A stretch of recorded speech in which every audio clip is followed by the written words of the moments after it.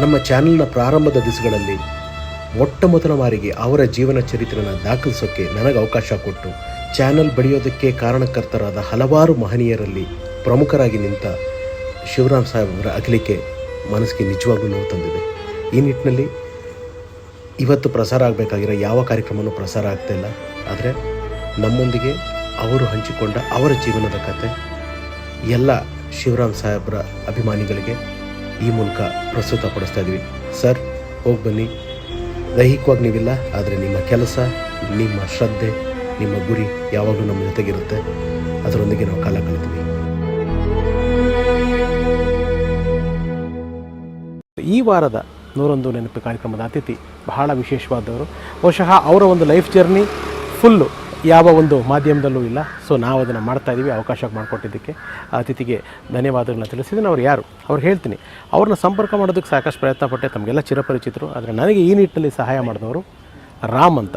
ಅವರು ಕಲಾವಿದರು, ನಮ್ಮ ಪ್ರದೀಪ್ ಅವರ ಅಣ್ಣ, ಆ್ಯಕ್ಟ್ರ್ ಪ್ರದೀಪ್ ಅವರ ಅಣ್ಣ, ಹೀರೋ ಪ್ರದೀಪ್ ಅವರ ಅಣ್ಣ. ಅವರು ನನ್ನ ಕೆ ಶಿವರಾಮ್ ಸರ್ನ ರೀಚ್ ಮಾಡೋದಕ್ಕೆ ತುಂಬ ಸಹಾಯ ಮಾಡಿಕೊಟ್ರು. ಥ್ಯಾಂಕ್ ಯು ಪ್ರದೀಪ್ ಅವರೇ. ಬನ್ನಿ ಕೆ ಶಿವರಾಮ್ ಸರ್ ಹತ್ರ ಹೋಗೋಣ. ಸಾಕಷ್ಟು ಅವ್ರ ಅನುಭವಗಳನ್ನ ಹಂಚ್ಕೊಳ್ಳೋಣ. ತುಂಬ ವಿಷಯಗಳಿದೆ ಅವ್ರ ಹತ್ರ ಮಾತಾಡೋದು. ನಿಮ್ಮ ರಘುರಾಮ್ ಈ ಕಾರ್ಯಕ್ರಮ ಮಾಡಬೇಕಾದ್ರೆ ಬಣ್ಣ ಹಚ್ಚಲ್ಲ, ಬಣ್ಣದ ಮಾತಾಡಲ್ಲ, ಆದರೆ ಬಣ್ಣದ ಲೋಕದ ಅಪರೂಪದ ಅತಿಥಿಗಳನ್ನ ನಿಮ್ಮ ಮುಂದೆ ಕರ್ಕೊಂಬರೋದು ನಿಲ್ಲಿಸಲ್ಲ ಅಂತ ಹೇಳ್ತಾ ನಿಮ್ಮೆಲ್ರಿಗೂ ಸ್ವಾಗತನ ಬಯಸಿದ್ದೀನಿ. ಬನ್ನಿ, ಹಾಗಿದ್ರೆ ಶಿವರಾಮ್ ಸಾಹೇಬ್ರ ಮನೆಗೆ ಹೋಗೋಣ. 101 ನೆನಪು, ಇದು ಅಂತರಂಗ ಬಹಿರಂಗದ ಹೊಳಪು. ಹುಟ್ಟಿನೊಂದಿಗೆ ನಮಗೆ ಆ ದೇವರು ಕೊಡುವ ಕಾಣಿಕೆ. ಈ ನೆನಪು, ಈ ನೆನಪು, ನೋವಿನಲ್ಲಿ ನೆನಪಿದೆ, ಆ ನಲಿವಿನಲ್ಲಿ ನೆನಪಿದೆ. ವೀಕ್ಷಕರೇ, ನಾನು ಆಗಲೇ ಹೇಳಿದಾಗೆ ಸಾಹೇಬ್ರ ಮುಂದೆ ಕೂತಿದ್ದೀನಿ. ಮೊದಲನೇದಾಗಿ ಸರ್ ನಮಸ್ಕಾರ. ತುಂಬ ಹೃದಯದ ಸ್ವಾಗತ, ಸುಸ್ವಾಗತ. ಯಾಕೆಂತಂದರೆ ಸಾಹೇಬ್ರದ್ದು ಯಾವುದೇ ಸಾಧಾರಣವಾಗಿ ಯೂಟ್ಯೂಬ್ ಮಾಧ್ಯಮದಲ್ಲಿ ಅವ್ರ ಸಿನಿಮಾ ಪ್ರಚಾರದ ವಿಚಾರದ ಸಂದರ್ಶನಗಳಿರುತ್ತೆ. ಆದರೆ ಅವರ ಒಂದು ಪರಿಪೂರ್ಣ ಒಂದು ಸಂದರ್ಶನ ಮೊಟ್ಟ ಮೊದಲನೇದಾಗಿ ನನ್ನ ಒಂದು ವಾಹಿನಿಯಲ್ಲಿ ಮಾಡೋದಕ್ಕೆ ಅವಕಾಶ ಮಾಡಿಕೊಟ್ಟಿದ್ದಾರೆ sir. Thank you sir. Thank you so much. Sir, ಹೇಗಿದ್ದೀರಾ? Fine, thank you sir. ನಾನು ಅದೇ ಹೇಳ್ತಾ ಇದ್ದೆ, ನಿಮ್ಮ ಮುಂದೆ ಕೂರೋದಕ್ಕೆ ಒಂಥರ ನೋಡಿ ಹೆಂಗಿದ್ರೆ ಸ್ಲಿಮ್ ಆ್ಯಂಡ್ ಫಿಟ್ಟಾಗಿ. ನನಗೆ ಇಲ್ಲಿ ಕೂತ್ಕೊಳ್ಳೋಕ್ಕೆ ಈ ಫ್ರೇಮು ಕೂಡ ಹೆಂಗೋ ಹೊಟ್ಟೆ ಅವಾಯ್ಡ್ ಮಾಡ್ಕೊಂಡು ಇಡೋದಕ್ಕಾಗಲ್ಲ. ಸೊ ನಾವು ಅವತ್ತೇನು ನೋಡಿದ್ವಿ, ಇನ್ನೂ ಫಿಟ್ ಆಗಿದ್ದೀರಾ ಸರ್. ಬಾನಲ್ಲೆ ಮಧುಚಂದ್ರಕ್ಕಿಂತ ಫಿಟ್ ಆಗಿದ್ದೀರಾ. So super sir. ಹೇಗಿದ್ದೀರಾ ಸರ್? ಥ್ಯಾಂಕ್ ಯು, ಚೆನ್ನಾಗಿದೆ. S sir. ಸರ್, ಹಳೆ ನೆನಪುಗಳನ್ನ ಒಂದು ಸ್ಟಾರ್ಟ್ ಮಾಡ್ಕೊಂಡು ಹೋಗೋಣ ಅಂತ ಒಂದು ಆಸೆ ಸರ್. ಮೊದಲನೇದಾಗಿ ಶಿವರಾಮ್ ಸಾಹೇಬರು ರಾಮನಗರದ ಪ್ರದೇಶ, ಆ ಕಡೆಯಿಂದ ಬಂದು ಬೆಳೆದವರು. ಹೇಗಿತ್ತು ಸರ್ ಬಾಲ್ಯ? ಹೇಗಿತ್ತು? ಎಷ್ಟು ಜನ ಮಕ್ಕಳು ನೀವು, ಅಣ್ಣ ತಮ್ಮಂದರು? ಒಬ್ಬನೇ. ನೀವೊಬ್ಬರೇ ಮಗ? ಓಕೆ. ರಾಮನಗರದ ಹತ್ರ ಬಿಡದಿ ಹತ್ರ ಒಂದು ಉರ್ಗಳ್ಳಿ ಅಂತ ಇದೆ, ಸಣ್ಣ ಹಳ್ಳಿ. ನಮ್ಮ ತಂದೆ ಡ್ರಾಮಾ ಮಾಸ್ಟರ್. ಓ, ಕಲೆ ನಂಟಿತ್ತು. ಕೆಂಪಯ್ಯ ಅಂತ ಹೇಳಿ. ಓಕೆ. ಅವ್ರದ್ದು ಫೇಮಸ್ ಈ ಪಾಂಡವಿಜಯ, ಕುರುಕ್ಷೇತ್ರ, ಇವೆಲ್ಲ ಫೇಮಸ್ ಡ್ರಾಮಾಗಳು. ಅವರಿಂದ ನನಗೆ ಈ ಗೀಳು ಬಂತು ಅಭಿನಯದ್ದು ಅಷ್ಟು. ಸರ್, ಹೇಗಿತ್ತು ಸರ್? ಎಲ್ಲಿ ಓದಿದ್ದು ಸರ್? ಯಾವ ಶಾಲೆಯಲ್ಲಿ ಓದಿದ್ದು? ಉರ್ಗಳ್ಳಿ ಮೇಲೆ ಒಂದು ಪ್ರೈಮರಿ ಶಾಲೆ. ಅದಾದಮೇಲೆ ಈ ಬೈರ್ಮಂಗಲ ಸ್ಕೂಲು, ರಾಮನಹಳ್ಳಿ ವಿದ್ಯಾರ್ಥಿ ನಿಲಯ ಅಂತ ಇತ್ತು, ಅಲ್ಲಿ ಹಾಸ್ಟೆಲಲ್ಲಿದ್ವಿ. ಬೈರ್ಮಂಗಲ ಸ್ಕೂಲಲ್ಲಿ ಮಿಡ್ಲ್ ಸ್ಕೂಲು. ಆಮೇಲೆ ಹೈಸ್ಕೂಲ್ಗೆ ಇಲ್ಲಿ ಬೆಂಗಳೂರಿನಲ್ಲಿ ಹಾಸ್ಟ್ಲಿಗೆ ಸೇರಿಕೊಂಡ್ವಿ. ದೀನ್ ಸೇವಾ ಸಂಘ ಅಂತ ಇದೆ ಶೇಷಾದ್ರಿಪುರಮ್ಗೆ, ಅಲ್ಲಿ ಸೇರಿಕೊಂಡು ಅಲ್ಲಿಂದ ಮಲ್ಲೇಶ್ವರಂ 18th ಕ್ರಾಸ್ನಲ್ಲಿ, ಅವಾಗ ದೊಡ್ಡ ಸ್ಕೂಲ್ ಅನ್ನೋರು ಅದನ್ನ ಕಲ್ ಬಿಲ್ಡಿಂಗ್ ಅಲ್ಲಿ ಹೈಸ್ಕೂಲ್ ಆದಮೇಲೆ SLC ಫೇಲ್ ಆಯಿತು. ನಾನು ಅದೇ ಕೇಳಕ್ಕೆ ಬಂದೆ ಸರ್, ನಿಮಗೆ ಅದೇ ಕೇಳೋದಕ್ಕೆ ಬಂದೆ. ಫೇಲ್ ಆದಮೇಲೆ ಹಿಂಗೆ ಬೆಂಗಳೂರಿನಲ್ಲಿ ಅಲ್ಲಿ ಇಲ್ಲಿ ಸೇರಿಕೊಂಡು ಈ ಗೋರಿಪಳ್ಳೆ ಅಂತ ಇದೆ, ಅಲ್ಲೊಂದು ರೂಮ್ ಮಾಡ್ಕೊಂಡಿದ್ವಿ ನಾವು. SLC ಕಟ್ಟಿ ಪಾಸ್ ಮಾಡಿಕೊಂಡೆ. ಪಾಸ್ ಮಾಡಾದಮೇಲೆ ಈ ಸರ್ವಜ್ಞ ವಾಣಿಜ್ಯ ವಿದ್ಯಾಶಾಲೆ ಅಂತ ಕಾಟನ್ಪೇಟೆಯಲ್ಲಿದೆ, ಅದಕ್ಕೆ ಈ ಸೋಷಿಯಲ್ ವೆಲ್ಫೇರ್ ಡಿಪಾರ್ಟ್ಮೆಂಟವರು ಸ್ಪಾನ್ಸರ್ ಮಾಡಿದ್ರು ಕ್ಯಾಂಡಿಡೇಟ್ಸ್ನ. ಸೊ ನಾವು ಅದರಲ್ಲಿ ಸೆಲೆಕ್ಟ್ ಆಗಿ ಟೈಪ್ ರೈಟಿಂಗ್, ಶಾರ್ಟ್ ಹ್ಯಾಂಡ್ ಎಲ್ಲ ಕಲ್ತ್ವಿ. ಅದು ಕನ್ನಡ, ಇಂಗ್ಲೀಷ್ ಎಲ್ಲ ಕಲ್ತ್ವಿ. ಕನ್ನಡದಲ್ಲಿ ರ್ಯಾಂಕ್ ನಾನು ಫಸ್ಟ್ ಟೈಮ್ ಕರ್ನಾಟಕದಲ್ಲಿ ಈ ಶೀಘ್ರ ಲಿಪಿನಲ್ಲಿ, ಕನ್ನಡ ಶೀಘ್ರ ಲಿಪಿನಲ್ಲಿ ರ್ಯಾಂಕ್ ಬಂದದ್ದು ನಾನೇ. ಎಲ್ಲೋ ಒಂದು ಮೂಲದ ಪ್ರಕಾರ ಕೇಳ್ಪಟ್ಟೆ, ಅವಾಗ ತಾವು ಕೆಲಸಕ್ಕೂ ಹೋದ್ರಿ, ರೇಸ್ ಕೋರ್ಸಲ್ಲಿ ತಾವು ಕೆಲಸ ಮಾಡ್ತಿದ್ರಿ ಅಂತ. ಅಂದರೆ ಈ SLC ಫೇಲ್ ಆಯ್ತಲ್ಲ, ಫೇಲ್ ಆದಮೇಲೆ ಸುಮ್ಮನೆ ಏನು ಬೆಂಗಳೂರಿನಲ್ಲಿ ಕೂತ್ಕೊಂಡು ಏನು ಮಾಡೋದು, ಕೆಲಸಕ್ಕೆ ಹೋಗೋಣ ಅಂದ್ಬಿಟ್ಟು ಇಲ್ಲಿ ಮೆಜೆಸ್ಟಿಕ್ನಲ್ಲಿ ದೌಂಡುಸ ಸಿಲ್ಕ್ ಫ್ಯಾಕ್ಟ್ರಿ ಇತ್ತು ಗೊತ್ತಾ, ಕೇಳಿದ್ದೀನಿ ಸರ್. ಈಗ ಇರ್ಬೋದೇನೋ, ಅಲ್ಲಿ ಹೋಗಿ ಕೆಲಸ ಕೇಳ್ಕೊಂಡು ಹೋದ್ವಿ ನಾವು. ಅವರು ₹1.25 ಒಂದು ದಿವಸಕ್ಕೆ, ಒಂದು day per day payment, per day 1.25 ಏನೋ ಕೊಡೋರು. 7 days ಅಲ್ಲಿ ಕೆಲಸ ಮಾಡಿದ್ವಿ, ನಿಂತ್ಕೊಂಡು ವೀವಿಂಗ್ ಮಾಡೋದು, ಮಗ್ಗ ವೀವಿಂಗ್ ಮಾಡೋದು. ಅದು ನಿಂತು ಒಂಥರ ತಲೆ ತೆಗೆದು ಬಿದ್ದೋದೆ ಒಂದು ದಿವಸ. ಸೊ ಆಮೇಲೆ ಅಲ್ಲಿ ಬಿಟ್ಟೆ. ಅದಾದಮೇಲೆ ಈ ಮಾಗಡಿ ರೋಡ್ನಲ್ಲಿ ಪೌಂಡ್ರಿಗಳಿದ್ದು, ಪೌಂಡ್ರಿ ಗೊತ್ತಲ್ಲ? ಕೇಳಿದ್ದೀನಿ ಸರ್. ಹಾಂ, ಕೇಳಿದ್ದೀನಿ ಸರ್. ಆ ಪೌಂಡ್ರಿನಲ್ಲಿ ಕಬ್ಬಣ ಚಚ್ಚೋದು, ಹಾರ್ಡ್ವೇರ್ ಅವಾಗಿಂದ ಅದು ಚಚ್ಚಕ್ಕೆ ಒಂದಷ್ಟು ದಿವಸ ಹೋದೆ. ಅದು ಬಿಟ್ಟೆ. ಆಮೇಲೆ ಟೈಪ್ ರೈಟಿಂಗ್ ಸಾಫ್ಟ್ವೇರ್ ಸೇರಿಕೊಂಡೆ ನಾನು. ಸೊ ಎಲ್ಲಿ ಅಂದರೆ ಒಂದು ಟರ್ನಿಂಗ್ ಪಾಯಿಂಟ್ ಅಂತ ಹೇಳ್ತೀವೋ ಅಥವಾ ಒಂದು ಪ್ರೇರಣೆ ಅಂತ ಹೇಳ್ತೀವೋ, ಎಲ್ಲಿ ಸರ್ ನಿಮಗೆ ಆ ಪಾಯಿಂಟ್ ಅನಿಸಿದ್ದು ಯಾವಾಗ? ಇಲ್ಲ ನಾನು ಇದನ್ನು ಒಂದು ಚಾಲೆಂಜಾಗಿ ತೊಗೊಂಡ್ರೆ SSCನಲ್ಲಿ ಇಲ್ಲ, ಅದೇನೆಂದರೆ SSC ಫೇಲ್ ಆಯಿತು, ಒಂದು ಸಬ್ಜೆಕ್ಟ್ ಪಾಸ್ ಮಾಡಿಕೊಂಡೆ. ಪಾಸ್ ಮಾಡಿದ್ಮೇಲೆ type writing software stenography training ಅದು ಪಾಸ್ ಮಾಡಿಕೊಂಡೆ. ಪಾಸ್ ಆದಮೇಲೆ ನಾವು ನಮ್ಮ ಫ್ರೆಂಡ್ಸ್ ಒಂದು 5-6 ಜನ ಇದ್ವಿ. ನಾವೆಲ್ಲ ಹೋಗಿ ಎಂಪ್ಲಾಯ್ಮೆಂಟ್ ಕಾರ್ಡು ಮಾಡಿಸಿದ್ವಿ. ಒಂದೇ ಸರಿ ಎಂಪ್ಲಾಯ್ಮೆಂಟ್ ಎಕ್ಸ್ಚೇಂಜ್ ಇತ್ತು ಅವಾಗ. ಆ ಎಂಪ್ಲಾಯ್ಮೆಂಟ್ ಕಾರ್ಡ್ ಮಾಡಿಸಿದಾಗ ಅಲ್ಲಿ ಮಾಡಿಸ್ಬಿಟ್ಟು ಬಂದುಬಿಟ್ವಿ. ಬಂದು ಒಂದು 5-6 ತಿಂಗಳಿಗೇನೆ ಇಂಟ್ರ್ಯೂ ಬಂದ್ಬಿಡ್ತು ಎಲ್ರಿಗೂ, ನಮ್ಮ ಫ್ರೆಂಡ್ಸ್ಗೆಲ್ಲ ಬಂತು ಕಾಲ್ ಫಾರ್. ಹಾಂ, ಇಂಟ್ರ್ಯೂ ಸೆಂಟ್ರಲ್ ಜೈಲ್ ಟೈಪಿಸ್ಟ್ ಪೋಸ್ಟ್ಗೆ ಇಂಟ್ರ್ಯೂ ಬಂತು. ನನಗೆ ಬಂದಿಲ್ಲ. ನನಗೆ ಆಶ್ಚರ್ಯ ಆಯ್ತು, ಏನು ಎಲ್ರಿಗೂ ಬಂದಿದ್ದು ನನಗೆ ಯಾಕೆ ಬರಲಿಲ್ಲ ಅಂತೇಳಿ. ಆಮೇಲೆ ಅವರೆಲ್ಲ ಇಂಟ್ರ್ಯೂಗೆ ಹೋಗಿ ನಾನು ಬರಲ್ಲ ಅಂದೆ. ನಾನು ಬಾ, ಅದಕ್ಕೇನಂದೆ. ಸರಿ, ನಾನು ರೆಡಿಯಾಗಿ ಇಂಟ್ರ್ಯೂಗೆ ಸರ್ಟಿಫಿಕೇಟ್ ಎಲ್ಲ ತಗೊಂಡು, ಅವಾಗಿನ್ನೂ just I was 18. Actual date of birth ಪ್ರಕಾರ 18 ಕೂಡ ಆಗಿಲ್ಲ. ಮೀಸೆ ಗೀಸೆ ಗಡ್ಡ ಏನೂ ಬಂದಿರಲಿಲ್ಲ. ಆವಾಗ ಈವನ್ ಕಾಲಿಗೆ ಚಪ್ಪಲಿ ಹಾಕೋದು ಗೊತ್ತಿಲ್ಲ ನನಗೆ. ಏನೋ ಒಂದು ಶರ್ಟು ಒಂದು ಪ್ಯಾಂಟ್ ಅದೇ ಹಾಕ್ಕೊಳ್ಳೋದು, ಅದನ್ನೇ ಹಾಕ್ಕೊಳ್ಳೋದು. ಇಂಟ್ರ್ಯೂಗೆ ಹೋದ್ವಿ. ಇಂಟ್ರ್ಯೂ ಒಳಗಡೆನೂ ಹೋದ್ವಿ, ಸೆಂಟ್ರಲ್ ಜೈಲ್ ಒಳಗಡೆ ಇಂಟ್ರ್ಯೂ ಬಂದಿದೆ ಅಂತೇಳಿ. ಆಮೇಲೆ ಅವರೆಲ್ಲ ಇಂಟ್ರ್ಯೂ ಕಾರ್ಡ್ ಕೊಟ್ಟರು. ನಾನೆಲ್ಲ ಹಿಂದೆ ನಿಂತ್ಕೊಂಡೆ. ನಾನು ಇಂಟ್ರ್ಯೂ ಇಲ್ವಲ್ಲ, ಹಿಂದೆ ನಿಂತ್ಕೊಂಡೆ. ಆಮೇಲೆ ಅವರು ನಿಂದು ಅಂತ ಅಂದರು. ನಾನು ಎಂಪ್ಲಾಯ್ಮೆಂಟ್ ಆಫೀಸ್ಗೆ ಹೋಗಿದ್ದೆ, ಆದರೆ ಇಂಟ್ರ್ಯೂ ಕಳಿಸಿದ್ದೀವಿ ಅಂದರು. ನನಗೆ ಇಂಟ್ರ್ಯೂ ಬಂದಿಲ್ಲ ಸರ್. ಅಂದರೆ ನನಗೆ ಇಂಟ್ರ್ಯೂ ಬಂದಿದೆ, ನನಗೆ ಯಾವುದೋ ಒಂದು ಅಡ್ರೆಸ್ ಕೊಟ್ಟಿದೆ, ಅವರು ಕೊಡಲಿಲ್ಲ, ಮಿಸ್ ಆಗಿದೆ. ನನ್ನ ಹೆಸರು ಇದೆ. ಆಮೇಲೆ ಈಗ ಇಂಟ್ರ್ಯೂ ಮಾಡೋಕ್ಕೆ ಸ್ಟಾರ್ಟ್ ಮಾಡಿದ್ರು. ಅವರೆಲ್ಲ ಬರೀ ಕನ್ನಡ ಓದಿದರು. ನಾನು ಕನ್ನಡ ಇಂಗ್ಲೀಷ್ ಎರಡೂ ಪಾಸ್ ಮಾಡಿದೆ. ಸೊ ನನಗೆ ಇಂಟ್ರ್ಯೂ ಮಾಡಿಬಿಟ್ಟು ಅಲ್ಲೇ ಆರ್ಡ್ರ್ ಕೊಟ್ಬಿಟ್ರು, ಇಮಿಡಿಯೇಟ್ ಪರ್ಮನೆಂಟ್ ಕೆಲಸ. ಅಲ್ಲೇ ಆರ್ಡ್ರ್ ಕೊಟ್ಟು ಈಗಲೇ ಜಾಯ್ನ್ ಆಗುವಂಥವ್ರೆ. ನನಗೇನು ಇಲ್ಲ ನಾನು ಅವಾಗ ಈ ಆಂಜನೇಯ ಸ್ವಾಮಿ ದೇವಸ್ಥಾನ ಆಗಿದೆ, ಬಾಪೂಜಿ ನಗರದಲ್ಲಿ ಗೊತ್ತು ಸರ್, ಗಾಳಿ ಆಂಜನೇಯ. ಅಲ್ಲೋಗಿ ನಾನು ದೇವ್ರಿಗೆ ನಮಸ್ಕಾರ ಮಾಡಿ ಆಮೇಲೆ ಬರ್ತೀನಪ್ಪ ಅಂತ ಅಂದೆ. ನಾಳೆ ಬರ್ತೀನಿ ಸರ್ ಅಂದೆ. ಆಯಿತು ಅಂದರು. ಅಲ್ಲೋಗಿ ಪೂಜೆ ಗೀಜೆ ಮಾಡಿಸ್ಕೊಂಡು ಬೆಳಿಗ್ಗೆ ಡ್ಯೂಟಿಗೆ ಹೋದೆ ನಾನು. ಸೊ ಇದು ಯಾವ ಇಸ್ವಿ ಸರ್, ಯಾವ ಟೈಮ್ ಸರ್? 72 ಫೆಬ್ರವರಿ. 72 ಫೆಬ್ರವರಿ. ಅವಾಗ ಇನ್ನೂ 18 ಇಯರ್ಸ್ ಕೂಡ ಆಗಿಲ್ಲ. 18 ಇಯರ್ಸ್ ಆಗಿಲ್ಲ ಇನ್ನು. ನಮಗೆ ಈ ಸರ್ಟಿಫಿಕೇಟ್ ಪ್ರಕಾರ ಒಂದು 2-3 ವರ್ಷ ಜಾಸ್ತಿ ಕೊಟ್ಬಿಟ್ಟಿದ್ದಾರೆ ಅನಿಸುತ್ತೆ. ಇನ್ನೂ ನನಗೆ 18 ಇಯರ್ಸ್ ಆಗಿಲ್ಲ, ಕೆಲಸ ಸಿಕ್ಕೋಯ್ತು. ಓಕೆ. ಆ ಕೆಲಸದ ಅಂದರೆ ಮೊದಲನೇ ಕೆಲಸ ಸಿಕ್ಕಿದ ಮೇಲೆ ಏನಾಯಿತು, ಒಂದೇ ಸಾರಿ ₹250 ಸಂಬಳ ರೀ. ಆಗ ಎಲ್ಲಿಂದ ಎಲ್ಲಿಗೆ ಏನಿದು, ನಮಗೆ ತಿನ್ನಕ್ಕೆ ಇಟ್ಟಿಲ್ದಿರೋರಿಗೆ, ಗತಿ ಇಲ್ದಿರೋರಿಗೆ ಒಂದೇ ಸಾರಿ ₹250 ಅಂದರೆ ದೊಡ್ಡದಲ್ವಾ? ಅಂದರೆ ಸರ್ ₹1 ಪರ್ ಡೇ ನಮಗೆ ಕೆಲಸ ಮಾಡ್ತೀವಿ. ಈ ಬೆಂಗಳೂರಿಂದ ನನಗೆ ಚಾರ್ಜ್ ಕಾಸಿಲ್ಲದೆ ನಮ್ಮೂರು ಇಲ್ಲಿಗೆ 35 ಕಿಲೋಮೀಟ್ರು ನಡ್ಕೊಂಡು ಹೊರಟೋಗ್ತಿದ್ದೆ ನಾನು. ನಡ್ಕೊಂಡು ಬಸ್ ಚಾರ್ಜ್ಗೆ ಅವಾಗ ಬಸ್ಗೆ ಹೋಗ್ತಿರ್ಲಿಲ್ಲ ಬಿಡಿ, ಬಸ್ಗೆ ₹1 ತಗೊಳ್ಳೋರು. ಇದು ಲಾರಿ, ಅದು ಮರಳು ಲಾರಿಗೆ 25 ಪೈಸಾ, ಅಷ್ಟು ಕೂಡ ನಮ್ಮ ಹತ್ರ ಇರ್ತಿರಲಿಲ್ಲ. ಅದಕ್ಕೆ ನಾನು ಯಾರು ಕೇಳೋದು, ನಡ್ಕೊಂಡು ಹೋಗೋಣ ಅಂತ ನಡ್ಕೊಂಡು ಹೋಗೋದು. ಎಷ್ಟೊತ್ತು ನಡೀತಿದ್ರಿ ಸರ್? ಒಂದು 4 ಅವರ್ಸಲ್ಲಿ ಹೊರಟೋಗ್ತಿದ್ವಿ. 4 ಅವರ್ಸಲ್ಲಿ ಫಾಸ್ಟ್ ನಡೀತಿದ್ವಿ. 4 ನಡ್ಕೊಂಡು ಹೋಗ್ಬಿಡ್ತಾ ಇದ್ವಿ. ಒಂದಷ್ಟು ಓಡೋದು, ಒಂದಷ್ಟು ನಡ್ಕೊಂಡು ಹೋಗೋದು, ಹಂಗೆ ಹೋಗ್ಬಿಡ್ತಿದ್ವಿ. 35 ಕಿಲೋಮೀಟ್ರ್ ನಡ್ಕೊಂಡು 4 ಅವರ್ಸಲ್ಲಿ ಹೊರಟೋಗ್ತಿದ್ವಿ ನಾವು. Fantastic sir, fantastic. ಆಮೇಲೆ ಕೆಲಸ ಸಿಕ್ಕಿದ ಮೇಲೆ ನಾನು ಎಲ್ಲ ಫ್ರೆಂಡ್ಸ್ಗಳಿಗೂ ಫೋನ್ ಮಾಡಿದೆ. ನೀವು ಏನಾದ್ರು ದುಡ್ಡು ಬೇಕಾ ನನ್ನ ಹತ್ರ ಬಂದ್ರಯ್ಯ ಅಂತ. ಏನು ಮಾಡೋದು, ಒಂದೇ ಸಾರಿ ₹250 ಸಿಕ್ಬಿಡ್ತಲ್ಲ. ಎಲ್ರಿಗೂ ₹5 ಕೊಡ್ತಿದ್ದೆ ಫ್ರೆಂಡ್ಸ್ಗೆ. ಅವ್ರಿಗೆ ಅದರಲ್ಲಿ ಕಂಚಿವರ್ಧಯ್ಯ ಅಂತ ನಮ್ಮೂರು ನಾವಿಬ್ಬರು ಕ್ಲಾಸ್ಮೇಟ್ಸು. ಅವನು BA ಆನರ್ಸ್ ಓದ್ತಾ ಇದ್ದ. ನಂದು ಫೇಲ್ ಆಗೋಯ್ತಲ್ಲ, ಅವ್ನು ಸೇರ್ಕೊಂಡು ಓದ್ತಾ ಇದ್ದ. ಅವನಿಗೆ ₹5 ಕೊಡ್ತಿದ್ದೆ. ಅವನು ಒಂದು ಸಾರಿ ಬಂದ, ನನಗೆ 5 ರೂಪಾಯಿ ಆಗಲ್ಲ ಕಣೋ. ಎಷ್ಟು ಕೊಡ್ಬೇಕು ಹೇಳಪ್ಪ? 10 ರೂಪಾಯಿ ಕೊಡು ನನಗೆ. ಆಯಿತು ಬಿಡು, ಇಂಕ್ ತಗೋಬೇಕು ಕಣೋ, ನನಗೆ ಇಂಕು ಮಸಿ ಅದೇನೇನು ತಗೋಬೇಕಲ್ಲ. ಆಯ್ತಪ್ಪ 10 ರೂಪಾಯಿ ಕೊಡ್ತೀನಿ ಅಂತ ಪ್ರತಿ ತಿಂಗಳು 1ನೇ ತಾರೀಕು ಬಂದು ದುಡ್ಡಿಸ್ಕೊಳ್ಳೋಕ್ಕೆ. ಸಂಬಳ ಥರ ಆ ಮಾರ್ನಿಸ್ ಕಾಲೇಜ್ ಗೇಟು ಆಪೋಸಿಟು ಗೇಟ್ ಇತ್ತು ಸೆಂಟ್ರಲ್ ಜೈಲಿಗೆ. ಗೊತ್ತು ಸರ್. ಆಮೇಲೆ ಅದು ಮಾತಾಡ್ತಾ ಏನು ಡಿಗ್ರಿ ಮಾಡಿದ್ಮೇಲೆ ಏನು ಮಾಡ್ತಿಲ್ಲ ಅಂದೆ ನಾನು. ನಾನು IAS ಕಟ್ತೀನಿ ಕಣೋ ಅಂದ. ಹೌದಾ IAS? ಹಾಂ. ನನಗೆ ಜ್ಞಾನೋದಯ ಆಯಿತು. IAS ಆವಾಗ ಮೊದಲು ನಾನು ಅಂದ್ಕೊಂಡಿದ್ದೆ ಏನಂದರೆ ಬಡವ್ರ ಸೇವೆ ಮಾಡ್ಬೇಕಾದ್ರೆ ಆವಾಗ ಅಮೂಲ್ದಾರ್ ಆಗಬೇಕು ಅಂತಿದ್ರು. ಬಡವ್ರ ಸೇವೆ ಮಾಡೋಕ್ಕೆ ಅದೊಂದು ಆಸೆ ನಮಗೆ. ಬಡವ್ರ ಸೇವೆ ಮಾಡೋಕ್ಕೆ ಏನಾದರೂ ಒಂದು ಸಾಧನೆ ಮಾಡಬೇಕಲ್ಲ ಅಂತ. ಅವನು ಅಷ್ಟೊತ್ತಿಗೆ ನಾನು IAS ಕಟ್ತೀನಿ ಅಂದಲ್ಲ, ನನಗೊಂಥರ ಇದಾಯಿತು. ಹೆಂಗೋ ಕಟ್ಟೋದು ಅಂತ ಕೇಳಿದೆ ನಾನು.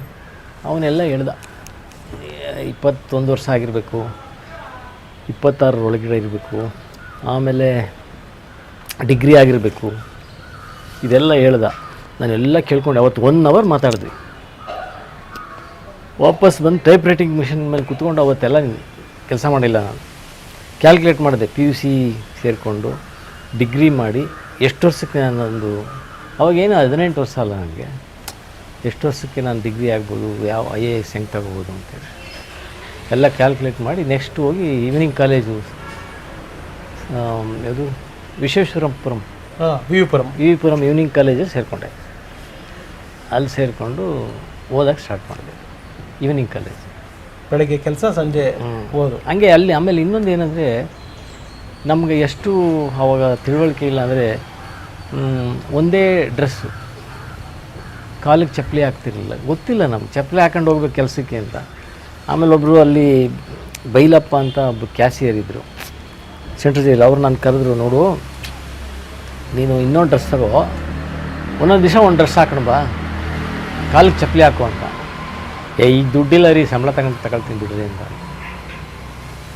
ಆಮೇಲೆ ಸಂಬಳ ತಗೊಂಡು 10 ಡ್ರೆಸ್ ತೊಗೊಂಡೆ.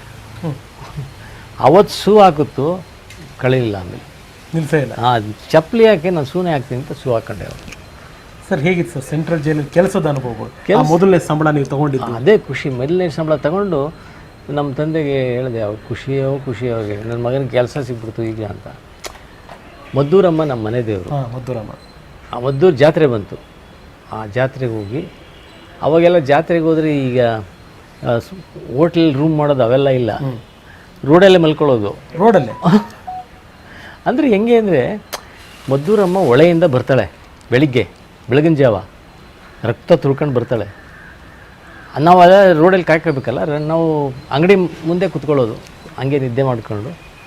ಸೊ ಆ ದೇವ್ರನ್ನ ನೋಡಿಕೊಂಡು, ಆಮೇಲೆ ಕೊಂಡ ನೋಡಿಕೊಂಡು, ಅಲ್ಲೇ ಅಡುಗೆ ಮಾಡಿಕೊಂಡು, ಪಾತ್ರೆ ಗೀತೆ ತಗೊಂಡು ಅಲ್ಲೇ ಅಡುಗೆ ಮಾಡಿಕೊಂಡು ಆಮೇಲೆ ಬರ್ತಿದ್ವಿ. ಫಸ್ಟು ಸಂಬಳ ತಗೊಂಡು ಅಲ್ಲಿ ಹೋಗಿದ್ದು ತಂದೆ ತಾಯಿ ನಾನು. ಓಕೆ, ಎಷ್ಟು ಖುಷಿ ಇದ್ರು ಸರ್ ಅಪ್ಪ? ಭಾಳ ಖುಷಿ ಇದು. ಮತ್ತು ಯಾಕೆ ಅಂತಂದರೆ ಏನು ತೊಗೊಂಡೋಗಿದ್ರಿ ಸರ್ ಮನೆಗೆ ಸಂಬಳ ಬಂದಲ್ಲಿ ಫಸ್ಟ್? ಅದೆಲ್ಲ ಗೊತ್ತಿಲ್ಲ ನಮಗೆ. ಸ್ವೀಟ್ ತೊಗೊಂಡು ಹೋಗ್ಬೇಕು ಅವೆಲ್ಲ ಗೊತ್ತಿಲ್ಲ. ಸಂಬಳ ತೊಗೊಂಡೋಗಿ ಫಸ್ಟ್ ಸಂಬಳ ನಾನು ಟ್ರೈನ್ ಹತ್ತದೆ. ಕೇತುವಳ್ಳಿ ಅಂತ ಇದೆ ಗೊತ್ತಾ? ಗೊತ್ತು ಸರ್. ಆ ಕೇತುವಳ್ಳಿಗೆ ನಮ್ಮೂರು ಪಕ್ಕನೇ. ಅಲ್ಲಿ ಬಂದು ನಮ್ಮ ತಂದೆ ತಾಯಿ ಇಬ್ಬರು ಹತ್ತಿದ್ರು ಟ್ರೈನು. ನಾನು ಅವ್ರ ಕೈಗೆ ಸಂಬಳ ಎಲ್ಲ ಕೊಟ್ಬಿಟ್ಟೆ ಅಷ್ಟೇ. ಸೊ ಇದು ಸರ್ ನೋಡಿ ಸರ್, ಗೊತ್ತಿಲ್ಲ ನಮಗೇನು. ಖುಷಿ ಅಲ್ವಾ? ಫಸ್ಟ್ ಟೈಮ್ ಸಂಪಾದನೆ ಮಾಡಿತ್ತು 7.25 ರೂಪಾಯಿ ಬಂತು. 7.5 ಬಂದಿತ್ತು ದೊಂಡುಸ ಸಿಲ್ಕ್ ಫ್ಯಾಕ್ಟ್ರಿಯಲ್ಲಿ. ಅವಾಗ ಅದು ಫಸ್ಟ್ ಸಂಬಳ ನಮ್ಮದು. ಆಮೇಲೆ ಇದು ದೊಡ್ಡ ಸಂಬಳ, ಒಂದು ಸರ್ ಒಂದು ಕೆಲಸ ಒಂದು ಇದಂತ ಇದಾಗಿದ್ದು ಸೂಪರ್ ಸರ್. ಸರ್ IAS ಕನ್ನಡದಲ್ಲೇ ಮಾಡಬೇಕು ಅಂತ ಅಂದರೆ ನಮಗೊಂದೊಂದು ಹೆಮ್ಮೆ, ಗರ್ವ, ಗೌರವ 3 ನಿಮ್ಮ ಮೇಲೆ. ಯಾಕೆಂದರೆ ಕನ್ನಡದಲ್ಲಿ IAS ಮಾಡಿದಂಥ ಅಧಿಕಾರಿ ನಮ್ಮ ಶಿವರಾಮ್ ಸಾಹೇಬರು. ಇಲ್ಲ, ಆಮೇಲೆ ಏನಾಯಿತು, ನಾನು ಇಲ್ಲಿ ಇದ್ದಾಗೇನೆ ಪೊಲೀಸ್ಗೆ ಇಂಟರ್ವ್ಯೂ ಕರೆದ್ರು. ಡಿಪಾರ್ಟ್ಮೆಂಟ್ಗೆ, ಪೊಲೀಸ್ CID ಬ್ರ್ಯಾಂಚು ಇಂಟೆಲಿಜೆನ್ಸ್ಗೆ. ಇಲ್ಲಿ ನೀವು ಜೈಲಲ್ಲಿ ಕೆಲಸ ಮಾಡ್ತಾ ಇರಬೇಕಾದ್ರೆ ಆಮೇಲೆ ನಾವು ಎಂಪ್ಲಾಯ್ಮೆಂಟ್ ಎಕ್ಸ್ಚೇಂಜ್ಗೆ ಹೋದೆ. ಅಲ್ಲಿ ದುಡ್ಡು ಕೊಟ್ಟರೆ ಇಂಟರ್ವ್ಯೂ ಕೊಡ್ತಾಯಿದ್ರು ಅವಾಗ ಹಾಕ್ಸ್ಕೊಳ್ಳೋಣ ಅಂದ್ಬಿಟ್ಟು ಹೋದರೆ ಅಲ್ಲಿ ಯಾರೂ ಇಲ್ಲ. ನಾವು ಇದರಲ್ಲಿ ಮಧ್ಯಾಹ್ನ ಊಟ ಟೈಮಲ್ಲಿ ಹೋಗಿದ್ವಿ, ಯಾರೂ ಇಲ್ಲ ಅಲ್ಲಿ. ಅದಕ್ಕೆ ಹಿಂದ್ಗಡೆಯಿಂದ ಎಂಟ್ರಿ, ಸೂಳೆ ಪೊಲೀಸ್ ಸ್ಟೇಷನ್ ಹತ್ರ ಎಂಪ್ಲಾಯ್ಮೆಂಟ್ ಎಕ್ಸ್ಚೇಂಜು. ಹಿಂದ್ಗಡೆಯಿಂದ ಎಂಟ್ರಾದೆ ಒಬ್ಬರು ಗತಿ ಇಲ್ಲ. ಎಲ್ಲ ಟೇಬಲ್ ಮೇಲೆಲ್ಲ ಇದು ಸ್ಪ್ರೆಡ್ ಆಗಿತ್ತು, ಇದು ಎಲ್ಲ ಪೇಪರ್ಸ್ಗಳೆಲ್ಲ ಬಿದ್ದಿದ್ದು. ಇನ್ನೇನಂತ ಸುಮ್ಮನೆ ಹಿಂಗೆ ನೋಡ್ಕೊಂಡು ನಿಂತಿದ್ವಿ. ಅಲ್ಲಿ ನೋಡಿದ್ರೆ ಅಲ್ಲೊಂದು ಪೇಪರ್ ಇದೆ, ಆ ಲಿಸ್ಟ್ನಲ್ಲಿ ನನ್ನ ಹೆಸರಿದೆ. ಸರಿಕೆ ಆಲ್ರೆಡಿ ಅವರು ಪೊಲೀಸ್ಗೆ ನನ್ನ ಹೆಸರು ರೆಫರ್ ಮಾಡಿದ್ದಾರೆ. ಮಾಡಿದ್ದಾರೆ. ನೋಡಿ ಹೆಂಗೆ ಇಲ್ಲಿ ಡೆಸ್ಟಿನಿ ನೋಡಿ ಸರ್. ಇಲ್ಲಿ ನನಗೆ ಇಂಟ್ರ್ಯೂ ಬರದೆ ನಾನು ಇಂಟ್ರ್ಯೂಗೆ ಹೋಗಿ ಸೆಲೆಕ್ಷನ್ ಆದೆ. ಅಲ್ಲಿ ಹೋದೆ ಇಂಟ್ರ್ಯೂ ಹಾಕ್ಸ್ಕೊಳ್ಳೋಕ್ಕೆ ಇಂಟ್ರ್ಯೂಗೆ ರೆಡಿ ಆಗಿದೆ ಅದು ಪೊಲೀಸ್ ರಿಪೋರ್ಟ್ರು. ಇಂಟ್ರ್ಯೂಗೆ ಹೋದೆ, ಪೊಲೀಸ್ ರಿಪೋರ್ಟಾಗಿ ಸೆಲೆಕ್ಷನ್ ಆಯಿತು. ಆವಾಗ ನಾನು ಪೊಲೀಸ್ ಅಧಿಕಾರಿ ಆಗಬೇಕು ಅಂತ ಅಲ್ಲಿ ಪೊಲೀಸ್ನಲ್ಲಿ ಸೇರ್ಕೊಂಡಲ್ಲ, IPS ಆಗಬೇಕು ಅಂತ ಕನಸು. ಓದಕ್ಕೆ ಸ್ಟಾರ್ಟ್ ಮಾಡಿದೆ. IPS IAS IPS ಓದಬೇಕು ಅಂತ ಹೇಳಿ ನಾನು ಸಬ್ ಇನ್ಸ್ಪೆಕ್ಟ್ರಿಗೆ ಆಗ್ತಿರಲಿಲ್ಲ ಅಲ್ಲಿ. ನನಗೆ I don't want to become sub inspector, I want to become an IPS officer. First time ನಾನು ಇಂಗ್ಲೀಷ್ನಲ್ಲಿ ಬರೆದೆ, ಫಸ್ಟ್ ಟೈಮ್. ಆಮೇಲೆ ಆವಾಗ ಕೊತಾರಿ ಕಮಿಟಿ ರಿಪೋರ್ಟು ಇಂಪ್ಲಿಮೆಂಟ್ ಆಗಿತ್ತು.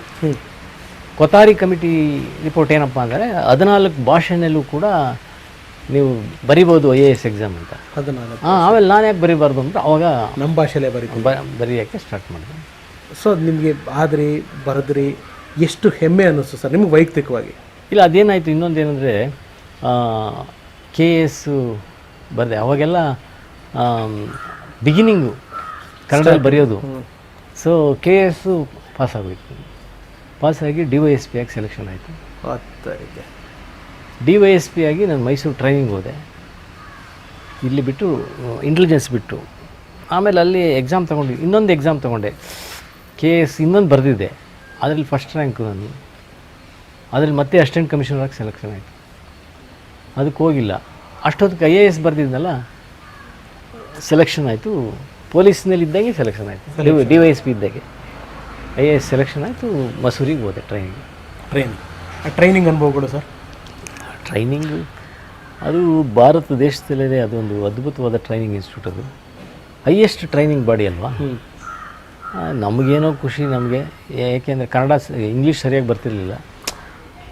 ಓದ್ಕೊಂಡು ಬರೀತಿದ್ವಿ. ಅಲ್ಲೋಗಿ ಕಲ್ತ್ಕೊಂಡ್ವಿ ನಾವು. ಮತ್ತೆ ಕಲಿಕೆ. ಯಾಕೆ ಅಂತಂದರೆ ಈ ಜಾಸ್ತಿ ಫ್ಲೂಯೆಂಟಾಗಿ ಬರ್ತಿರ್ಲಿಲ್ಲ. ಕರೆಕ್ಟ್. ಅದು ನಮ್ಮ ಭಾಷೆ ನಾವು ಕಾನ್ಫಿಡೆಂಟಾಗಿ ಅಷ್ಟು ಮಾತಾಡೋಕ್ಕಾಗ್ತಿರಲಿಲ್ಲ. ಸೊ ಅಲ್ಲೋಗಿ ಕಲ್ತ್ಕೊಂಡ್ವಿ. ಬಟ್ ಅಲ್ಲಿ ಟ್ರೈನಿಂಗೇ ಡಿಫ್ರೆಂಟ್ ಆಗಿರ್ತದೆ, ತುಂಬ ಚೆನ್ನಾಗಿರ್ತದೆ. ಭಾಳ ಖುಷಿ ಆಯಿತು ಟ್ರೈನಿಂಗು. ಆಮೇಲೆ ಎಲ್ಲ ಟ್ರೈನಿಂಗ್ ಮುಗೀತು ಬೆಂಗಳೂರು ಸರ್. ಟ್ರೈನಿಂಗ್ ಮುಗಿದ ಮೇಲೆ ಕರ್ನಾಟಕ ಸಿಗೋದು ಭಾಳ ಕಷ್ಟ, ಅಪರೂಪ. ಅದಕ್ಕೆ ಜಾಸ್ತಿ ಪೋಸ್ಟಿಂಗ್ಗಳೆಲ್ಲ. ಬಟ್ ನಾನೇ ಫಸ್ಟ್ ಮ್ಯಾನ್ ಇದ್ದೆ, ಕರ್ನಾಟಕ ಸಿಗೋಯ್ತು. ನಿಜವಾಗ್ಲೂ ಏನು ಡೆಸ್ಟಿನಿ ಸರ್. ಅದು ಅದೃಷ್ಟ ಅಂದರೆ ಅದೃಷ್ಟ. ಇದು IAS ಪಾಸ್ ಮಾಡ್ಬೋದು, ಆದರೆ ಕರ್ನಾಟಕಕ್ಕೆ ಬರೋದು ಭಾಳ ಕಷ್ಟ. ಏಕೆಂದರೆ ಇದು ಅದರಲ್ಲಿ ಮೆರಿಟ್ ಮೇಲೆ ಕೊಡ್ತಾರೆ. ಒಂದು ಸಾರಿ ಸಿಕ್ತು, ಇಲ್ಲದೇ ಬೇರೆ ಸ್ಟೇಟ್ ಕೊಟ್ಟೋಗ್ಬೇಕು. ಓಕೆ. ಅದು ನಮ್ಮ ಅದೃಷ್ಟ. ಕರ್ನಾಟಕದಲ್ಲಿ ಸೇವೆ ಮಾಡಬೇಕು, ಕರ್ನಾಟಕದ ಜನರನ್ನ ಸೇವೆ ಮಾಡಬೇಕು ಅನ್ನೋ ಅದೃಷ್ಟ ಆಯಿತು, ಬಂದ್ಬಿಟ್ಟೆ. ಎಲ್ಲರೂ ಟ್ರೈನಿಂಗ್ ಕಡೆ ನನಗೇನಂತ ಗಮನ ಇರಲಿಲ್ಲ. ನಾನು ವಾಪಸ್ ಹೋದ್ಮೇಲೆ ಬಡವ್ರ ಕೆಲಸ ಹೇಗೆ ಮಾಡಬೇಕು ಅಂತೇಳಿ ಅದು ಯೋಚನೆ ಮಾಡ್ತಾಯಿದ್ದೆ. ಅವಾಗಿಂದ ಯಾವ್ಯಾವ ಆಫೀಸರು ಹೆಸರು ಗಳಿಸಿದ್ದಾರೆ, ಹೇಗೆ ಕೆಲಸ ಮಾಡಿದ್ದಾರೆ, ಅದನ್ನು ನಾನು ಐ ವಾಸ್ ಪ್ರಿಪೇರಿಂಗ್. ಬರೋಡಾದಲ್ಲಿ ಒಬ್ಬರು ಗುಜರಾತ್ನಲ್ಲಿ ಜಗದೀಶನ್ ಅಂತ ಅಂದ್ಬಿಟ್ಟು IAS ಆಫೀಸರ್, ಅವ್ರದ್ದೆಲ್ಲ ಕತೆ ಓದ್ತಾ ಇದ್ದಾರೆ. ಬೆಳಿಗ್ಗೆ ಎದ್ದು ಹೆಣ್ಮಕ್ಳ ಹತ್ರ ಹೋಗಿ ಕೂತ್ಕೊಳ್ಳೋರಂತೆ. ಏನು ಹಿಡಿಯೋರಲ್ಲ, ಏನು ನೀರು ಹಿಡಿಯೋಕ್ಕೆ ನಲ್ಲಿ ಬೋರ್ವೆಲ್ನಲ್ಲಿ ಅಲ್ಲೋಗಿ ಕೂತ್ಕೊಳ್ಳೋದು ಇವರು. ಅವ್ರನ್ನ ಮಾತಾಡ್ಸೋದು, ಸಮಸ್ಯೆ ಬಗೆಹರಿಸೋದು, ಗ್ರೌಂಡ್ ಲೆವೆಲ್ ಪ್ರಾಬ್ಲಮ್ಸ್. ಅವೆಲ್ಲ ನಾವು ಯಾರ್ಯಾರು ಆಫೀಸರ್ಸು ಎಷ್ಟು ಹೆಸರು ಗಳಿಸಿದ್ದಾರೆ ಅದನ್ನು ನಾನು ನೋಡ್ತಾ ಇದ್ದೆ, ಕೇಳ್ತಾ ಇದ್ದೆ. ಅದ್ರ ಬಗ್ಗೆ ಭಾಳ ಗಮನ ಇತ್ತು. ನನ್ನ ಜೀವನದಲ್ಲಿ 2 ಗುರಿ. ಒಂದು IAS ಅಧಿಕಾರಿ ಆಗಬೇಕು, ಮತ್ತೊಂದು ಸಿನಿಮಾ ನಟ ಆಗಬೇಕು. ಇವೆರಡು ನನ್ನ ಜೀವನದಲ್ಲಿ ಟಾರ್ಗೆಟು. ನಾನು DYSP ಆಯಿತು ಅಂತೇಳಿ ನಮ್ಮ ತಾಯಿಗೆ ಹೋಗಿ ಹೇಳಿದ್ರೆ, ನಮ್ಮ ತಾಯಿ ಏನು ಹೇಳಿದ್ರು ಗೊತ್ತಾ? ಅದು ಬೇಡ ಮಗ, ಇನ್ನೊಂದು ಅದೇನೋ ಹೇಳ್ತೀಯಲ್ಲ ಅದನ್ನಾಗು. ಇಷ್ಟು ಅಮಾಯಕರು. ನಮ್ಮ ತಾಯಿ ಭಾಳ ನನಗೆ ಏನು ಕನಸು ಹೇಳ್ತಾ ಇದ್ದೆ. ನಾನು IAS ಆದಮೇಲೆ ಬಡವ್ರ ಸೇವೆ ಮಾಡ್ತೀನಿ, ಹಾಗೆ ಮಾಡ್ತೀನಿ, ಹೀಗೆ ಮಾಡ್ತೀನಿ ಅಂತ ಹೇಳ್ತಿದ್ದೆ. ಅವ್ರು ತಲೆಯಲ್ಲಿ ತುಂಬಿಟ್ಟಿದ್ವಿ. ಅವ್ರೇನು ಬೆಳಿಗ್ಗೆ ಎದ್ದು ನನಗೆ ಸೇವೆ ಮಾಡೋರು. ಅವರು ಬೆಳಿಗ್ಗೆ ಟೈಮ್ ಕುಂತಕ್ಕೆಲ್ಲ ಸಪ್ಲೈ ಮಾಡೋರು, ಊಟ ಕೊಡೋದು, ತಿಂಡಿ ಕೊಡೋದು. ನಾವೆಲ್ಲಿ ಬೆಳಿಗ್ಗೆ ಎದ್ದು ಸ್ನಾನ ಮಾಡಿ ಕೂತ್ಕೊಂಡು ಓದ್ತಾ ಇರೋದು, ರಾತ್ರಿವರೆಗೂ ಓದ್ತಾ ಇರೋದು. ಮೊದಲಿಂದ ಓದಂದ್ರೆ ನಿಮ್ಗೆ ಅಷ್ಟು ಆಸಕ್ತಿ ಸರ್? ಬಾಲ್ಯದಲ್ಲೂ ಆಸಕ್ತಿ. ಆದರೆ IASಗೆ ಸೇರಿದ್ಮೇಲೆ, IAS ಎಕ್ಸಾಮ್ ತೊಗೊಂಡ್ಮೇಲೆ ತುಂಬ ಜವಾಬ್ದಾರಿ, ಭಾಳ ಗುರಿ. ನಾನು ಏನಾದ್ರು ಮಾಡಿ ಬಡತನದಿಂದ ಹೊರಗಡೆ ಬರಬೇಕು ಅಂತ. ಸರ್ ಇನ್ನು ಮದುವೆ ಅನ್ನೋದು ಒಂದು ಪ್ರಮುಖ ಘಟ್ಟ. ಯಾವಾಗ ಮದುವೆ ಯಾವಾಗ ಸರ್ ಆಗಿದೆ? ಅಲ್ಲ, ಅದು DYSP ಆಗಿತ್ತು. ಆವಾಗ ನಾನು ನಮ್ಮ ಮಿಸ್ಸಸ್ನ ಹೋಗಿ ಭೇಟಿ ಮಾಡಿ ನೋಡಿದೆ, ಯಾರೋ ತೋರಿಸಿದ್ರು. ಆದರೆ ನಾನು ಒಪ್ಪಿಗೆ ಕೊಟ್ಟಿರಲಿಲ್ಲ. ಯಾಕೆ ಅಂತಂದರೆ ನಾನು AS ಹೆಸ್ರು ಬಂದಮೇಲೆ ಮಾಡಬೇಕು. ಅದು ಯಾಕೆ ಅಂದರೆ ಒಂದು ಸಾರಿ ಹೆಣ್ಣು ನೋಡೋಕೆ ಹೋದ್ವಿ ನಾವು. ನಮ್ಮ ಮಾವ ಒಬ್ಬರು ಇದ್ದರು, ಅವರು ಒಂದು ಕಡೆ ಮಂಡ್ಯದಲ್ಲಿ ಹೆಣ್ಣು ನೋಡೋಕೆ ಕರ್ಕೊಂಡು ಹೋದ್ರು. ಅವರು ಎಣ್ಣೆ ತೋರಿಸಲಿಲ್ಲ ನನಗೆ. ಯಾಕೆ ಅಂತಂದರೆ ನಾವು ಅವಾಗ ಬರೀ ಡಿಗ್ರಿ ಮಾಡಿರೋದು, MA ಅಷ್ಟೇ ಮಾಡಿರೋದು. ಕರೆಸ್ಪಾಂಡೆನ್ಸ್ನಲ್ಲಿ MA ಮಾಡಿದ್ದೆ ನಾನು. ಆಮೇಲೆ ಗೊತ್ತಾಯಿತು ಅವರು ಎಕ್ಸ್ಪೆಕ್ಟ್ ಮಾಡೋದು ಅವ್ರ ನಿರೀಕ್ಷೆ ಡಾಕ್ಟ್ರು ಇಂಜಿನಿಯರು ಅಂತ ನಿರೀಕ್ಷೆ ಮಾಡ್ತಾಯಿದ್ರು ಅನಿಸುತ್ತೆ. ನಮ್ಗೆ ಹೆಣ್ಣು ತೋರಿಸಲಿಲ್ಲ. ಆವಾಗ ಏನಾದ್ರು ಹೆಣ್ಣು ನೋಡೋಕೆ ಹೋದರೆ ಯಾರೂ ಊಟ ಗೀಟ ಕೊಡೋದಿಲ್ಲ. ಅವ್ರು ಊಟ ಕೊಟ್ಬಿಟ್ಟು ಮೊಟ್ಟೆ ಹಾಕ್ಬಿಟ್ಟು ಊಟ ಕೊಟ್ಬಿಟ್ರು. ಈ ಮೊಟ್ಟೆ ಹಾಕ್ಬಿಟ್ರು ಈ ಹೊಲ್ಸು ಕೊಟ್ಟರೆ ಅವ್ರಿಗೆ ಇಷ್ಟ ಇಲ್ಲ ಅಂತ ಅರ್ಥ. ಅದು ಇಂಡಿಕೇಶನ್ ಅಂದರೆ ಅದು ಅಂಡರ್ಸ್ಟುಡ್ ಅದೇ. ಅವಾಗ ನಾನು ವಾಪಸ್ ಬರ್ತಾ ನಾನು ನಮ್ಮ ಮಾವನಿಗೆ ಹೇಳಿದೆ, ನೋಡಪ್ಪ, ಇನ್ನು ಜೀವನದಲ್ಲಿ ನಾನು ಹೆಣ್ಣು ನೋಡೋಕ್ಕೆ ಹೋಗಲ್ಲ, ಅವರೇ ಹುಡ್ಕೊಂಡು ಬರಬೇಕು, ಅಲ್ಲಿವರೆಗೂ ನಾನು ಮದುವೆ ಆಗಲ್ಲ. ಒಂದು 2-3 ಜನ ಹೆಣ್ಣು ಕೊಟ್ಟು ತೋರಿಸಲಿಲ್ಲ ರೀ ನನಗೆ. ಇಲ್ಲೇ ವಿಜಯನಗರದಲ್ಲಿ ಅದೊಂದು ಆ ಘಟನೆಗಳನ್ನ ಮರೆಯೋಕ್ಕೆ ಆಗಲ್ಲ ನನಗೆ. ವಿಜಯನಗರದಲ್ಲಿ ಒಬ್ಬ ಜೂನಿಯರ್ ಇಂಜಿನಿಯರು, ಅದು ಅವನ ಮಗಳಲ್ಲ, ಅವ್ರ ಅಣ್ಣನ ಮಗಳು. ಅವಾಗ ನೋಡೋಕೆ ಹೋದ. ಅವಾಗ ನಾನೇನು ಕಡಿಮೆ ಇಲ್ಲ, ಪೊಲೀಸ್ ರಿಪೋರ್ಟ್ರು, ಡಿಗ್ರಿ ಎಲ್ಲ ಆಗಿದೆ. ಅದೇ ಹೋಗಿ ಕೇಳಿದ್ರೆ ಮಾತೇ ಆಡಿಲ್ಲ ಅವನು. ನಮ್ಮನ್ನು ಮುಖ ಕೊಟ್ಟೆ ಮಾತಾಡಲಿಲ್ಲ ನೋಡಿ ಅತ್ತ, ಫೇಸ್ ಟು ಫೇಸ್. ಹಾಂ, ಹೆಣ್ಣು ತೋರಿಸಿಲ್ಲ, ನನ್ನ ಸರಿಯಾಗಿ ಮಾತಾಡಿಸ್ಲೂ ಇಲ್ಲ. ಹೀಗೆ ಒಂದು 3 ಘಟನೆ ಅದು ನನಗೆ. ಆವಾಗ ನನಗೆ ಬೇಸತ್ತು ಒಂದು ತೀರ್ಮಾನ ಮಾಡಿದೆ. ಅದು ನಮ್ಮ ತಾಯಿ ಹಿಂಸೆಗೋಸ್ಕರ, ಬೇಗ ಮದುವೆ ಆಗ್ಬಿಡಪ್ಪ ನಾನು ಇದ್ದಂಗೆ ಅಂತ ತುಂಬ ಹಿಂಸೆ ನಾರ್ಮಲಿ ಕೊಡ್ತಾರೆ ಎಲ್ಲ ತಂದೆ ತಾಯಿಗಳು ಮಾಡೋ ಹಾಗೆ. ಅದಕ್ಕೆ ನಾನು ಆಮೇಲೆ ಡಿಸೈಡ್ ಮಾಡಿದೆ, ಹೆಣ್ಣುಗಳನ್ನ ಅವರೇ ಹುಡ್ಕೊಂಡು ಬರಬೇಕು, ಇಲ್ಲ ನಾನು ಮಾಡಬಾರ್ದು. ನಾನು ಹೋಗಿ ಸಾಕಾಗಿದೆ, ನನ್ನನ್ನು ರಿಜೆಕ್ಟ್ ಮಾಡಿದ್ದಾರೆ, ಆದರೆ ಇನ್ನೂ ನಾನು ಹೆಣ್ಣು ನೋಡೋಕೆ ಹೋಗ್ಬಾರ್ದು ಅಂತ ಡಿಸೈಡ್ ಮಾಡಿ ಪೇಪರ್ನಲ್ಲಿ ನನ್ನ ಹೆಸರು ಆಫೀಸರ್ ಅಂತ ಅನೌನ್ಸ್ ಆಗಬೇಕು, ಅದುವರೆಗೂ ನನಗೆ ಮದುವೆನೇ ಬೇಡ ಅಂತ ಒಂದು ಸಂಕಲ್ಪ ಮಾಡ್ಕೊಂಡು ಡಿಸೈಡ್ ಮಾಡಿದೆ. ಆಮೇಲೆ DYSP ಆಗಿದಾಗ ಆವಾಗ ನಮ್ಮ ಮಿಸ್ಸಸ್ ನೋಡಿದ್ದೆ ನಾನು. ಆದರೂ ನಾನು ಏನು ಹೇಳಿಲ್ಲ, ಸುಮ್ಮನಾಗ್ಬಿಟ್ಟಿದೆ. ಪೇಪರ್ನಲ್ಲಿ IAS ಅನೌನ್ಸ್ ಆಯಿತು. ಆವಾಗ ಫೋನ್ ಮಾಡಿ ಹೇಳಿದೆ, ಛತ್ರ ಬುಕ್ ಮಾಡಿ ಅಂತ. ಮಾತುಕತೆ ಏನಿಲ್ಲ, ಡೈರೆಕ್ಟ್ ಛತ್ರ ಬುಕ್ ಮಾಡಿ. ಡೈರೆಕ್ಟ್ ಛತ್ರ ಬುಕ್ ಮಾಡಿ ಅಂತ. ಯಾವಾಗ ಸರ್ ಮದುವೆ ಆಗಿದೆ? ಯಾವಾಗ sir? 86. Date sir? 86 August 10th. ಏನು ಡೈರೆಕ್ಟ್ ಮದುವೆ ಆಗ್ತೀನಿ. ಅವ್ರಿಗೆ ಸಾಕು, ಏನು ಮಾತಾಡಿಲ್ಲ, ಸುಮ್ಮನೆ ಹಿಂಗೆ ಹೇಳಿದ್ರಲ್ಲ ಅಂತ. ಅವಾಗ ಭಾಳ ಆಫರ್ಸ್ ಬರೋಕ್ಕೆ ಶುರು ಅದು. ಆಫೀಸರ್ ಆದಮೇಲೆ ಅಷ್ಟೇ. ನಾನು ಡೈರೆಕ್ಟ್ ಹೇಳಿದೆ ಮದುವೆ ಆಗಿ. August 10th ಮದುವೆ ಆಗಿ August 24th 22nd ನಾನು ಟ್ರೈನಿಂಗ್ ಹೊಟ್ಟೋದೆ. ಎಲ್ಲಿ ಸರ್ ಟ್ರೈನಿಂಗ್? ಎಲ್ಲಿ ಸರ್? ಮಸೂರಿಗೆ ವಾಪಸ್ಸು. Okay, fine. ಸೆಲೆಕ್ಷನ್ ಆದಮೇಲೆ ನಾನು ಮದುವೆ ಡಿಸೈಡ್ ಮಾಡಿದೆ. ನೀವಾಗಲೇ ಹೇಳಿದ್ರು ಒಂದು ಟಾರ್ಗೆಟ್ ನೀವು ಅಚೀವ್ ಮಾಡಾಯಿತು. ಇನ್ನೊಂದು ಸಿನಿಮಾಗೆ ಏನು ಮಾಡ್ತಾಯಿದ್ವಿ ಅಂದರೆ, ನಮ್ಮ ಕಂಚಿವರ್ದಿ ಅಂತ ನಾನು ಗೈಡ್ ಮಾಡಿದ್ನಲ್ಲ, IAS ದುಡ್ಡು ಕೊಡ್ತಿದ್ನಲ್ಲ 10 ರೂಪಾಯಿ, ಆತ ಇನ್ನೊಂದು ಗೀಳತ್ತಿಸ್ತಾವ, ನಾವು ಸಿನಿಮಾ ನಟ ಆಗ್ಬಿಡೋಣ ಅಂತ. IAS ದಾಯಿತು, ಅವನೇ ಅದೇ ನಿಮ್ಗೆ ಅವಾಗ ಸೆಂಟ್ರಲ್ ಜೈಲಲ್ಲಿ ಕೆಲಸ ಮಾಡಬೇಕು. ಅವನು IAS ಮಾಡೋಕ್ಕಾಗಲಿಲ್ಲ, ಅವನು IAS ಮಾಡೋಕ್ಕಾಗಲಿಲ್ಲ, KS ಮಾಡಲಿಲ್ಲ. ಈ ಸಿನಿಮಾ ನಟ ಆಗನಂತ ಅವಾಗಲೇ. ಯಾವಾಗ? ಇದು ಯಾವ ಟೈಮಲ್ಲಿ? SLC ಫೇಲ್ ಆದಾಗೆ. ಅವಾಗ? ಸರಿ, ಅವಾಗಲೇ ಅವರೇ ಕಾರಣಕರ್ತರು. ಈ ಸಿನಿಮಾ ನಟ ಅದೇಂಗಿಲ್ಲ ಅಂತ ಅಂದೆ ನಾನು. ಇಲ್ಲ, ನಾವೇನು ಮಾಡೋಣ, ಇಬ್ಬರು ಫೋಟೋ ತೆಗೆಸ್ಬಿಟ್ಟು ರಾಜ್ಕುಮಾರ್ಗೆ ಕಳಿಸ್ಬಿಡೋಣ ಅಂತ ಅಣ್ಣವ್ರಿಗೆ. ಆವಾಗ ನಾವಿಬ್ಬರು ಫೋಟೋನ ರಾಜ್ಕುಮಾರ್ ಕಳಿಸ್ತಾ ಇದ್ವಿ ಅಣ್ಣವ್ರಿಗೆ. ಆಮೇಲೆ ರಾಜ್ಕುಮಾರ್ ಅವರು ಕಳಿಸಿ ಆದಮೇಲೆ ಅಣ್ಣವ್ರ ಹತ್ರ ಹೋಗಿ, ಅಣ್ಣವ್ರೆ ನಾವು ನಿಮಗೆ ಪತ್ರ ಫೋಟೋ ಕಳಿಸಿವಿ, ನೀವು ನಮಗೇನು ಉತ್ತರನೇ ಬರಲಿಲ್ಲ ಅಣ್ಣವ್ರೆ. ನಗರು ಸರ್. ಆಮೇಲೆ ತಾವು ಕನ್ನಡದಲ್ಲಿ IAS ಮಾಡಿದಾಗ ಅಣ್ಣವರು ಭಾಳ ಹೆಮ್ಮೆ ಪಟ್ಟರು, ತುಂಬ ಖುಷಿ ಪಟ್ಟರು ಅಂತ ತುಂಬ ನನ್ನ ಕಂಡ್ರೆ ಭಾಳ ಅಭಿಮಾನ. ಹೆಂಗೆ ಅಂದರೆ, ಈವನ್ ಸಿನಿಮಾ ಮಾಡಿದ್ವಲ್ಲ, ಹಂಸಲೇಖರು ಫಸ್ಟ್ ಪಿಕ್ಚರ್ ಮಾಡಿದ್ವಲ್ಲ, ಓಹೋ ಹಿಮಾಲಯ ಇದೆಯಲ್ಲ, ಹೌದು, ನಾನು ಸಿಕ್ತಾಗೆಲ್ಲ ಹೇಳೋರು ಅಣ್ಣವರು, ಶಿವರಾಮವ್ರಿಗೆ ಏನು ನೀವು ಅದ್ಭುತವಾದ ಹಾಡೋದು, ನನಗೆ ತುಂಬ ಇಷ್ಟ, ಅದು ಎಂಥ ಸಿನಿಮಾ ಅಂತ. ಅಣ್ಣವರು ಅದಕ್ಕೋಸ್ಕರನೇ ಓಹೋ ಪ್ರೇಮ ಕಾಶ್ಮೀರ ಮಾಡಿ ಅಂತ ಮಾಡಿಸ್ಕೊಂಡ್ರಂತೆ. ಹಂಸಲೇಖ ಹೇಳ್ತಾಯಿದ್ರು. ಇಲ್ಲ, ಅಣ್ಣವ್ರು ನಿಮ್ಮ ಹಾಡನ್ನ ಭಾಳ ಇಷ್ಟಪಟ್ಟು ಓಹೋ ಹಿಮಾಲಯ ಇತ್ತಲ್ಲ, ಓಹೋ ಪ್ರೇಮ ಕಾಶ್ಮೀರ, ಅದಕ್ಕೋಸ್ಕರ ಸೌಂಡಿಂಗಿಗೆ ಹಂಗೆ ಈ ಅಣ್ಣವ್ರದ್ದೇನಪ್ಪ ಅಂತಂದರೆ ಆ ಪ್ರೀತಿನ ಯಾರು ಸಿನಿಮಾ ಲ್ಯಾಂಡಲ್ಲಿ ತೋರಿಸಲ್ಲ, ಪ್ರತಿಯೊಬ್ಬರೂ ಅಲ್ವಾ? ಎಲ್ಲ ನಿಜ ಸರ್, ಅಲ್ವಾ? ಮಗು ಮನಸ್ಸಿನ ಮಗುನೇ ಅದು. ಅವ್ರಿಗೆ ಏನು ನಿಷ್ಕಲ್ಮಶವಾದ ಹೃದಯ. ಅವ್ರಿಗೆ ಬೇರೆಯವರು ಈಗಿನ ಹೀರೋಗಳು ಬೇರೆಯವ್ರು ನೋಡಿ ಹೊಟ್ಟೆ ಪೂರಿ ಪಡೋದು, ನಾನೇ ಬೆಳಿಬೇಕು ಅನ್ನೋದು, ಅದನ್ನೆಲ್ಲ ಮೀರಿ ಬೆಳೆದಿದ್ರು ಅಣ್ಣವರು. ಅದೇ ಅದೊಂಥರ ಅಲ್ವಾ? ನೋಡಿ, ನಾವು ಫಸ್ಟ್ ಪಿಕ್ಚರ್ ಮಾಡಿದ್ದು ಈ ಮೈಸೂರಿಗೆ ಬಂದರು. ಮೈಸೂರಿನಲ್ಲಿ ಅವಾಗ ಕಮಿಷನರ್ ಆಗಿದ್ದೆ ನಾನು. ಅವ್ರು ಯಾರೋ ಶಿವರಾಮ್ ಸರ್, ನಮ್ಮ ಶಿವರಾಮ್ ನೀನು ಪರಿಚಯ ಮಾಡ್ಕೊಡ್ಬೇಕಾ, ನನಗೆ ಗೊತ್ತಿಲ್ವ ಅಂತ. ಅಷ್ಟು ಪ್ರೀತಿ ಅವರು, ವಿಶ್ವಾಸ.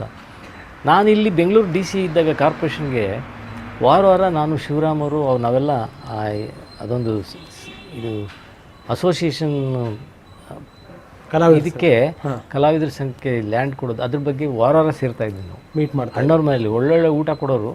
ಊಟ ಮಾಡ್ಕೊಂಡು ಅವ್ರಿಗೆ ಏನೇನು ಬೇಕೋ ಮಾತಾಡ್ಕೊಂಡು ಬರ್ತಿದ್ವಿ. ಅವ್ರ ಹತ್ರ ಮನಸ್ಸು ಬಿಚ್ಚಿ ಮಾತಾಡೋದು, ಓಪನ್ ಆಗಿ.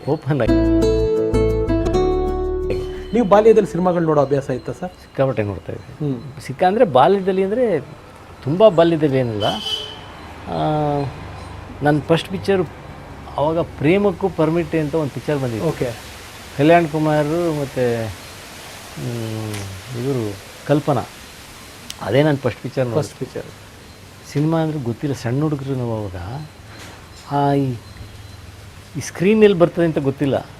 ಹಿಂದೆ ಏನಾದರೂ ಆ್ಯಕ್ಟ್ ಮಾಡ್ತಾ ಇರಬೇಕು ಅಂತ, ಪರ್ದೆ ಹಿಂದೆ ಇರಬೇಕು ಅಂತ ನಮಗೆ ಗೊತ್ತಿಲ್ವಲ್ಲ. ನಮಗೆ ಸಣ್ಣ ಹುಡುಗರು, ಇನ್ನೋಸೆಂಟ್ಗಳು ಹಂಗೆ ತಿಳ್ಕೊಂಡಿದ್ವಿ ನಾವು.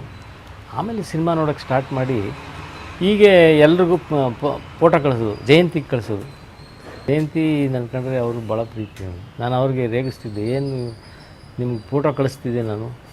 ಆಮೇಲೆ ಅವರು ಜೇಡ್ರ ಬಲೆ ಪಿಕ್ಚರ್ ಮಾಡಿದ್ರು. ಜೇಡ್ರ ಬಲೆಯಲ್ಲಿ ಫಸ್ಟು ಬಿಕ್ನಿ ಒಂದು ಹಾಕ್ಕೊಂಡು ತವರೇನೆ ಅನ್ಸುತ್ತೆ, ಫಾಸ್ಟಾಗಿ ಅಷ್ಟು ಇದಾಗಿ ಮಾಡಿದ್ದು. ನಾವು ಹೇಳ್ತಿದ್ವಿ, ನಿಮ್ಮನ್ನು ನೋಡಿ ನಾವು ಎಲ್ಲ ಬೆಳಿಗ್ಗೆ ನಿಮ್ಮ ಮುಖ ನೋಡ್ತಿದ್ದಮ್ಮ ಅಂತ. ನಗೋಳು ಎಂಥ ಕಲಾವಿದೆ, ಅಭಿನಯ ಶಾರದೆ. ಅಂಥ ಕಲಾವಿದರು ನಾವೆಲ್ಲ ಕಳ್ಕೊಂಡ್ವಲ್ಲ ಅಂತ ನೆನೆಸ್ಕೊಂಡ್ರೆ ಸಂಕಟ ಆಗುತ್ತೆ. ಕಲ್ಪನಾ ಎಂತೆಂಥ ಕಲಾವಿದರು. ಈ ಕಣ್ಣುಗಳು ಇನ್ನೊಂದು ಸರಿ ಅಣ್ಣ ಅಂಥವ್ರನ್ನ ನಾವು ನೋಡೋಕ್ಕಾಗಲ್ಲ. ಅದೇ ನಿಮ್ಮ IAS ಆಗಿದ್ದ ಸಂದರ್ಭದಲ್ಲಿ ತುಂಬ ಹೆಮ್ಮೆ ಪಟ್ಟಿದ್ರು ಅವರು. ಕನ್ನಡದಲ್ಲಿ ಬರೆದು ನಿಮ್ಮ ಬಗ್ಗೆ ಬಹಳ ವಿಶೇಷವಾದ ಅಭಿಮಾನ ಇಟ್ಕೊಂಡಿದ್ರು ಅಂತ ಕೇಳ್ಪಟ್ವಿ ಸರ್. ಬಾನಲ್ಲೇ ಮಧುಚಂದ್ರಕ್ಕೆ, ಯಾಕೆಂದರೆ ನಮ್ಮ ಶಿವರಾಮ್ ಸಾಹೇಬ್ರನ್ನ ಪರದೆ ಮೂಲಕ ನಿಮ್ಮ ನಂಟು ಸ್ಟಾರ್ಟ್ ಆಗಿದೆ ಆ ಪಿಕ್ಚರ್. ಹೇಗೆ ಸರ್ ಆ ಪ್ರಾಸೆಸ್, ಹೇಗೆ ಸ್ಟಾರ್ಟ್ ಆಯಿತು? ಅದು ನನಗೆ ಕಾಮಣ್ಣ ಅಂತ ನಮ್ಮ ಸ್ನೇಹಿತರಿದ್ದಾರೆ. ಕಾಮಣ್ಣ ಅದು ಫಸ್ಟು ನಾನು DYSP ಆಗಿದ್ದಾಗ ಅದು ಪ್ರಕಟ ಆಯಿತು. ತರಂಗದಲ್ಲಿ ಮ್ಯಾಗ್ಝಿನಲ್ಲಿ ಕತೆ ಬಂತು. ಅಲ್ಲಿ ಈ DYSP ಆಗಿದಾಗ ಎಲ್ಲ ಕೂತ್ಕೊಂಡು ನೋಡ್ತಾ ಇದ್ವಿ. ಆ ಕತೆ ಓದ್ಬಿಟ್ಟು ರೋಮಾಂಚನ ಆಗೋದು. ಅದ್ಭುತವಾದ ಕತೆ ಅದು. ನಾವು ಮಾಡಿದ್ರೆ ಇಂಥದ್ದು ಮಾಡಬೇಕು ಅಂತ ಹೇಳಿ ಭಾಳ ಜನ ನಮ್ಮ ಸಬ್ ಇನ್ಸ್ಪೆಕ್ಟರ್ಸು ನಮ್ಮ ಬ್ಯಾಚ್ನಲ್ಲಿ ಇದ್ದವರೆಲ್ಲ, ಸರ್ ಇಂಥದ್ದು ಕತೆ ಮಾಡ್ಬೇಕು ಸರ್ ಅನ್ನೋದು. ಅದರಲ್ಲಿ ಒಬ್ಬ ಜಗದೀಶ್ ಅಂತ ನಮ್ಮ ಶಿಷ್ಯ, ಒಬ್ಬ SP ಆಗಿ ರಿಟೈರ್ ಆದ್ರೆ ಅವರು, ನಮ್ಮ ಬ್ಯಾಚ್ಮೇಟ್. ಅವನು ಒಂದು ಸ್ವಲ್ಪ ಕವಿ. ಆತ ಹೇಳ್ತಿದ್ದ, ಸರ್ ಇದು ಭಾಳ ಕತೆ ನೀವು ಸಿನಿಮಾ ಮಾಡೋದು ಇದು ಮಾಡಿ ಸರ್ ಅನ್ನೋದು. ಅದು ಅಂದ್ಕೊಂಡ್ಮೇಲೆ ನಾನು ಇದು IAS ಎಲ್ಲ ಬಂದ ಮೇಲೆ ನಾನು ಬೆಂಗಳೂರು DC ಆಗಿದೆ, ಕಾರ್ಪೊರೇಷನ್ DC. ಆವಾಗ ನಮ್ಮ ಕಾಮಣ್ಣ ಅನ್ನೋರು, ನೀನು ಪಿಕ್ಚರ್ ಮಾಡ್ತೀನಿ ಅಂತಿದ್ದಲ್ಲಪ್ಪ, ಇದು ಇದು ಕತೆ ಕೊಡಿಸ್ತೀನಿ, ಇದೇ ಕತೆನ ಅಂತ. ಆಮೇಲೆ ನಾಗ್ತಿಳಿಗೆ ನಾನು ಹೇಳ್ತೀನಪ್ಪ, ಮಾಡ್ತಾರೆ, ಮಾಡಿ ಆಯಿತು ಬರೋಕ್ಕೆ ಹೇಳಪ್ಪ ಅಂತ.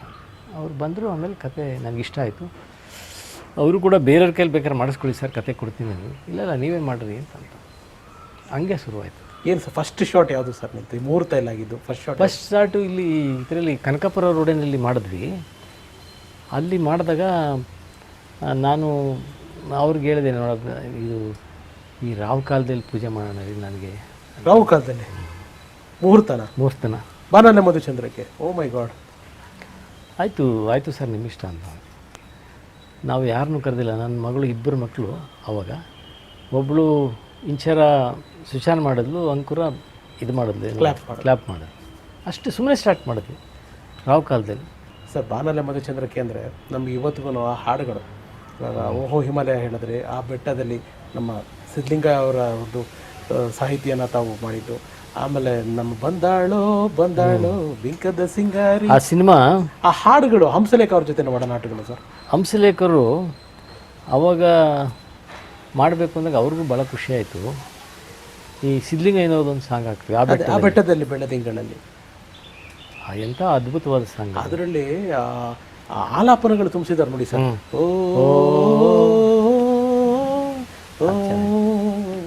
ಇವತ್ತಿಗೂ ಜುಮ್ ಅಂತದ್ದು.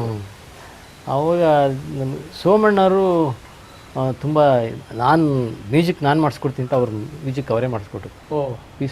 ಪಿ ಸೋಮಣ್ಣವರು ಅವರೇ ಹಂಸಲೇಖರ್ಗೆ ಮಾಡಿಸ್ಕೊಟ್ರು. ಹೇಗಿತ್ತು ಸರ್ ಅವ್ರ ಜೊತೆ ಕಾಲ ಕಳೆದ ಅನುಭವಗಳು ಯಾವುದಾದ್ರು ಹುಟ್ಟಿದ ಕಡೆಗೆ?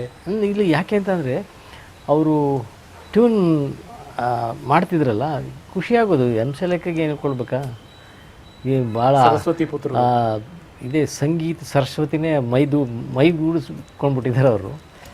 ಅದು ನನಗೋಸ್ಕರ ನಾನು IAS ಅಧಿಕಾರಿ ಅಂತೇಳಿ ಅವರು ಒಂದು ಸ್ವಲ್ಪ ವಿಶೇಷವಾಗಿ ಮಾಡಿದ್ರು. ಅದು ಕಾಳಜಿ ವಹಿಸಿ 4 ಸಾಂಗ್ ಮಾಡಿದ್ರು, 4 ಹಿಟ್ಟು, 4 ಸಾಂಗ್ಗಳು ನಗಾ ಹಿಟ್ಟು. ಸರ್ ನನಗೆ ಇನ್ನೂ ಚೆನ್ನಾಗಿ ಜ್ಞಾಪಕ ಇದೆ, ತ್ರಿವೇಣಿ ತಾಕೀಸಲ್ಲಿ ಅಂತ ಕಾಣುತ್ತೆ. ನಾವೆಲ್ಲ ಅವಾಗ ಹುಡುಗರು ಇನ್ನೂ ಬಾನಲ್ಲ ತ್ರಿವೇಣಿ ರಿಲೀಸ್ ಆಗಿದೆ. ಫಸ್ಟ್ ಡೇ ಸರ್ ನಮಗೆ ಅವಾಗೆಲ್ಲ ನಾವು ಅಣ್ಣವರು, ವಿಷ್ಣು ಸಾರು, ಶಿವಣ್ಣ ಅವರು, ರವಿ ಸಾರು, ಇವು ಸಿನಿಮಾಗಳಂದರೆ ಒಂದು ಹಬ್ಬದ ವಾತಾವರಣ. ಅವಾಗ ಹಿಂಗೆ IAS ಆಫೀಸರ್ ಅಂತೆ ನಮಗೆ ಹೆಸರೆಲ್ಲ ಅವಾಗ ಅಷ್ಟು ಪರಿಚಯ. ನಾವೆಲ್ಲ ಹುಡುಗರುಗಳು ಇನ್ನೂ ಶಿವರಾಮ್ ಅವರಂತ ಕನ್ನಡದಲ್ಲಿ IAS ಅಂತೆ ಅವ್ರು ಪಿಕ್ಚರ್ ಮಾಡಿದ್ದಾರೆ. ಹಾಡುಗಳು ಸೂಪರ್ ಹಿಟ್ ಆಗಿತ್ತು ಅವಾಗ. ಹಾಡುಗಳು ನೋಡಿ ಸರ್ ಥಿಯೇಟ್ರ್ ಹತ್ರ ಬಂದಿದ್ದು ನನಗೆ ಲಿಟ್ರಲಿ ಜ್ಞಾಪಕ ಇರೋ ಸೀನು. ಆಟೋ ನಿಮ್ಮ ಅಭಿಮಾನಿಗಳು ಅವತ್ತಿಂದನೂ ಆಟೋಗಳಲ್ಲಿ ಆ ಸ್ಟಾರ್ಗಳು, ಆ ಮೆರವಣಿಗೆ, ನಿಮ್ಮನ್ನು ಶಿವರಾಮ್ ಸಾಹೇಬರು ನೀವೇ ನೀವು ಸ್ಕ್ರೀನ್ ಮೇಲೆ ನೋಡ್ಕೊಂಡಾಗ ಏನು ಅನಿಸ್ತು ಸರ್ ಆ ಪಿಕ್ಚರ್? ಇಲ್ಲ, ನಮಗೆ ನಂಬಕ್ಕೆ ಆಗ್ತಾಯಿಲ್ಲ. ನಾವು ಯಾಕೆ ನಂಬಕ್ಕೆ ಆಗ್ತಾಯಿಲ್ಲ ಅಂದರೆ, ಈ ಮೊದಲು ಒಂದು ಬಡತನದಲ್ಲಿ ಬಂದವರು ನಾವು, ಗುಡಿಸ್ಲಿನಲ್ಲಿ ಹುಟ್ಟಿ ಬೀದಿಲಿ ಏನು ನೀವು ಹೇಳಿದ್ವಲ್ಲ, ಇಲ್ಲಿಂದ ಚಾರ್ಜ್ ಕಾಸ್ಟ್ಲಿ ನಡ್ಕೊಂಡು ಹೋಗ್ತಾ ಇದ್ವಿ ಅಂತೇಳಿ. ಒಂದೇ ಸಾರಿ DYSP ಆಗಿದೆ, ಆಮೇಲೆ ಮತ್ತೆ ಅಸಿಸ್ಟೆಂಟ್ ಕಮಿಷನರ್ ಆಯಿತು, ಹೋಗಲಿಲ್ಲ. ಒಂದೇ ಸಾರಿ IAS ಆಯಿತು ಅಂತ ಹೇಳಿದ್ರೆ ಅದೇನು ನಮಗೆ, ನಾವು ಪ್ರೈಮ್ ಮಿನಿಸ್ಟರ್ ಆದಂಗೆ ಲೆಕ್ಕ. ಅದ್ರ ಜೊತೆಗೆ ನಾವೆಲ್ಲ ಅಣ್ಣವ್ರ ಅಭಿಮಾನಿಗಳು. ನಾವು ಅಣ್ಣವ್ರ ಪಿಕ್ಚರ್ ನೋಡಿ ಖುಷಿ ಪಡ್ತಿದ್ದೆ, ನಾವೇ ಸಿನಿಮಾ ನಟ ಆದಂಗೆ ಖುಷಿ ಪಡ್ತಾಯಿದ್ವಿ. ನಾವು ಅದೇ ಪರದೆಯಲ್ಲಿ ನೀವು ಇದ್ದೀರ, ಅದೇ ಪರದೆಯಲ್ಲಿ ನಾವು ಬರ್ತಾ. ಅದು ಫಸ್ಟ್ ಪಿಕ್ಚರ್ ಹಿಟ್ ಆಯಿತು ಅಂತ ಹೇಳಿದ್ರೆ ಡಿಫ್ರೆಂಟ್ ಲವ್ ಸ್ಟೋರಿ ಅಲ್ಲ ಅದು. ಅದು ಆ ಆನಂದ ಮತ್ತೆ ಸಿಗಲ್ಲ ಸರ್. ಊರು ಮನೆಯವರು, ಮೇಡಮ್ ಅವರು ತಮ್ಮನ್ನು ನೋಡಿ ಏನಂದ್ರು ಸರ್ ಸಿನಿಮಾದಲ್ಲಿ? ಅದು ಎಲ್ಲರೂ ಖುಷಿಪಟ್ಟರು. ಖುಷಿ ಅಂದರೆ ಅವ್ರಿಗೆಲ್ಲ ಅದು ಅಷ್ಟೊತ್ತು ಕಾಲ ನಾನು IAS ಆಗಿ ಆಫೀಸರ್ ಆಗಿ ಭಾಳ ಹೆಸರು ಗಳಿಸಿದ್ದೀನಿ. ಆಫೀಸರ್ ಆಗಿ ತುಂಬ ಹೆಸರು ಪಾಪ್ಯುಲರ್ ಆಗಿದ್ದೆ. ಇಲ್ಲೇ ಬೆಂಗಳೂರಿನಲ್ಲಿ DC ಆಗಿದ್ನಲ್ಲ, ನನ್ನ ನೋಡೋಕ್ಕೆ ಬಡವರು ನೂಗ್ಲು ಕ್ಯೂ ನಿಂತ್ಕೊಳ್ಳೋರು ನಮ್ಮ ನೋಡೋಕ್ಕೆ. ಅವರೇ ಎಲ್ಲ ಇದು ಕಟ್ಟಿರ್ತು, ಸ್ಟಾರ್ಗಳು, ಮೆರವಣಿಗೆ, ಸ್ಟಾರು ಮೆರವಣಿಗೆ ಅದೆಲ್ಲ ಮಾಡಿತ್ತು ಅಭಿಮಾನದಿಂದ. ಅಷ್ಟೊಂದು ಮೈಸೂರು ಕಮಿಷನರ್ ಆಗೋದೆ, ಅಲ್ಲೂ ಅಷ್ಟೇ ಬಡವರು ಎಲ್ಲೋದ್ರೂ ಬಡವ್ರ ಸೇವೆ ಮಾಡೋದು ತಾನೇ ಕೆಲಸ. ನನಗದೇ ನನ್ನ ಮುಂದಿನ ಪ್ರಶ್ನೆಗಳು ಅದಾಗಿದೆ ಸರ್. ಈಗ ಸಿನಿಮಾದೇ ಮಾತಾಡಾಗಿದ್ರೆ ಮತ್ತು ಸಿನಿಮಾದೇನ ಮಾತಾಡಾಗಿದ್ರೆ ಬಾನಲ್ಲ ಮಲ್ಚಂದ್ರಕ್ಕೆ ಆಯಿತು, ಒಂದು ಶಿವರಾಮ್ ಅವರು ಚಿತ್ರದಲ್ಲಿ ಒಬ್ಬ ಸ್ಟಾರ್ ಆಗಿ ನಮ್ಮ ಕನ್ನಡ ಚಿತ್ರರಂಗಕ್ಕೆ ಎಂಟ್ರಿ ಕೊಟ್ಟೆ. ಒಂದು ಫನ್ನಿ ಕ್ವಶನ್ ಸರ್, ಇಷ್ಟೆಲ್ಲ ಸೀರಿಯಸ್ ಮಧ್ಯದಲ್ಲಿ ಸರ್, ಗಡ್ಡನ ನೀವು ಈ ಪಾತ್ರಕ್ಕೋಸ್ಕರ ಬಿಟ್ಟಿದ್ದು? ಇಲ್ಲ, ಮೊದಲಿಂದ ಗಡ್ಡ ಇತ್ತ ಸರ್. ಬಟ್ ಇವಾಗ ಅವಾಗಿನ ಗೌರ್ಮೆಂಟಲ್ಲಿ ಇರ್ಬೇಕಾದ್ರೆ ಕ್ಲೀನ್ ಶೇವ್ ಇರಬೇಕು, ಅದೆಲ್ಲ ಇರಲಿಲ್ಲ. ನಾನು ದಾಡಿ ಬಿಟ್ಕೊಂಡಿದ್ನಲ್ಲ, ಆಫೀಸರ್ ಆಗಿದ್ದಾಗೂ ಕೂಡ ದಾಡಿ ಬಿಟ್ಟಿದ್ದೆ ನಾನು. ಅಂದರೆ ನಿಮ್ಗೆ ಗೆಟಪ್ ಗಂತ ಬಿಟ್ಟಿದೆ? ಇಲ್ಲ, ಮೊದಲು ನಾನು IAS ಆದಾಗ ದಾಡಿ ಬಿಟ್ಕೊಂಡೇ ಇದ್ದೆ. ಓಕೆ, ನಂಗೆ ಗೊತ್ತಿರಲಿಲ್ಲ ಸರ್. ಏನೋ ಇವಾಗ ಪ್ರೋಟೋಕಾಲ್ ಇತ್ತೇನೋ, ಕ್ಲೀನ್ ಶೇವ್ ಇರಬೇಕು ಆ ಥರದ್ದು ಅಂತ. ದಾಡಿ ಬಿಟ್ಕೊಂಡೇ ಇದ್ದೆ. ಆಮೇಲೆ ಅನ್ನಿಸ್ತು ಒಂದು ಸ್ವಲ್ಪ ಡಿಫ್ರೆಂಟಾಗಿ ಮಾಡಬೇಕಲ್ಲ, story is also different. Correct. ದಾಡಿ ಬಿಟ್ಕೊಂಡು ಅವಾಗ ಯಾರೂ ಮಾಡ್ತಿರ್ಲಿಲ್ಲ. ಕರೆಕ್ಟ್. ಶಂಕರ್ನಾಗ್ ಒಂದು ಸಾರಿ ಏನೋ ಮಾಡಿದ್ರು ಅಷ್ಟೇ ಸರ್. ಶಂಕರ್ನಾಗ್ ಅವರು, ರವಿ ಸರ್ ಒಂದು ಅಪರೂಪಕ್ಕೆ ಅವಾಗ ಬಿಡೋರು ಸರ್. ಅದು ಬಿಟ್ಟರೆ ಯಾರು ದಾಡಿ ಬಿಟ್ಕೊಂಡು ಮಾಡ್ತಿರ್ಲಿಲ್ಲ. ನಾನೇ ಅಷ್ಟು ಅನ್ಬೇಕು. ಅದಕ್ಕೆ ಕೇಳಿದ್ದೆ ನಾ ಪ್ರಶ್ನೆ, ಆ ಪ್ರಶ್ನೆ ಕೇಳಿದ್ದೆ. ಇದಕ್ಕೇನೋ ನೀವು ಅಂದರೆ ಈ ಡ್ಯಾನ್ಸು, ಫೈಟು ಏನಾದರೂ ಕಲ್ತ್ರ ತಯಾರಿ ಇತ್ತ? ಇದೆ, ಅದು ಫೈಟ್ಸ್ ಒಂದು ಸ್ವಲ್ಪ ಇದರಲ್ಲಿ ನಮ್ಮ ಶಿವಣ್ಣ ಅಂತ ಒಬ್ಬ ಇದು ಮಾಡ್ತಿದ್ದ, ಏನು ಫೈಟ್ ಮಾಸ್ಟರ್. ಅವನು ಫೈಟ್ ಮಾಸ್ಟರ್ ಅವ್ರಿಗೆ ಹುಡುಗರಿಗೆಲ್ಲ ತಯಾರು ಮಾಡ್ತಾ ಇದ್ದ ಅವನು. ಇದರಲ್ಲಿ ಪಲ್ಲವಿ ಥಿಯೇಟ್ರ್ ಹತ್ರ ಸಂಪಂಗಿ ರಾಮನಗರ. ಅವನು ಸ್ವಲ್ಪ ಟ್ರೈನಿಂಗ್ ಕೊಟ್ಟ ನಾನು. ಓಕೆ. ಜಂಪ್ಸ್ ಮಾಡೋದು ಅದು ಇದು ಅದೆಲ್ಲ ಟ್ರೈನಿಂಗ್ ಕೊಟ್ಟ. ಆಮೇಲೆ ಡ್ಯಾನ್ಸ್ ನಾನೇನು ಮಾಡ್ತಿದ್ದೆ, ಮೊದಲು ಈ ಹಾಡಿಗೆ ತಕ್ಕಂತೆ ಮೊದಲೇ ಕಂಪೋಸ್ ಮಾಡಿ ನಮ್ಗೊಂದು ಸ್ವಲ್ಪ ಟ್ರೈನಿಂಗ್ ಕೊಡಪ್ಪ ಅಂತ ತೊಗೊಂಡು ಆಮೇಲೆ ಹಂಗೆ ಸ್ಪಾಂಟೇನಿಯಸ್ಸೇ ಮಾಡ್ತಾಯಿದ್ವಿ. ಫಸ್ಟ್ ಸ್ವಲ್ಪ ವಾರ್ಮ್ ಅಪ್ ಮಾಡ್ಕೊಂಡು ಆಮೇಲೆ ಡೈರೆಕ್ಟ್ ಸರ್. ಹಾಗೆ ಒಂದು ಪ್ರಶ್ನೆ ಅಂದರೆ ಗೊತ್ತಿಲ್ಲ, ಹೋಪ್ ಯು ಡೋಂಟ್ ಮೈಂಡ್, ಅಂಥ ಅದ್ಭುತವಾದ ಕಾಂಬಿನೇಷನ್ ನಿಮ್ಮದು ನಾಗತಹಳ್ಳಿ ಸರ್ದು. ನಾವುಗಳೆಲ್ಲ ಚಿತ್ರಪ್ರೇಮಿಗಳಾಗಿ ತುಂಬ ಕಾಯ್ತಿದ್ವಿ, ಮತ್ತಷ್ಟು ಮಗದಷ್ಟು ಚಿತ್ರಗಳು ನಿಮ್ಮ ಕಾಂಬಿನೇಷನ್ ಬರುತ್ತೆ ಅಂತ. ಯಾಕೆ ಸರ್ ಯಾವ ಪಿಕ್ಚರು ಮಾಡಲಿಲ್ಲ ಆಮೇಲಿಂದ ನಿಮಗಿಬ್ಬರು ಕಾಂಬಿನೇಷನ್? ಆದರೆ ಅದೇನೋ ಅದೃಷ್ಟ ಬಂದಿಲ್ಲ ಅಂತ, ಅವ್ರ ಜೊತೆ ಮತ್ತೆ ಮಾಡೋ ಅದೃಷ್ಟ ಬಂದಿಲ್ಲ ಅನಿಸುತ್ತೆ. ಯಾಕೆಂದರೆ ತುಂಬ ಅದ್ಭುತವಾದ ಕಾಂಬಿನೇಷನ್ ಮಾಡ್ಬೋದಾಗಿತ್ತು. ಅವ್ರೇನೋ ನನ್ನ ಬಗ್ಗೆ ಮತ್ತೆ ಮಾಡೋಕ್ಕೆ ಮನಸ್ಸು ಬರಲಿಲ್ಲ, ಸಮಯ ಕೂಡ ಬರಲಿಲ್ಲ, ಸಮಯನೂ ಕೂಡ ಬರಲಿಲ್ಲ. ಅದೃಷ್ಟ ಬರಬೇಕು. ಅದೆಲ್ಲ ಈ ಈ ಮೊದಲನೇ ಪಿಕ್ಚರು ಬಾನಲ್ಲೇ ಮಧುಚಂದ್ರಕ್ಕೆ ಅಂಥ ಸ್ಟೋರಿ, ಅಂಥ ನಿರ್ದೇಶಕರು ಮತ್ತು ಸಂಗೀತ, ಅಂಶಲೇಖರು, ಇದೆಲ್ಲ ಕೂಡ ಬರಬೇಕು. ಇಟ್ ಹ್ಯಾಪನ್ಸ್ ಅಂತಾರಲ್ಲ, ಅದೇನು ಆಯಿತು. ಓಕೆ. ಮತ್ತೊಂದು ತಮ್ಮ ನಿರೀಕ್ಷೆಯ ಚಿತ್ರ ಸರ್, ವಸಂತ ಕಾವ್ಯ ಸಿನಿಮಾ. ಸುಧಾರಾಣಿ ಮೇಡಮ್ ಅವರು ನಾಯಕ ನಟಿ. ಏಕೆಂದರೆ ಓಹೋ ವನಸುಂದರಿ ಆ ಸಾಂಗು, ಆ ಪಿಕ್ಚರೈಸೇಷನ್, ಮತ್ತೊಬ್ಬ ದಿಗ್ಗಜ ಹಿರಿಯ ನಿರ್ದೇಶಕ ಎಸ್ ನಾರಾಯಣ್ ಅವರು. ಸೊ ವಸಂತ ಕಾವ್ಯ ಅನುಭವಗಳು ಹೇಳೋದಾದರೆ? ವಸಂತ ಕಾವ್ಯದಲ್ಲಿ ನನಗೆ ತುಂಬ ಇಷ್ಟ ಆದದ್ದು ನಮ್ಮ ಮೈಸೂರು ಹರೀಶ್ ಅವ್ರ ಕಥೆ ಅಂತ ಕಾಣುತ್ತೆ. ನಿರ್ದೇಶಕರ ಬಗ್ಗೆ ಭಾಳ ಇಷ್ಟ ಆಯ್ತು ನನಗೆ, ಎಸ್ ನಾರಾಯಣ್ ಬಗ್ಗೆ. ಅವ್ರ ಡಿಸಿಪ್ಲಿನ್ ತುಂಬ ಇಷ್ಟ ಆಗೋದು. ಬೇರೆ ಭಾಳ ಜನದ ಜೊತೆ ಮಾಡಿದ್ದೀನಿ, ಅಷ್ಟು ಇದು ಶಿಸ್ತು ಯಾರೆಲ್ಲೂ ಕಂಡಿಲ್ಲ ನನಗೆ. ಇವ್ರು ಏನು ಮಾಡೋದು, 4 ಗಂಟೆಗೆ ಎದ್ದು ರೆಡಿಯಾಗಿ 5 ಗಂಟೆಗೆ ಸ್ಪಾಟ್ನಲ್ಲಿ ಇರ್ತಿದ್ರು ಅವರು. ಎಸ್ ನಾರಾಯಣವರು 5 ಗಂಟೆಗೆ ಸ್ಪಾಟ್ನಲ್ಲಿದ್ದು, ಬೇರೆಯವರು ಅವರು ಫಸ್ಟ್ ಶಾಟ್ ತೆಗೆದುಬಿಟ್ಟೆ ಇದು ಬ್ರೇಕು ಅದು ಟಿಫನ್ ಬ್ರೇಕು. ಹಾಂ, ಲೇಟಾಗಿ ಬರೋರಿಗೆಲ್ಲ ನಮಸ್ಕಾರನವ್ರು ಅಷ್ಟೇ, ಇನ್ನೇನು ಅಂತಿರಲಿಲ್ಲ ಅವರು. ಅಲ್ವಾ, ನನಗೆ ಖುಷಿಯಾಗೋದು ನಾರಾಯಣ್ ನೋಡಿದ್ರೆ. ಯಾಕೆಂದರೆ ಒಬ್ಬ ನಿರ್ಮಾಪಕರ ದೃಷ್ಟಿಲಿ ಇಟ್ಕೊಂಡು ಒಂದು ಕಡೆ ಡಿಸಿಪ್ಲಿನ್, ಶಿಸ್ತು. ನನಗೆ ಶಿಸ್ತು ಈಗಲೂ ಕೂಡ ನನಗೆ ಶಿಸ್ತು ಭಾಳ ಇಂಪಾರ್ಟೆಂಟ್. ನನಗೆ ಆ ಶಿಸ್ತು ಇದ್ರೇ ಯಾವುದೇ ಪ್ರೊಫೆಷನ್ ಆಗಲಿ ಶಿಸ್ತು ಬೇಕು. ಅವರಲ್ಲಿ ನಾನು ನಾರಾಯಣಲ್ಲಿ ಅಂದ್ಕೊಂಡೆ, ತುಂಬ ಇಷ್ಟ ಆಯ್ತು ನನಗೆ. ಲೀಲಾವತಿ ಅವ್ರ ಜೊತೆ ತಮ್ಮ ಲೀಲಾವತಿ ಅಂತ ದೊಡ್ಡ ನಟಿ. ಅದಕ್ಕೆ ನಾವು ಅಂಥವ್ರ ಜೊತೆಯಲ್ಲಿ ಅಮ್ಮ ನಮಗೆ ಫಿಶ್ ಮಾಡಿಕೊಡೋದು. ಓಹ್, ಅವ್ರ ಕೈನಲ್ಲಿ ಫಿಶ್ ಮಾಡಿ ತಿನ್ನಿಸಿದ್ದಾರೆ ನಮಗೆ. ನೋಡಿ ಸರ್, ನನಗೆ ಆಸೆ ಇತ್ತು. ನನಗೆ ಮೊದಲಿಂದ ಏನು ಸಿನಿಮಾಗಳು ನೋಡಿ ಬೆಳೆದಿರೋರು ನೀವು. ಸಿನಿಮಾ ನೋಡಿ, ಯಾಕೆ ಅಂದರೆ ಲೀಲಾವತಿ ಅಮ್ಮ, ಆಮೇಲೆ ಜಯಂತಿ ಅಮ್ಮ, ಪಂಡ್ರಿಬಾಯಿ, ಇಂಥವ್ರ ಜೊತೆಲ್ಲ ಆ ತಾಯಿ ಮಗನಾಗಿ ಮಾಡಬೇಕು ಅಂತ ಭಾಳ ಇಷ್ಟ. ಲಕ್ಷ್ಮಿ ಅವರು, ಇದೆಲ್ಲ ತುಂಬ ಆಸೆ ಇತ್ತು ನನಗೆ. ಅಂಥದ್ರಲ್ಲಿ ನಮಗೆ ಇವರು ಲೀಲಾವತಿಯವ್ರ ಜೊತೆ ಮಾಡುತ್ತು ಭಾಳ ಅದೃಷ್ಟ ನನಗೆ. ಎಂಥ ನಟಿ ಅವರು, ಅದ್ಭುತವಾದ ನಟಿ. ಒಂದು ಅಷ್ಟೇ ಒಳ್ಳೆಯವರು ಅವರು, ತುಂಬ ಒಳ್ಳೆತನ, ಒಳ್ಳೆ ತಾಯಿ ಹೃದಯನೇ, ತಾಯಿನೇ.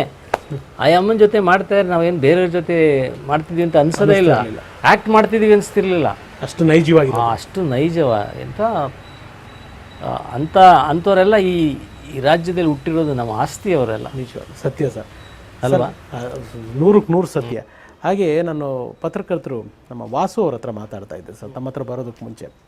ನನಗೆ ಅವರೊಂದು ವಿಷಯ ಹೇಳಿದ್ರು. ಅಂದರೆ ನಾನು ನಿಮ್ಮ ಗಟ್ಸ್ಗೆ, ಅಂದರೆ ನಿಮ್ಮನ್ನು ಎಂಬ್ರಾಸ್ ಮಾಡೋಕ್ಕೆ ಆಗಲಿ ಅಥವಾ ನಿಮ್ಮನ್ನು ಇದು ಮಾಡೋಕ್ಕಾಗಲಿ ಹೇಳ್ತಿಲ್ಲ. ಅವ್ರು ಹೇಳಿದ್ರು, ರಘು, ಶಿವರಾಮ್ ಅವ್ರದ್ದು ಯಾವ ಥರದ್ದು ಒಂದು ಗಟ್ಸು ಅಂತಂದರೆ, ಒಂದು ಸಿನಿಮಾ ಅವ್ರು ಮಾಡಬೇಕಾಗಿತ್ತು. ಆ ನಿರ್ದೇಶಕರ ಹೆಸರು ಬೇಡ, ಪತ್ರಕರ್ತರನ್ನ ಒಂದು ಸೇರಿಸಿ ಶಿವರಾಮ್ ಸಾಹೇಬ್ರ ಮನೆಯಲ್ಲೇ ಒಂದು ಕತೆ ಕೇಳೋ ಒಂದು ಸನ್ನಿವೇಶನ ಒಂದು ಏರ್ಪಾಡು ಮಾಡೋದು. ಅಂದರೆ ಅವರು ಒಬ್ಬೊಬ್ಬ ಇಂಡಿವಿಜುವಲ್, ಒಬ್ಬ ಜರ್ನಲಿಸ್ಟ್ಗಾಗಲಿ, ಒಬ್ಬ ಪತ್ರಕರ್ತರಿಗಾಗಲಿ, ಒಬ್ಬರು ಕಾಮನ್ಗೆ, ಅವ್ರು ಯಾರಿಗೂ ಹೆದರ್ತಿರ್ಲಿಲ್ಲ. ಅಯ್ಯೋ ಈ ಕತೆ ಹೇಳ್ಬಿಟ್ರೆ ಏನಾಗ್ಬಿಡುತ್ತೋ, ಏನು ಅಂದ್ಕೊಂಡ್ಬಿಡ್ತಾರೋ, ಆ ಭಯ ಎಲ್ಲ ಶಿವರಾಮ್ ಸಾಹೇಬ್ರಿಗೆ ಇರಲೇ ಇರಲಿಲ್ಲ. ಅವರು ಕರೆಸಿ ಅವರ ಫಸ್ಟ್ ಪರ್ಸನ್ ಒಂದು ನಾಂದಿ ಹಾಡಿದ್ದು, ಒಬ್ಬ ಪತ್ರಕರ್ತರನ್ನ ಸಿನಿಮಾ ಸ್ಟಾರ್ಟ್ ಆಗೋಕ್ಕೆ ಮುಂಚೆ ಒಂದು ಕತೆ ಕೇಳಿಸ್ಬೇಕು ಅಂತ. ಆಮೇಲೆ ಅವರು ಒಬ್ಬ ಸರ್ಕಾರದ ಪ್ರಪ್ರಥಮ ಅಧಿಕಾರಿ, ಒಂದು ಬೆಳ್ಳಿ ಪರದೆ ಮೇಲೆ ಹೀಗೆ ಕಾಣಿಸ್ಕೊಂಡಿದ್ದು ಅಂತ. ಈ ಧೈರ್ಯ ನಿಮ್ಗೆ ಹೆಂಗೆ ಸರ್? ಆಮೇಲೆ ಇನ್ನೂ ಒಂದು ಹೇಳಿದ್ರು, ತುಂಗಾ ರೇಣುಕಾ ಅವರು, ನೀವು ಕೂಡ ತಂಗಿ ಅಂತವ್ರನ್ನ ಕರೀತಾರೆ, ನಾನು ಕೂಡ ಅಕ್ಕ ಅಂತ ಇದು ಮಾಡ್ತೀವಿ, ಮತ್ತೊಬ್ಬರು ಹಿರಿಯ ಪತ್ರಕರ್ತೆ. ಅವ್ರು ಹೇಳಿದ್ರು, ಯಾವತ್ತೂ ಹೆದರಲ್ಲ ರಘು ಅವರು ಇಷ್ಟೇ, ನಾನು ತಪ್ಪು ಮಾಡಲ್ಲ, ನಾನು ಹೆದರುವಂಥ ಅವಶ್ಯಕತೆ ಇಲ್ಲ, ಅದು ಯಾವುದೇ ಇರಲಿ. ಸೊ ಈ ಧೈರ್ಯ ಎಲ್ಲಿಂದ ಶಿವರಾಮ್ ಸಾಹೇಬ್ರಿಗೆ? ಅದು ಇನ್ಬಿಲ್ಟ್, ಅದು ಜೀನ್ಸಲ್ಲೇ ಬಂದ್ಬಿಟ್ಟು. ಯಾಕೆ ಅಂತಂದರೆ ಈಗಲೂ ಆ ಧೈರ್ಯನೇ ನಮ್ಗೆ ಆಸ್ತಿ. ಮೈಸೂರಿನಲ್ಲಿ ನನ್ನ ಬಗ್ಗೆ ಏನೇನೋ ಪತ್ರಿಕೆಯಲ್ಲಿ ಬರೆಯೋರು, ಅವರೇ ಅವನು ಬರೆಯೋದು ಶಿವಣ್ಣ ಅಂತ ಒಬ್ಬರು ಪತ್ರಕ ಅವರು ಡೋಂಟ್ ಕೇರ್ ಅನ್ನೋದೇ ಅವರ ಪಾಲಿಸಿ ಅಂಥೇಳಿ ಅವರೇ ಬರೆಯೋದು. ನಾನು ಯಾರಿಗೂ ಹೆದರ್ತಿರ್ಲಿಲ್ಲ. ಯಾಕೆ ಹೆದರಬೇಕು? ಯಾಕೆ ಹೆದರಲ್ಲ ಅಂತಂದರೆ ಈಗಲೂ ಯಾರಿಗೂ ನಾವೇನು ಕೇರೆ ಮಾಡಲ್ಲ ನಾವು. ಯಾಕೆ ಅಂತ ನಾನು ಪ್ರಾಮಾಣಿಕವಾಗಿದ್ದೇನೆ. ಆಮೇಲೆ ನನ್ನ ಇದು ಮೈದಾನ ನನ್ನ ಕುದುರೆನಲ್ವಾ, ನಾವು ಯಾಕೆ ಹೆದರಬೇಕು? ತಪ್ಪು ಮಾಡಿದ್ರೆ ಹೆದರ್ಕೋಬೇಕು. ನಾನು ಎಲ್ಲೂ ಯಾರಿಗೂ ಈವನ್ ಪ್ರೆಸ್ನವ್ರಿಗೂ ಕೂಡ ಯಾರಿಗೂ ಕರೆದು ಇಂಟ್ರ್ಯೂ ಕೊಡೋದು ಅವೆಲ್ಲ ನಾನು ಮಾಡ್ತಾ ಇರಲಿಲ್ಲ. ನೀವು ಬೇಕಾದರೆ ವಿ ಆರ್ ನ್ಯೂಸ್ ಮೇಕರ್ಸ್, ನಿಮ್ಗೆ ನ್ಯೂಸ್ ಬೇಕಾದ್ರೆ ಬರ್ಕೊಳ್ಳಿ. ನನಗೋಸ್ಕರ ನೀವು ದುಡ್ಡು ಕೊಟ್ಟು ಬರ್ಸ್ಕೊಳ್ಳೋದು ಅವೆಲ್ಲ ನಾನು ಮಾಡಲ್ಲ. ಅದೆಲ್ಲ ಚಟನೇ ಅದು ಇಷ್ಟನೇ ಇಲ್ಲ. ಒಬ್ಬ ಹಿಂಗೆ ಪತ್ರಕರ್ತ ಭಾಳ ಗಾಂಚಲಿ ಮಾಡ್ತಿದ್ದೆ ದಾವಣಗೆರೆಯಲ್ಲಿ. ಸುಮ್ಮನೆ ಏನೋ ದುಡ್ಡು ಕೊಡಲಿಲ್ಲ ಅಂತ ಬರೆಯೋದು ನನ್ನ ಮೇಲೆ. ಲಂಕೇಶ್ ಪತ್ರಿಕೆಯಲ್ಲಿ ಬರ್ಸೋದು ಹಿಂಗೆಲ್ಲ ಮಾಡ್ದೆ. ಒಂದು ದಿವಸ ಕರೆದು ಒಳಗಾಕ್ಸ್ಬಿಟ್ಟೆ ಅವನು ಡೈರೆಕ್ಟ್. ಬಂದರೆ ಅವ್ನು ಕರೆದೆ, ನೋಟಿಸ್ ಕೊಟ್ಟೆ, ಹೀರಿಂಗ್ ಮಾಡಿದೆ. ಹೀರಿಂಗ್ ಮಾಡಿ ಡೈರೆಕ್ಟಾಗಿ ಜೈಲಿಗೆ ಕಳಿಸ್ದೆ. ಅದೇನು ಬರ್ಕೋಗ ನೋಡೋಣ ಅಂತ. ಹಂಗೆ ಪತ್ರಕರ್ತ ಅದು ಒಂಥರ ಆರೋಗ್ಯಕರವಾದಂಥ ಒಂದು ಹೆಲ್ತಿ ಜರ್ನಲಿಸಮ್ ಇರಬೇಕು. ನೀವು ಎಲ್ಲೋ ಜರ್ನಲಿಸಮ್ ಮಾಡೋದು ಮತ್ತು ಇದು ಬ್ಲ್ಯಾಕ್ ಮೇಲ್ ಮಾಡೋದು, ಅದು ಯಾವುದು? ಎಲ್ಲ ಕ್ಷೇತ್ರದಲ್ಲೂ ಒಳ್ಳೆಯವರು ಇದ್ದಾರೆ, ಕೆಟ್ಟವರು ಇದ್ದಾರೆ. ನಿಜ ಸರ್ ಅಲ್ವಾ? ಆಗ ನಾವು ಆಫೀಸರ್ಸಲ್ಲೆಲ್ಲ ಒಳ್ಳೆಯವರಲ್ಲ, ಪತ್ರಕರ್ತರೆಲ್ಲ ಕೆಟ್ಟವರಲ್ಲ. ಪ್ರತಿಯೊಂದು ಕ್ಷೇತ್ರದಲ್ಲೂ ಕೂಡ ಒಳ್ಳೆಯವರು ಕೆಟ್ಟವರು ಇದ್ದೇ ಇರ್ತಾರೆ. ಕೆಲವು ಕಡೆ ಕೆಲವ್ರ ಸಂಖ್ಯೆ ಜಾಸ್ತಿ ಇರ್ತದೆ, ಕೆಲವ್ರ ಸಂಖ್ಯೆ ಕಡಿಮೆ, ಪರ್ಸೆಂಟೇಜ್ ಅಷ್ಟೇ. ಆದರೆ ಈಗ ನಾನು ಅಧಿಕಾರಿಯಾಗಿದ್ದಾಗ ತುಂಬ ಜನ, ನಾನು DC ಆಗಿದ್ದೀನಿ, ಏನಾದ್ರು ಒಂದು ಪತ್ರಿಕೆಯಲ್ಲಿ ಬಂದುಬಿಟ್ರೆ ಆಫೀಸರ್ ಬಂದು ಸರ್ ಬಂದುಬಿಟ್ಟಿದೆ ಅಂತ ಬೈದಲ್ಲಿ ನನ್ನ ಹತ್ರ ಬರೋರು. ನಾನು ಹೇಳಿದೆ, ನಿಮ್ಮ ಮೇಲೆ ಆ್ಯಕ್ಷನ್ ತಗೊಳ್ಳೋರು ಯಾರಪ್ಪ ಅಂತ. ನೀವೇ ಸರ್. ಮತ್ತು ನಾನೇ ಕೇರ್ ಮಾಡೋದು, ನೀನು ಯಾಕೆ ಕೇರ್ ಮಾಡ್ತೀಯಾ? ಆದರೆ ನಿನ್ನ ಮೇಲೆ ನೀನೇನಾದ್ರು ದುಡ್ಡು ಕೊಟ್ಟು ಕೊಡೋದು ಪತ್ರಿಕೆನವ್ರಿಗೆ, ಅದೆಲ್ಲ ಮಾಡೋದು ನಿನ್ನ ಮೇಲೆ ಆ್ಯಕ್ಷನ್ ತಗೋತೀನಿ ಅಲ್ವಾ? ಸತ್ಯ ಸರ್. ಆಮೇಲೆ ಈ ದುಡ್ಡು ಕೊಟ್ಟು ಬರ್ಸ್ಕೊಳ್ಳೋದು ಅದೆಲ್ಲ ನನಗೆ ಅದೇ ಜಾಸ್ತಿ ಆಗಿದೆ ಇವಾಗ. ಕರೆಕ್ಟ್, ಅದೇ ಜಾಸ್ತಿ ಆಗಿದೆ. ಅದು ನನಗೆ ಇಷ್ಟ ಇಲ್ಲ. ನಾನು ಯಾವುದೇ ಇಂಟ್ರ್ಯೂ ಮಾಡೋಕ್ಕೆ ಬರ್ತಿಲ್ಲ, ನನ್ನ ಇಂಟ್ರ್ಯೂ ಯಾಕಪ್ಪ ಮಾಡ್ತೀಯಾ? ದೊಡ್ಡವರಿದೆ ಅವ್ರಿಗೆ ಮಾಡಿರಿ ಅಂತ. ನಾನು ಯಾರಿಗೂ ಇಂಟ್ರ್ಯೂನೇ ಕೊಡ್ತಿರಲಿಲ್ಲ. ಕರೆಕ್ಟ್, ಗೊತ್ತು ಸರ್, ನನಗೆ ನನಗೆ ಇಷ್ಟ ಇಲ್ಲ. ಯಾಕೆ ಅಂತ ನೀವು ನಿಮ್ಮ ಹೆಸರು ಜನಗಳಿಗೆ ಗೊತ್ತಿಲ್ಲ ಅಂದರೆ ನಿಮ್ಮ ಹೆಸರು ತಿಳ್ಸಕ್ಕೆ ಮಾಡಬೇಕು. ಕರೆಕ್ಟ್. ನನ್ನ ಹೆಸರು ಎಲ್ರಿಗೂ ಗೊತ್ತು. ಕರೆಕ್ಟ್. ನಾನು ಏನು ಮಾಡಿದ್ದೀನಿ ಎಲ್ರಿಗೂ ಗೊತ್ತು. ಈಗ ದಾವಣಗೆರೆಯಲ್ಲಿ ಕೆಲಸ ಮಾಡಿದ್ದೀನಿ. ಅದೇ ಸರ್, 11,000 ಮನೆ ಕಟ್ಟಿದ್ದೀನಿ. ಅದೇ ದಾವಣಗೆರೆಯಲ್ಲಿ ಶಿವರಾಮ್ ಬಡಾವಣೆ ಅಂತಲೇ ಇದೆ. ಹೌದು, ಇದೆ. ಮೈಸೂರಿನಲ್ಲಿ ಬಡಾವಣೆಗಳಿದೆ. ಮೈಸೂರಿನಲ್ಲಿ 4,000 ಮನೆ ಕಟ್ಟಿದ್ದೀನಿ. ನಾನು 25 ವರ್ಷದ ಹಿಂದೆ ಕಟ್ಟಿರೋದು ಮೈಸೂರಿನಲ್ಲಿ ಮನೆ. ಇನ್ನೂ ಅಷ್ಟು ಮನೆ ಕಟ್ಟಿಲ್ಲ ಅವರು. ಕಟ್ಟಿಲ್ಲ. ದಾವಣಗೆರೆಯಲ್ಲಿ 11,000 ಮನೆ ನಾನು ಕಟ್ಟಿದ್ದೀನಿ. ನಾನು ಬಂದಮೇಲೆ ದಾವಣಗೆರೆ ಸಿಟಿಲಿ ಒಂದು ಮನೆ ಆಗಿಲ್ಲ.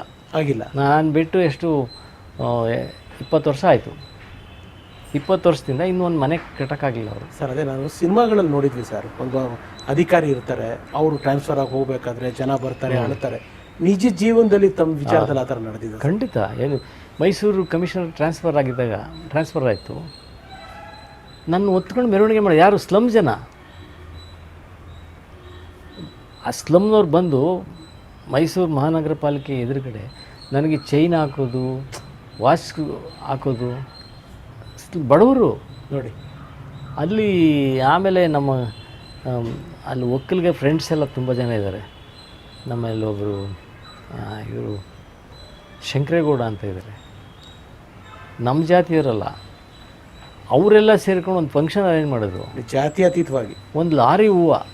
ಅಪ್ಪ ಅಂದರೆ ಅಷ್ಟು ಕೆಲಸ ಮಾಡಿದ್ವಿ ನಾವು. ಕೆಲಸ ಮಾಡಿದರೆ ಅಷ್ಟು ಶ್ರದ್ಧೆ, ಅಷ್ಟು ನಿಷ್ಠೆಯಿಂದ ಇದ್ದೀರಾ ಸರ್. ಆಮೇಲೆ ನನಗೆ ಮತ್ತೊಂದು ಮಾಹಿತಿ ಏನಂತಂದರೆ, ಯಾರೇ ಬಂದು ಕಷ್ಟ ಅಂದರು ಏನಿದೆ ಶಿವರಾಮ್ ಸಾಹೇಬರು ಎತ್ಕೊಡ್ತಾ ಇದ್ರು ಅಂತ. ಅದು ಅಂದರೆ ನಿಮ್ಮ ಒಂದು ಬಡತನ ನಿಮ್ಗೆ ಅದು ಕಲಿಸಿದ ಪಾಠನ ಸರ್? ನಾನು ಸಿನಿಮಾ ಮಾಡುವಾಗ ನಾನು ಯಾರಾದರೂ ತೊಂದರೆಲಿದ್ದಾರೆ ಅಂದರೆ ಅವ್ರು ಖಂಡಿತ ಸಹಾಯ ಮಾಡಿದ್ದೀನಿ. ಅದು ಗೊತ್ತು ಸರ್. ಈ ಮೈಸೂರಿನಲ್ಲಿ ಎಷ್ಟು ಜನ ಫೈಟರ್ಸ್ಗೆ ಮನೆ ಕೊಟ್ಟಿದ್ದೀನಿ ಗೊತ್ತಾ? ನೀವು ಕೇಳಿ ಮೈಸೂರಿನಲ್ಲಿ. ಮೈಸೂರಿನಲ್ಲಿ ಯಾವುದೋ ಒಂದು ಪಿಕ್ಚರ್ ಮಾಡ್ತಾಯಿದ್ವಿ, ಅದು ಯಾವುದು ಅಂತ ಹೇಳ್ತಾರೆ, ಯಾವುದೋ ಮತ್ತೆ ಪಿಕ್ಚರ್ ಮಾಡುವ ಒಬ್ಬ ಅಸೋಸಿಯೇಟ್ ಲೇಟಾಗಿ ಬರೋನು. ಯಾಕೆ ದಿನ ಲೇಟಾಗಿ ಬರ್ತೀಯಾ ಅಂದೆ. ಸರ್, ನಮ್ಮ ಅಮ್ಮನಿಗೆ ಕ್ಯಾನ್ಸರ್ ಆಗಿದೆ, ತುಂಬ ತೊಂದರೆ ಸರ್. ಹೌದಾ, ಹಾಸ್ಪಿಟ್ಲಿಗೆ ಸೇರಿಸಪ್ಪ ಅಂದೆ. ದುಡ್ಡೇ ಇಲ್ಲ ಸರ್. ಏನು ಬೇಕು? ದುಡ್ಡು ಬೇಕು, ಎಷ್ಟು ಬೇಕಾಗುತ್ತಪ್ಪ, ಒಂದು 20,000 ಬೇಕು. ಆಗ ಅವತ್ತಿನ ಕಾಲದಲ್ಲಿ 20,000. ಒಂದು ಲೆಟ್ರ್ ಕೊಡು ಅಂತ ಅಂದೆ. ಅವಾಗ ಕಮಿಷನ್ರು, ಸರಿ 20,000 ಸ್ಯಾಂಕ್ಷನ್ ಮಾಡಿದೆ ನಾನು. ಈ ರೀತಿ ತುಂಬ ಮಾಡಿದ್ದೀವಿ ನಾವು. ಅದೇ ಆದರೆ ನಾನು ಹೇಳೋದು ಸರ್, ನಾನು ಅದಕ್ಕೆ ನನ್ನ ಪ್ರಶ್ನೆ ಅದೇ ಆಗಿತ್ತು. ಬಡವ್ರಿಗೆ ಅಥವಾ ಯಾರದೇ ಒಂದು ಕಷ್ಟಕ್ಕೆ ಸ್ಪಂದಿಸ್ತಿರಲ್ಲ, ಇಮಿಡಿಯೇಟಾಗಿ ಸ್ಪಂದಿಸ್ತೀರ, ಆ ಸ್ಪಂದನೆಗೆ ನಿಮ್ಮ ಒಂದು ಬಡತನ ಅಥವಾ ನಿಮ್ಮ ಒಂದು ಒತ್ತಡ ಕಾರಣನ ಸರ್? ನಾನು ಕೊಪ್ಪಳದಲ್ಲಿ ಒಂದು ಸಾರಿ ಡಿ ಸಿ ಆಗಿ ಹೋದ ತಕ್ಷಣ, ಹೊಸ ಜಿಲ್ಲೆ ನಾನೇ ಕ್ರಿಯೇಟ್ ಮಾಡಿದ್ದು. ಡಿ ಸಿ ಆಗಿ ಹೋದ ತಕ್ಷಣ ಅವರು ಪತ್ರಕರ್ತರೆಲ್ಲ ಬಂದರು, ಸರ್ ನೀವು ಈ ಜಿಲ್ಲೆಗೆ ಏನು ಮಾಡ್ತೀರಿ ಅಂತೇಳಿ, ಹೊಸದಾಗಿ ಬಂದಿದ್ದೀರಿ, ಹೊಸ ಜಿಲ್ಲೆ ಇದು, ಏನು ಮಾಡ್ತೀರಿ ಅಂತ. ಅದಕ್ಕೆ ನಾನು ಹೇಳಿದೆ, ಗುಡಿಸಲಿನಿಂದ ಗುಡಿಸಲಿಗೆ ಅಂತ ಬರ್ಕೊಳ್ರಿ ಅಷ್ಟೇ ಅಂತ. ಏನು ಸರ್ ಹಂಗಂದ್ರೆ, ನಾನು ಗುಡಿಸಲಲ್ಲಿ ಹುಟ್ಟಿದ್ದೀನಪ್ಪ, ಗುಡಿಸಲಿನವ್ರಿಗೋಸ್ಕರ ಕೆಲಸ ಮಾಡ್ತೀನಿ ಅಷ್ಟೇ, ಜನರಿಂದ ಜನರಿಗಾಗಿ. ಹಾಂ ಅಷ್ಟೇ, ಗುಡಿಸಲಿಂದ ಗುಡಿಸಲಿಗೆ ಗೊತ್ತು ಅಷ್ಟೇ. ಹಾಗಾಗಿ ನಮ್ಮ ದಾವಣಗೆರೆಯಲ್ಲಿ ಕೆಲಸ ಮಾಡ್ತಿದ್ವಲ್ಲ, ಬೆಳಿಗ್ಗೆ 6 ಗಂಟೆಗೇನೆ ಈ ಮೈಸೂರು ಕಮಿಷನರ್ ಆಗಿದೆ, ಬೆಳಿಗ್ಗೆ 6 ಗಂಟೆಗೆ ಪರ್ಕೆ ಹಿಡ್ಕೊಂಡು ರೋಡಲ್ಲಿ ಇರ್ತಿದ್ವಿ ನಾವು. ಬಿಜಾಪುರದಲ್ಲೂ ಅಷ್ಟೇ, ಬೆಳಿಗ್ಗೆ ಪರ್ಕೆ ಸಂಖ್ಯೆಗಳೆಲ್ಲ ಗುದ್ಲಿ ಎಲ್ಲ ನನ್ನ ಕಾರಲ್ಲಿ ಇರ್ತಿದ್ವು. 6 ಗಂಟೆಗೆ ಹೋಗಿ ಅಟೆಂಡೆನ್ಸ್ ತೊಗೊಂಡು ಎಲ್ಲಿ ಕಸ ಸಿಗುತ್ತೆ ಅಲ್ಲಿ ಕಸ ಗುಡಿಸೋದು. ಯಾವಾಗ 88ನಲ್ಲಿ, ಸ್ವಚ್ಛ ಭಾರತ ಸ್ಟಾರ್ಟ್ ಮಾಡಿ 89ನಲ್ಲಿ, 89ರಲ್ಲಿ. ಹಾಂ, ನೀವು ಕೇಳಿ ಯಾರನ್ನಾರು ಕಸ ಗುಡಿಸಿದ ಕಮಿಷನರ್ ಅಂತ ಬಾಕ್ಸ್ ಐಟಮ್ ಮಾಡಿ ಹಾಕೋರು. ಸರ್ ನೀವು ಡಿ ಸಿ ಆಗಿ ಹೋಗ್ತಾ ಇದ್ರಿ, ಸಿನಿಮಾ ಇಮೇಜ್ ಬಂದಿತ್ತು, ಆ ಇಮೇಜು ಎಷ್ಟು ಪ್ಲಸ್ ಆಗಿತ್ತು ಸರ್? ಭಾಳ ಪ್ಲಸ್. ಯಾಕೆಂದರೆ ಕೆಲವರು ಆಫೀಸರ್ ಹೆಸರು ಕೇಳಿರ್ತಾರೆ, ನೋಡಿರಲ್ಲ. ಈ ಸಿನಿಮಾ ಇಮೇಜ್ ಇದೆಯಲ್ಲ, ಅದು ನನಗೆ ಎಷ್ಟು ಮೈಲೇಜ್ ಕೊಡ್ತು ಅಂತ ಅಂದರೆ, ಎಲ್ಲ ಕಡೆ ರೆಕಗ್ನಿಷನ್, ಫೇಸ್ ರೆಕಗ್ನಿಷನ್. ಈಗ ನೋಡಿ, ನಮ್ಮಲ್ಲಿ ಅವಾಗ ಒಬ್ಬ ಚೀಫ್ ಸೆಕ್ರೆಟ್ರಿ ಇರ್ತಾರೆ, ಅವ್ರು ರೋಡಲ್ಲಿ ಹೋದರೆ ಅವ್ರನ್ನ ಯಾರೂ ಮಾತಾಡ್ಸಲ್ಲ, ಸತ್ಯ. ನಮ್ಮನ್ನೆಲ್ಲ ಮಾತಾಡ್ಸ್ತಾರೆ. ನನ್ನ ಬರ್ತ್ಡೇ, ನಾನು ದಾವಣಗೆರೆ ಡಿ ಸಿ ಇದ್ದೆ, ನನ್ನ ಬರ್ಡೇ ದಿವಸ ಅದು ಯಾವುದೋ ಪಿಕ್ಚರ್ ಮಾಡ್ತಾಯಿದ್ವಿ, ಅವನು 2 ಪೇಜ್ ಫುಲ್ ಪೇಜು ಆ್ಯಡು ಏನು ಬರ್ಡೇಗೆ, ಅದನ್ನು ಅವನು ಯಾರೋ ಒಬ್ಬ ನೋಡ್ಬಿಟ್ಟಿದ್ದಾನೆ, ಡರ್ಟಿ ಫೆಲೋ ಒಬ್ಬ ಇದ್ದ, ಅವನು ಆ ಕಾನ್ಫರೆನ್ಸಲ್ಲಿ ಮಾತಾಡ್ತಾನೆ. ಕೆಲವು ಆಫೀಸರ್ಸು ಪರ್ಮಿಷನ್ ಇಲ್ಲದೆ ಆ್ಯಕ್ಟ್ ಮಾಡ್ತಾರೆ, ಪರ್ಮಿಷನ್ ಇಲ್ಲದೆ ಶೂಟಿಂಗ್ ಹೋಗ್ತಾರೆ. ಆವಾಗಲೇ ಗೊತ್ತಾಯ್ತು ಜನಗಳಿಗೆ ಫಿಲ್ಮ್ ಆ್ಯಕ್ಟಿಂಗು. ಆವಾಗಲೇ ಸ್ಟೇ ಮಾಡಿದ್ರು ನನಗೆ, ಇದು ಇಶ್ಯೂ ಮಾಡಿ ಗೌರ್ಮೆಂಟಿಂದ ಮಾಡಬಾರ್ದು ಅಂತ ಮಾಡಿ. ಎಲ್ರಿಗೂ ತೊಂದರೆ ಆಯ್ತು, ಅದು ಎಲ್ರಿಗೂ ತೊಂದರೆ ಆಯಿತು. ಅವನು ಒಬ್ಬನಿಂದ ಒಬ್ಬ ಚೀಫ್ ಸೆಕ್ರೆಟ್ರಿ, ಅವ್ನು ಹೊಟ್ಟೆ ಉರಿ, ನನ್ನ ಪಾಪ್ಯುಲಾರಿಟಿ ಕಂಡು ನಿಮ್ಮ ಗ್ರೋತ್ ನೋಡಿ. ಹಾಂ, ಈಗ ನಾವು ರೋಡಲ್ಲಿ ಈಗಲೂ ನಾವು ಎಲ್ಲಾದರೂ ಹೋದರೆ ಎಲ್ಲರೂ ರೆಕಗ್ನೈಸ್ ಮಾಡ್ತಾರೆ ಸಿನಿಮಾಯಿಂದ. ನನ್ನ ಆಫೀಸರು ಕನ್ನಡದಲ್ಲಿ ಪ್ರಥಮವಾಗಿ IAS ಬರೆದು ಪಾಸ್ ಮಾಡಿದ್ವಿ ಅನ್ನೋ ಹೆಗ್ಗಳಿಕೆ. ಈ ಹೆಗ್ಗಳಿಕೆ ಎಲ್ಲ ಹೈಲೈಟ್ ಆಗಿದ್ದು ಸಿನಿಮಾಯಿಂದ ಅಲ್ವಾ? ಹೌದು ಸರ್. ಬೇರೆಯವ್ರಿಗೆ ಇಷ್ಟೊಂದು ಇದು ಸಿಗೋದಿಲ್ಲ, ಮೈಲೇಜ್ ಸಿಗೋಲ್ಲ. ಈಗಲೂ ಎಲ್ಲ ಕಡೆ ಎಲ್ಲೋದ್ರೂ ನನಗೆ, ನಾನು ಯಾರಿಗೂ ನಾನು ಇಂಥವ್ನು ಅಂತ ಹೇಳ್ಕೊಳ್ಳೋ ಅವಶ್ಯಕತೆ ಇಲ್ಲ. ನಾನು ನೋಡಿದ ತಕ್ಷಣ ಗೊತ್ತಾಗುತ್ತೆ. Correct sir. ಈ ಜನ್ರೇಷನ್ವರೆಗೂ ಗೊತ್ತಾಗುತ್ತೆ, ಎಲ್ರಿಗೂ ಗೊತ್ತಾಗುತ್ತೆ. ಇನ್ನೂ ನಾವು ರನ್ನಿಂಗ್ನಲ್ಲಿ ಇದ್ದೀವಲ್ಲ ನಾವು. ಅದೇ ಸರ್, ಎಕ್ಸಾಕ್ಟ್ಲಿ. ಸುಮ್ಮನೆ ಈಗ 12 ಪಿಕ್ಚರ್ ಮಾಡಿದ್ದೀನಿ ಇದುವರೆಗೆ. ಏನೋ ಒಂದು ಆದಲ್ಲಿ ಒಂದು ಯಾವಾಗೋ ಒಂದು ಮಾಡ್ತೀವಿ. ಅಂದರೆ ಫಸ್ಟ್ ಪಿಕ್ಚರ್ ಇಟ್ಟಾದಂಗೆ ಯಾವುದೂ ಆಗಿಲ್ಲ. ಆಗದೆ ಇದ್ರೂ ಕೂಡ ಸಿನಿಮಾದಲ್ಲಿ ಲೈನಲ್ಲಿ ಇದ್ದೀವಲ್ಲ ನಾವು. ಸರ್, ಸಿನಿಮಾ ಒಂದು ಕಡೆ ನೀವು ಮಾಡ್ತಾಯಿದ್ರಿ, ಕೆಲಸ ಮಾಡ್ತಾಯಿದ್ರಿ. ಇವಾಗಲೇ ನಾವು ಮಾತಾಡ್ತೀವಿ, ಕೆಲವು ಮಾಧ್ಯಮಗಳಲ್ಲಿ ತಮಗಾಗದೇ ಇರೋರು, ತಮ್ಮ ಬೆಳವಣಿಗೆನ ಸಹಿಸದೇ ಇರೋರು, ಕೆಲವರು ಹಗುರವಾಗಿ ಬರೀತಾಯಿದ್ರು. ಮನೆಯಲ್ಲಿ ಸರ್, ಯಾಕೆಂದ್ರೆ ನೀವು ಇವರೇ ಟಫ್ ಮ್ಯಾನ್, ನೀವು ತಡೆದ್ರಿ, ಇಂಥ ಸಾಕಷ್ಟು ಏಳು ಬೀಳುಗಳನ್ನ ನೋಡಿದ್ದೀರಾ, ಬಂದಿದ್ದೀರಾ. ಮನೆಯಲ್ಲಿ ಹೇಗಿರ್ತಿತ್ತು? ಮೇಡಮ್ ಅವರಾಗಲಿ, ಮಕ್ಕಳಿನ್ನೂ ಚಿಕ್ಕವು ಒಂದು ಕಾಣುತ್ತೆ ಅವಾಗ. ಸೊ ಮನೇನ ಇವೆರಡು ಕಡೆನೂ ಬ್ಯಾಲೆನ್ಸ್ ಮಾಡಬೇಕಲ್ಲ ಸರ್ ನೀವು. ಈ ಕಡೆ ಒಂದು ಫೇಸ್ ಮಾಡಬೇಕು, ಸೊಸೈಟಿಗೆ ಸರ್ವ್ ಮಾಡಬೇಕು, ಹಾಗೆ ಮನೆಯಲ್ಲೂ ಕೂಡ ಈ ವಿಚಾರಗಳನ್ನ ಆಘಾತ ಆಗದಿರೋ ನೋಡ್ಕೋಬೇಕು. ಅದು ಹೇಗಿತ್ತು ಸರ್ ಆ ಸಂದರ್ಭ? ಇಲ್ಲಿ ಇನ್ನೊಂದು ನನ್ನ ನೇಚರ್ ಏನಂದರೆ, ನನ್ನ ಬಗ್ಗೆ ಹೊಗಳು ಬರೆದ್ರೂ ಓದಲ್ಲ, ತೆಗಳು ಬರೆದ್ರೂ ಓದಲ್ಲ, ತಲೆ ಕೆಡಿಸ್ಕೊಳ್ಳೋದು. ನಾನು ಓದೋದೇ ಇಲ್ಲ ನಾನು. ಇಲ್ಲ, ಏನೋ ಅಂಥ ಇಂಪಾರ್ಟೆಂಟ್ ಪತ್ರಿಕೆ ಅಂತ ಅಂದರೆ ಏನಾದ್ರು ಬರೆದಿದ್ರೆ ಓದ್ತೀವಿ. ಈ ನನ್ನ ಬಗ್ಗೆ ಹೊಗಳಿಗೆ ಬರೆಯೋದಕ್ಕಿಂತ ಜಾಸ್ತಿ ತೆಗಳು ಬರೆದಿರೋರು ಭಾಳ ಬರೆದವ್ರೆ. ಅದಕ್ಕೆ ನಾನು ಓದೋದಿಲ್ಲ. ಯಾಕೆ ಏನು ಬರ್ಕೊಂಡ್ರೆ ಈ public memory is very short. Very true ಅಲ್ವಾ?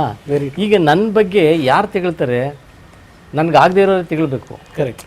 ಈಗ ನೀವು ನನ್ನ ಬಗ್ಗೆ ಚೆನ್ನಾಗಿದ್ದರೆ, ನೀವು ನನ್ನ ಬಗ್ಗೆ ಯಾರು ತೆಗಳಿದ್ರು ನನ್ನ ಬಗ್ಗೆ ಒಳ್ಳೆಯದೇ ಹೇಳ್ತೀರಿ. ನಿಮ್ಮ ಇಮೇಜ್ ಯಾವತ್ತೂ ಬದಲಾಗಲ್ಲ. ನಾನು ಬಡವ್ರಿಗೋಸ್ಕರ ಕೆಲಸ ಮಾಡ್ತೀನಿ ಅಂತ ಎಲ್ರಿಗೂ ಗೊತ್ತು. ಈಗ ನೀವು ನೀವು ಯಾವ ಹಳ್ಳಿಗೆ ಹೋಗಿ ನಮ್ಮ ಜನ ನನ್ನನ್ನು ಪ್ರೀತಿಸ್ತಾರೆ. ಯಾಕೆ ಅಂತಂದರೆ ಹೊಸ ಈ ಸಮಾಜ ಕಲ್ಯಾಣ ಇಲಾಖೆಯಲ್ಲಿ ಇದ್ದೆ ನಾನು.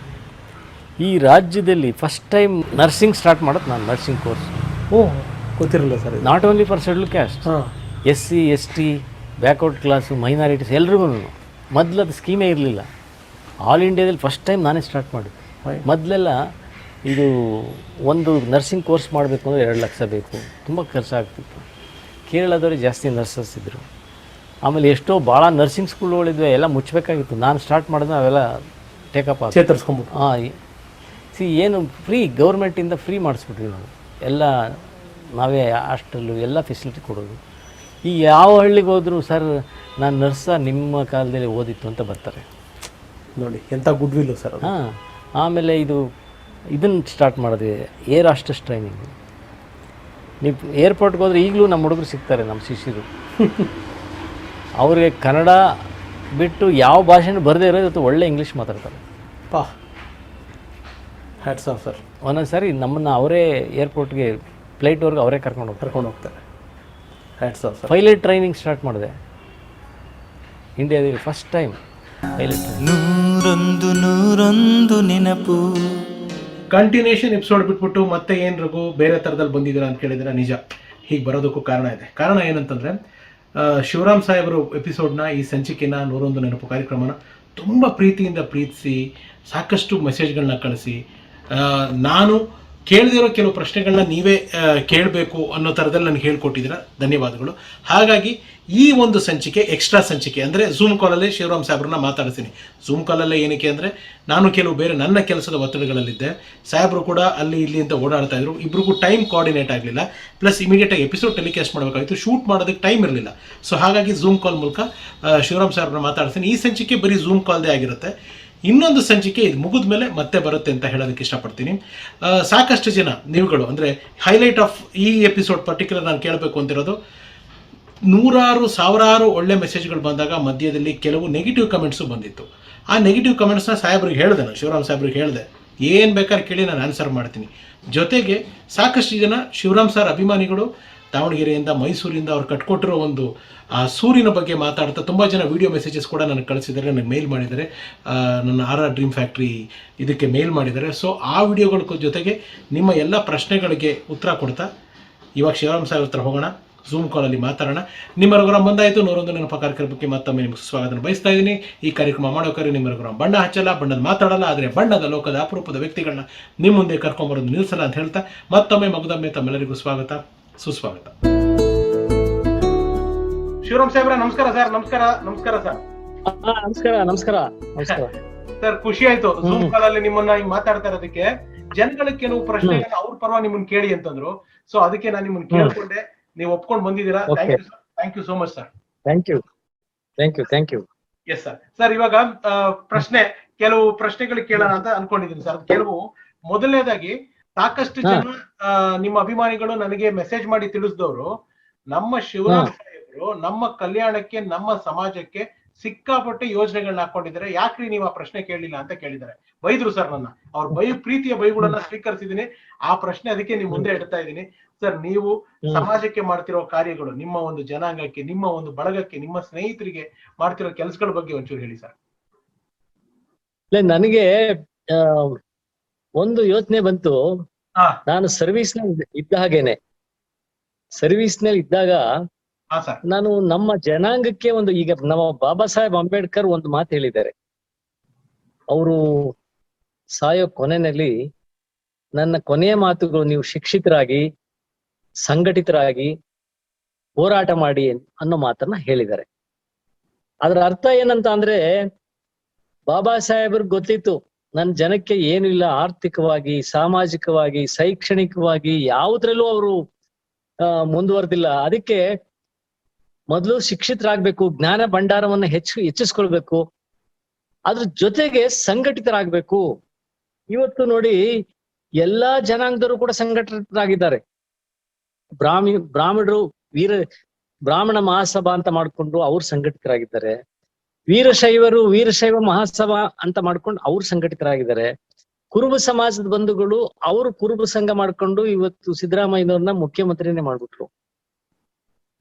ಎಲ್ಲಾ ಜನಾಂಗದವರು ಕೂಡ ಸಂಘಟಿತರಾಗಿದ್ದಾರೆ, ಮುಸಲ್ಮಾನರು ಸಂಘಟಿತರಾಗಿದ್ದಾರೆ.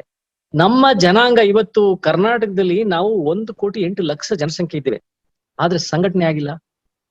ಈ ದೇಶದಲ್ಲಿ ನಮ್ಮವರೊಬ್ಬರನ್ನ, ನಮ್ಮ ಈ ರಾಜ್ಯದಲ್ಲಿ ನಮ್ಮವರೊಬ್ಬರನ್ನ ಮುಖ್ಯಮಂತ್ರಿ ಮಾಡ್ಲಿಕ್ಕೆ ಆಗಿಲ್ಲ. ಇದಕ್ಕೆ ಕಾರಣ ಏನಂತ ಅಂದ್ರೆ ನಾವು ಅಸಂಘಟಿತರಾಗಿರೋದು, ಸಂಘಟಿತರಾಗದೇ ಇರೋದು. ಅದಕ್ಕೆ ನಾನು ಯೋಚನೆ ಮಾಡಿದೆ, ನಮ್ಮ ಜನಾಂಗಕ್ಕೆ ಒಂದು ಸಂಘ ಯಾಕೆ ಕಟ್ಟಬಾರ್ದು ಅಂತ ಅನ್ಬಿಟ್ಟು ಛಲವಾದಿ ಮಹಾಸಭಾ ಅಂತ ಒಂದು ದೊಡ್ಡ ಸಂಘಟನೆಯನ್ನ ಕಟ್ಟಿ 3 ಮಹಾ ಸಮಾವೇಶಗಳನ್ನ ಮಾಡಿದ್ದೀನಿ. ಶಿವಮೊಗ್ಗದಲ್ಲಿ ಫಸ್ಟ್ ಟೈಮ್ 2.5 ಲಕ್ಷ ಜನ ಸೇರಿಸಿ ಯಡಿಯೂರಪ್ಪನವರು ಮುಖ್ಯಮಂತ್ರಿ ಆಗಿದ್ದಾಗ ಒಂದು ಸಮಾವೇಶ ಮಾಡಿದ್ವಿ. ಅವಾಗ ಅವ್ರನ್ನ ಕೇಳ್ಕೊಂಡು 2 ಎಕರೆ ಜಾಗ ಕೊಡಿ, ಬೆಂಗಳೂರಿನಲ್ಲಿ ನಮ್ದು ಜಾಗ ಇಲ್ಲ ಅಂತ ಹೇಳಿ ಅವ್ರು 2 ಎಕರೆ ಜಾಗನೂ ಕೊಟ್ರು, 10 ಕೋಟಿ ರೂಪಾಯಿಗಳನ್ನ ಮಂಜೂರಿ ಕೂಡ ಮಾಡಿದ್ರು. ಈಗ ವಿಶ್ವೇಶ್ವರ ಲೇಔಟ್ ನಲ್ಲಿ ಒಂದು ದೊಡ್ಡ ಸಮುದಾಯ ಭವನ ಕಟ್ತಾ ಇದ್ದೀವಿ. ಈಗಾಗ್ಲೇ ನಾವು ಒಂದು 10 ಕೋಟಿ ರೂಪಾಯಿ ಬಿಡುಗಡೆ ಮಾಡಿದ್ದೀವಿ. ಬೀದರ್ನಲ್ಲಿ ಒಂದು ದೊಡ್ಡ ಸಮುದಾಯ ಭವನ ಮಾಡ್ತಾ ಇದೀವಿ, 2 ಎಕರೆ ಜಾಗ ಕೊಟ್ಟಿದ್ದಾರೆ. ಶಿವಮೊಗ್ಗದಲ್ಲಿ ಕಲ್ಯಾಣ ಮಂಟಪ ಮಾಡಿದ್ದೀವಿ, ದಾವಣಗೆರೆಯಲ್ಲಿ ಮಾಡಿದ್ದೀವಿ, ಎಲ್ಲಾ ಕಡೆ ಮಾಡ್ತಾ ಇದ್ದೇವೆ. ಹೀಗೆ ಇಲ್ಲಿ ನಾನು ಸುಮ್ಮನೆ ಇಲ್ಲ, ಛಲವಾದಿ ಮಹಾಸಭಾ ಅಂತ ಒಂದು ದೊಡ್ಡ ಸಂಘಟನೆ. ಇದುವರೆಗೂ ಒಂದು ಸ್ವಲ್ಪ ಡಿಸ್ಪ್ಯೂಟ್ ಇತ್ತು, ಅದಕ್ಕೆ ನಾವು ಹೈಕೋರ್ಟ್ಗೆ ಹೋಗಿ ಹೈಕೋರ್ಟ್ ನಲ್ಲಿ ಈಗ ಎಲೆಕ್ಷನ್ ಮಾಡಿ ಅಂತ ಆದೇಶ ಮಾಡಿದ್ದಾರೆ. ಎಲೆಕ್ಷನ್ ಆದ್ರೆ ನಾನು ಇನ್ನೂ ದೊಡ್ಡ ಯೋಜನೆ ಹಾಕೊಂಡಿದ್ದೀನಿ, ನಮ್ಮ ಜನಾಂಗಕ್ಕೆ ಒಂದು ಕಾಂಪಿಟೇಟಿವ್ ಎಕ್ಸಾಮಿನೇಷನ್ ಸೆಂಟರ್ ಮಾಡ್ಬೇಕು, ರೆಸಿಡೆನ್ಸಿಯಲ್ ಟ್ರೈನಿಂಗ್ ಸೆಂಟರ್ ಮಾಡ್ಬೇಕು. ಯಾರ್ಯಾರು ಕಾಂಪಿಟೇಟಿವ್ ಎಕ್ಸಾಮಿನೇಷನ್ ಓದ್ತಾರೆ ಅವ್ರಿಗೆಲ್ಲ ರೆಸಿಡೆನ್ಸ್ ಸೌಕರ್ಯ ಕೊಟ್ಟು, ಒಳ್ಳೆ ಟ್ರೈನಿಂಗ್ ಕೊಟ್ಟು, ಅವ್ರು ಪಾಸ್ ಆಗೋವರೆಗೂ ಹೊರಗಡೆ ಕಳಿಸ್ಬಾರ್ದು. ಇದು ನಮ್ಮ ಯೋಜನೆ. ಇದನ್ನ ಮಾಡ್ತಾ ಇದ್ದೀನಿ. SM ಕೃಷ್ಣನಗರ ಮೊದಲ ಹಂತದಲ್ಲಿ ಆಶ್ರಯ ಮನೆಗಳಲ್ಲಿ ವಾಸವಾದಂಥವರಿಗೆ ಅಂದಿನ ಜಿಲ್ಲಾಧಿಕಾರಿ ಕೆ. ಶಿವರಾಮ್ ಅವರು ಇಲ್ಲಿ ನಗರ ಪ್ರಾಥಮಿಕ ಆರೋಗ್ಯ ಕೇಂದ್ರ SM ಕೃಷ್ಣನಗರದಲ್ಲಿ ಕಟ್ಟಿಸಿದ್ದಾರೆ. ಈ ಭಾಗದ ಜನಗಳೆಲ್ಲ ಇಲ್ಲಿ ಬಂದು ಚಿಕಿತ್ಸೆ ಪಡ್ತಿದ್ದಾರೆ.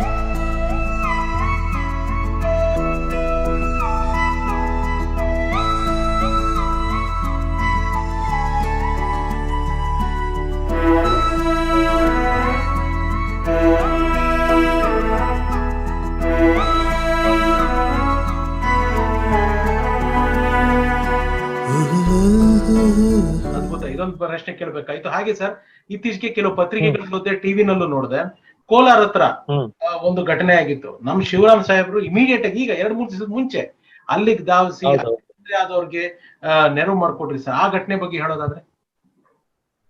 ಕೋಲಾರದಲ್ಲಿ ಒಂದು ಅಹಿತಕರ ಘಟನೆ ನಡೀತು. ನಮ್ಮ ಹೆಣ್ಮಕ್ಳಿಗೆ 3 ಜನ ಹೆಣ್ಮಕ್ಳಿಗೆ ಅವ್ರು ಯಾರೋ ಒಬ್ರು ಚುಡಾಯಿಸ್ತಾ ಇದ್ರು. ಅವ್ರಿಗೆ ಬಹಳ ದಿವಸ 6 ತಿಂಗಳಿಂದ ತೊಂದರೆ ಕೊಡ್ತಾ ಇದಾರಂತೆ. ಕೊನೆಗೆ ಹುಡುಗಿರ ಅಣ್ಣ ಹೋಗಿ ಗಲಾಟೆ ಮಾಡಿದ್ದಾನೆ, ಯಾಕೆ ಹಿಂಗ್ ಮಾಡ್ತೀನಿ ಅಂತ ಹೇಳಿ. ನಮ್ಮ ಸವರ್ಣೀಯ ಬಂಧುಗಳಿಗೂ ಅದ್ ಯಾಕೆ ಆ ರೀತಿ ಮನ್ಸು ಬಂತು ಗೊತ್ತಿಲ್ಲ. ಅವ್ರು ಹೋಗಿ ಚೆನ್ನಾಗಿ ಹೊಡೆದ್ಬಿಟ್ಟಿದ್ದಾರೆ. ಹೆಣ್ಮಕ್ಳಿಗೂ ಹೊಡೆದಿದ್ದಾರೆ, ಮತ್ತೆ ಅವ್ರ ತಂದೆ ತಾಯಿಗಳಿಗೂ ಹೊಡೆದಿದ್ದಾರೆ. ಸುಮಾರು ಒಂದು 7-8 ಜನಕ್ಕೆ ಹೇಟಾಗಿದೆ. ಅದ್ರಲ್ಲಿ ಒಬ್ರು ಹಿಂದುಳಿದ ವರ್ಗದವರು ಇದ್ದಾರೆ, ಬರೀ ನಮ್ಮವ್ರು ಒಬ್ರೇ ಅಲ್ಲ. ನಾನು ಅವ್ರಿಗೆ ಅವ್ರಿಗೆ ಜಮೀನ್ ಕೊಡ್ಸೋ ವ್ಯವಸ್ಥೆ ಮಾಡ್ತಾ, ಒಬ್ಬ ಜಮೀನ್ ಇಲ್ದೇ ಇರೋರ್ಗೆ ಬೋರ್ವೆಲ್ ಸೌಲಭ್ಯ, ಮತ್ತೆ ಸಾಲ ಸೌಲಭ್ಯ, ಮತ್ತೆ ಅವ್ರಿಗೆಲ್ಲ ಪರಿಹಾರ ಅಂತ ಕೊಟ್ಟಾಯ್ತು. ಈಗ ಇದೆಲ್ಲ ಮಾಡಿ ಬಂದಿದ್ದೇನೆ. ಇದು ಒಂದೇ ಅಂತ ಅಲ್ಲ, ಎಲ್ಲಾ ಕಡೆ ಎಲ್ಲಿ ತೊಂದರೆ ಆಗುತ್ತೆ ಅಂತ ಕಡೆಗೆ ನಾನು ಭೇಟಿ ಕೊಟ್ಟು ಸಹಾಯ ಮಾಡ್ಬೇಕು ಅನ್ನೋದೇ ನಮ್ಮ ಗುರಿ. ಈಗ ಮೊನ್ನೆ ಇವತ್ತು ಫೋನ್ ಮಾಡಿದ್ರು ನನಗೆ, ಎಲ್ಲಿ ಟಿ ನರಸೀಪುರದಲ್ಲಿ ಒಂದು ಹಿರಿಯೂರ್ ಅಂತ ಇದೆ, ಅಲ್ಲಿ ನಮ್ಮ ಹುಡುಗರಿಗೆ ಅವರು ಕೂಲಿ ಕೇಳಕ್ ಹೋಗೋದಕ್ಕೆ ಹೊಡೆದ್ಬಿಟ್ಟಿದ್ದಾರೆ. ಅಷ್ಟೇ ಅಲ್ಲ, ಈಗ ಏನ್ ಟ್ರೆಂಡ್ ಆಗಿದೆ ಕರ್ನಾಟಕದಲ್ಲಿ, ಏನ್ ಟ್ರೆಂಡ್ ಅಂತ ಅಂದ್ರೆ, ನಮ್ಮ ಜನಾಂಗದ ಬಗ್ಗೆ ದಲಿತರ ಮೇಲೆ ಏನಾದ್ರು ದೌರ್ಜನ್ಯ ಆದ್ರೆ ಇವ್ರು ಕಂಪ್ಲೇಂಟ್ ಕೊಟ್ರೆ ಅವ್ರು ಕೊಡೋದ್ ಮೊದಲೇ ಇನ್ನೊಂದು ಕೌಂಟರ್ ಕೇಸ್ ಹಾಕ್ಬಿಡ್ತಾರೆ. ಸವರ್ಣೀಯರು ಕೌಂಟರ್ ಕೇಸ್ ಹಾಕ್ತಾರೆ. ಇದು ಬಹಳ ಅನ್ಯಾಯ. ನಮಗೆ ಒಳ್ಳೆ ವಾತಾವರಣದಲ್ಲಿ ಬದುಕಬೇಕು ಅಂತಂದ್ರೆ ನಮ್ಮ ಸವರ್ಣೀಯ ಬಂಧುಗಳು ದಲಿತರನ್ನು ಕೂಡ ಮನುಷ್ಯರು ಅಂತ ಟ್ರೀಟ್ ಮಾಡ್ಬೇಕು. ಹೀಗೆ ನೀವು ಬಾಬಾ ಸಾಹೇಬ್ ಅಂಬೇಡ್ಕರ್ ಸೀರಿಯಲ್ ನ ಬಹಳ ಜನ ನೋಡ್ತಾ ಇದಾರೆ. ಅವ್ರು ಎಷ್ಟು ಕಷ್ಟಪಟ್ರು, ಎಷ್ಟು ನೋವನ್ನ ಅನುಭವಿಸಿದ್ರು. ಆ ನೋವನ್ನ, ಅವ್ರ ಅನುಭವನ ಎಲ್ಲ ಒಟ್ಟಾರೆ ಕ್ರೋಢೀಕರಿಸಿ ಸಂವಿಧಾನದಲ್ಲಿ ಕಾಣಿಸ್ತದೆ. ಅಂಬೇಡ್ಕರ್ ಎಷ್ಟು ಅನುಭವಿಸಿದ್ರು, ಎಷ್ಟು ತೊಂದರೆ ಪಟ್ರು, ಅದೆಲ್ಲ ಸಂವಿಧಾನದಲ್ಲಿ ಅಡಕ ಮಾಡಿದ್ದಾರೆ.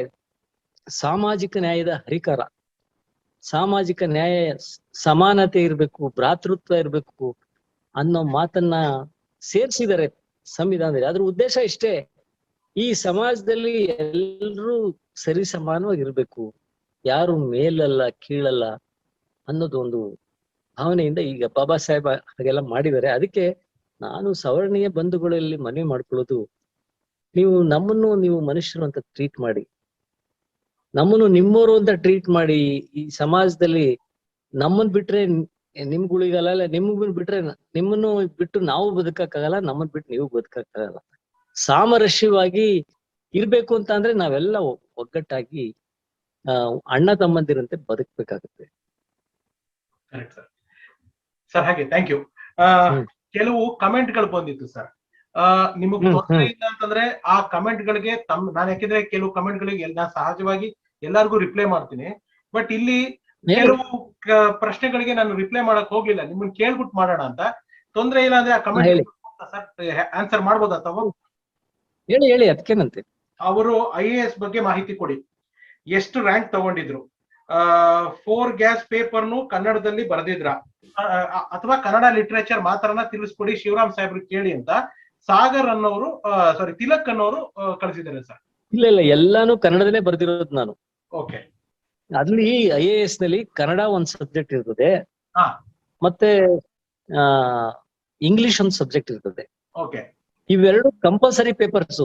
ಇವೆರಡನ್ನ ಪಾಸ್ ಆದ್ರೆ ಬೇರೆ ಪೇಪರ್ಸ್ ನ ಅವರು ವ್ಯಾಲ್ಯೂ ಮಾಡ್ತಾರೆ. ಆಪ್ಷನಲ್ ಪೇಪರ್ ನಾನು ಹಿಸ್ಟ್ರಿ ಮತ್ತೆ ಕನ್ನಡ ಲಿಟ್ರೇಚರ್ ತಗೊಂಡಿದ್ದೇನೆ. ಹಿಸ್ಟ್ರಿ, ಕನ್ನಡ ಲಿಟ್ರೇಚರ್ ಎಲ್ಲಾನು ಕನ್ನಡದಲ್ಲೇ ಬರದೆ ನಾನು. ಜನರಲ್ ನಾಲೆಡ್ಜ್ ಕೂಡ ಕನ್ನಡದಲ್ಲೇ ಬರದೆ. ನಮ್ಮ ತಿಲಕ್ ಅವರಿಗೆ ಮಾಹಿತಿ ಸಿಕ್ಕಿದೆ ಅಂತ ಕಾಣುತ್ತೆ ಸರ್. ಮುಂದಿನ ಪ್ರಶ್ನೆ ನವೀನ್ ಕುಮಾರ್ ಅನ್ನೋರು ಒಂದು ಪ್ರಶ್ನೆ ಕಳಿಸಿದ್ದಾರೆ ಸರ್. ಶಿವರಾಮ್ ಸರ್ ಅವ್ರದ್ದು ಬಯೋಪಿಕ್ ಮೂವಿ ಮಾಡಿದ್ರೆ ಸೂಪರ್ ಆಗಿರುತ್ತೆ ಸರ್. ರಘುರಾಮ್ ಸರ್ ನೀವೇ ಸ್ಟೋರಿ ಮಾಡಿ ಡೈರೆಕ್ಟ್ ಮಾಡಬಹುದು ಸರ್. ಒಂದು ಸ್ಟ್ರಿಕ್ಟ್ IAS ಆಫೀಸರ್ದು ಸ್ಕ್ರೀನ್ ಪ್ಲೇ ಸ್ಟ್ರಾಂಗ್ ಆಗಿ ಮಾಡಿದ್ರೆ ಚೆನ್ನಾಗಿರುತ್ತೆ. ಶಿವರಾಮ್ ಸರ್ ಮಾಡ್ತೀರಾ ಅಂತ ಕೇಳಿದ್ರು ಸರ್. ಆಗ್ಬೋದು, ನಾನ್ ರೆಡಿ ಮಾಡಕ್ಕೆ. ಸರ್ ಮತ್ತೊಂದು ಸರ್ ದಿಸ್ ಇಸ್ ಇಂಡಿಯಾ.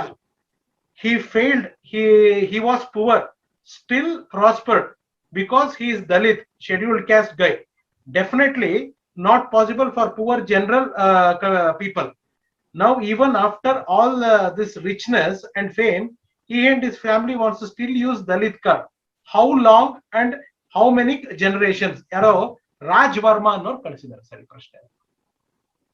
ನೋಡಿ ರಾಜ್ ವರ್ಮಾ ಅವರೇ, ಒಂದ್ ಮಾತು ತಿಳ್ಕೊಳ್ಳಿ. ಈ ದೇಶದಲ್ಲಿ ಎಲ್ಲಿವರೆಗೆ ಅಸ್ಪೃಶ್ಯತೆ ಇರುತ್ತೆ ಅಲ್ಲಿವರೆಗೂ ರಿಸರ್ವೇಶನ್ ಬೇಕೇ ಬೇಕು. ನಾನು IAS ಅಧಿಕಾರಿ ಆಗ್ಬೋದು, ಇನ್ನೊಬ್ರು ರಾಜಕಾರಣಿ ಆಗ್ಬೋದು, ನಮ್ಮನ್ನ ನೀವು ದಲಿತ್ ಅಂತ ನೋಡ್ತೀರೇ ಹೊರತು ನಮ್ಮನ್ನ ನಿಮ್ಮವರು ಅಂತ ನೀವು ತಿಳ್ಕೊಂಡಿಲ್ಲ. ನೀವು ನೋಡಿ, ಈ ದೇಶದಲ್ಲಿ ದಲಿತರನ್ನ ದೇವಸ್ಥಾನಕ್ಕೆ ಸೇರ್ಸಲ್ಲ, ದೇವಸ್ಥಾನ ಪ್ರವೇಶ ಇಲ್ಲ. ಹೋಟೆಲ್ನಲ್ಲಿ ಹೊರಗಡೆ ಕಪ್ಪಿಡೋ ಪದ್ಧತಿ ಇದೆ. ಸವರ್ಣೀಯರ ಕೆರೆ ಬಾವಿ ನೀರು ತಗೊಳ್ಳಿಕ್ಕೆ ಅವಕಾಶ ಇಲ್ಲ. ಇಂಥ ಅಸ್ಪೃಶ್ಯತೆ ತಾಂಡವಾಡ್ತಾ ಇರೋ ಇಂಥ ಪರಿಸ್ಥಿತಿನಲ್ಲಿ ದಲಿತರು ಬದುಕೋದೇ ಕಷ್ಟ. ನೀವು ಯಾಕೆ ರಿಸರ್ವೇಶನ್ ಬಗ್ಗೆ ಮಾತಾಡ್ತೀರಿ? ರಿಸರ್ವೇಶನ್ ತಗೊಳ್ದಿರೋ ನೀವು ತಗೊಳಲ್ವಾ ರಿಸರ್ವೇಶನ್? ಇವತ್ತು ನಮ್ಮ ಮೋದಿಯವರು ಪ್ರಧಾನ ಮಂತ್ರಿ ಆದ್ಮೇಲೆ 10% ರಿಸರ್ವೇಶನ್ ಎಲ್ರಿಗೂ ಕೊಟ್ಬಿಟ್ಟಿದ್ದಾರೆ. ಅವ್ರು ಬ್ರಾಹ್ಮಣರಾಗ್ಬೋದು, ಲಿಂಗಾಯತರಾಗ್ಬೋದು, ಯಾರೇ ಆಗ್ಬೋದು, ಎಕನಾಮಿಕಲಿ ವೀಕರ್ ಸೆಕ್ಷನ್ ಆದ್ರೆ ಅವ್ರಿಗೆ 10% ರಿಸರ್ವೇಶನ್ ಸಿಗುತ್ತೆ. ಏನ್ ತೊಂದ್ರೆ? ನಿಮ್ಗೆ ನೋಡಿ, ಮೊದ್ಲು ರಿಸರ್ವೇಶನ್ ಅಂದ ತಕ್ಷಣ ದಲಿತರನ್ನ ಬೆಟ್ ಮಾಡಿ ತೋರಿಸ್ತಾ ಇದ್ರು. ಇವತ್ತಾಗಿಲ್ಲ. ದಲಿತರಿಗೆ ರಿಸರ್ವೇಶನ್ 18% ಅಷ್ಟೇ ಇರೋದು.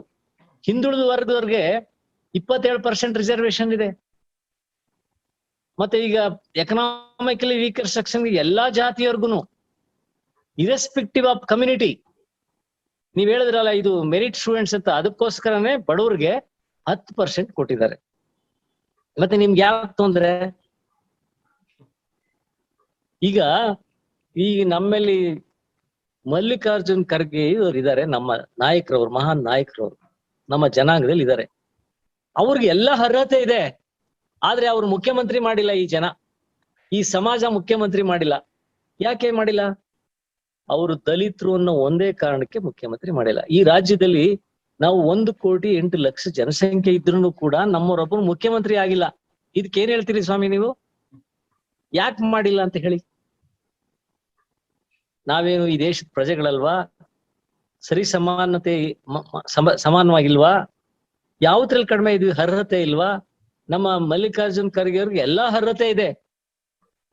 ಅವ್ರನ್ನ ಪಾರ್ಲಿಮೆಂಟ್ ನಲ್ಲಿ ವಿರೋಧ ಪಕ್ಷದ ನಾಯಕರ ಅಲ್ಲೂ ಸಮರ್ಥವಾಗಿ ನಿಭಾಯಿಸಿದ್ರು. ಇವಾಗ ರಾಜ್ಯಸಭಾದಲ್ಲಿ ಇದ್ದಾರೆ, ಆದ್ರೂ ಅವ್ರನ್ನ ಮುಖ್ಯಮಂತ್ರಿಯಾಗಿ ಮಾಡ್ಲಿಲ್ಲ. ಯಾಕೆ ಮಾಡಿಲ್ಲ?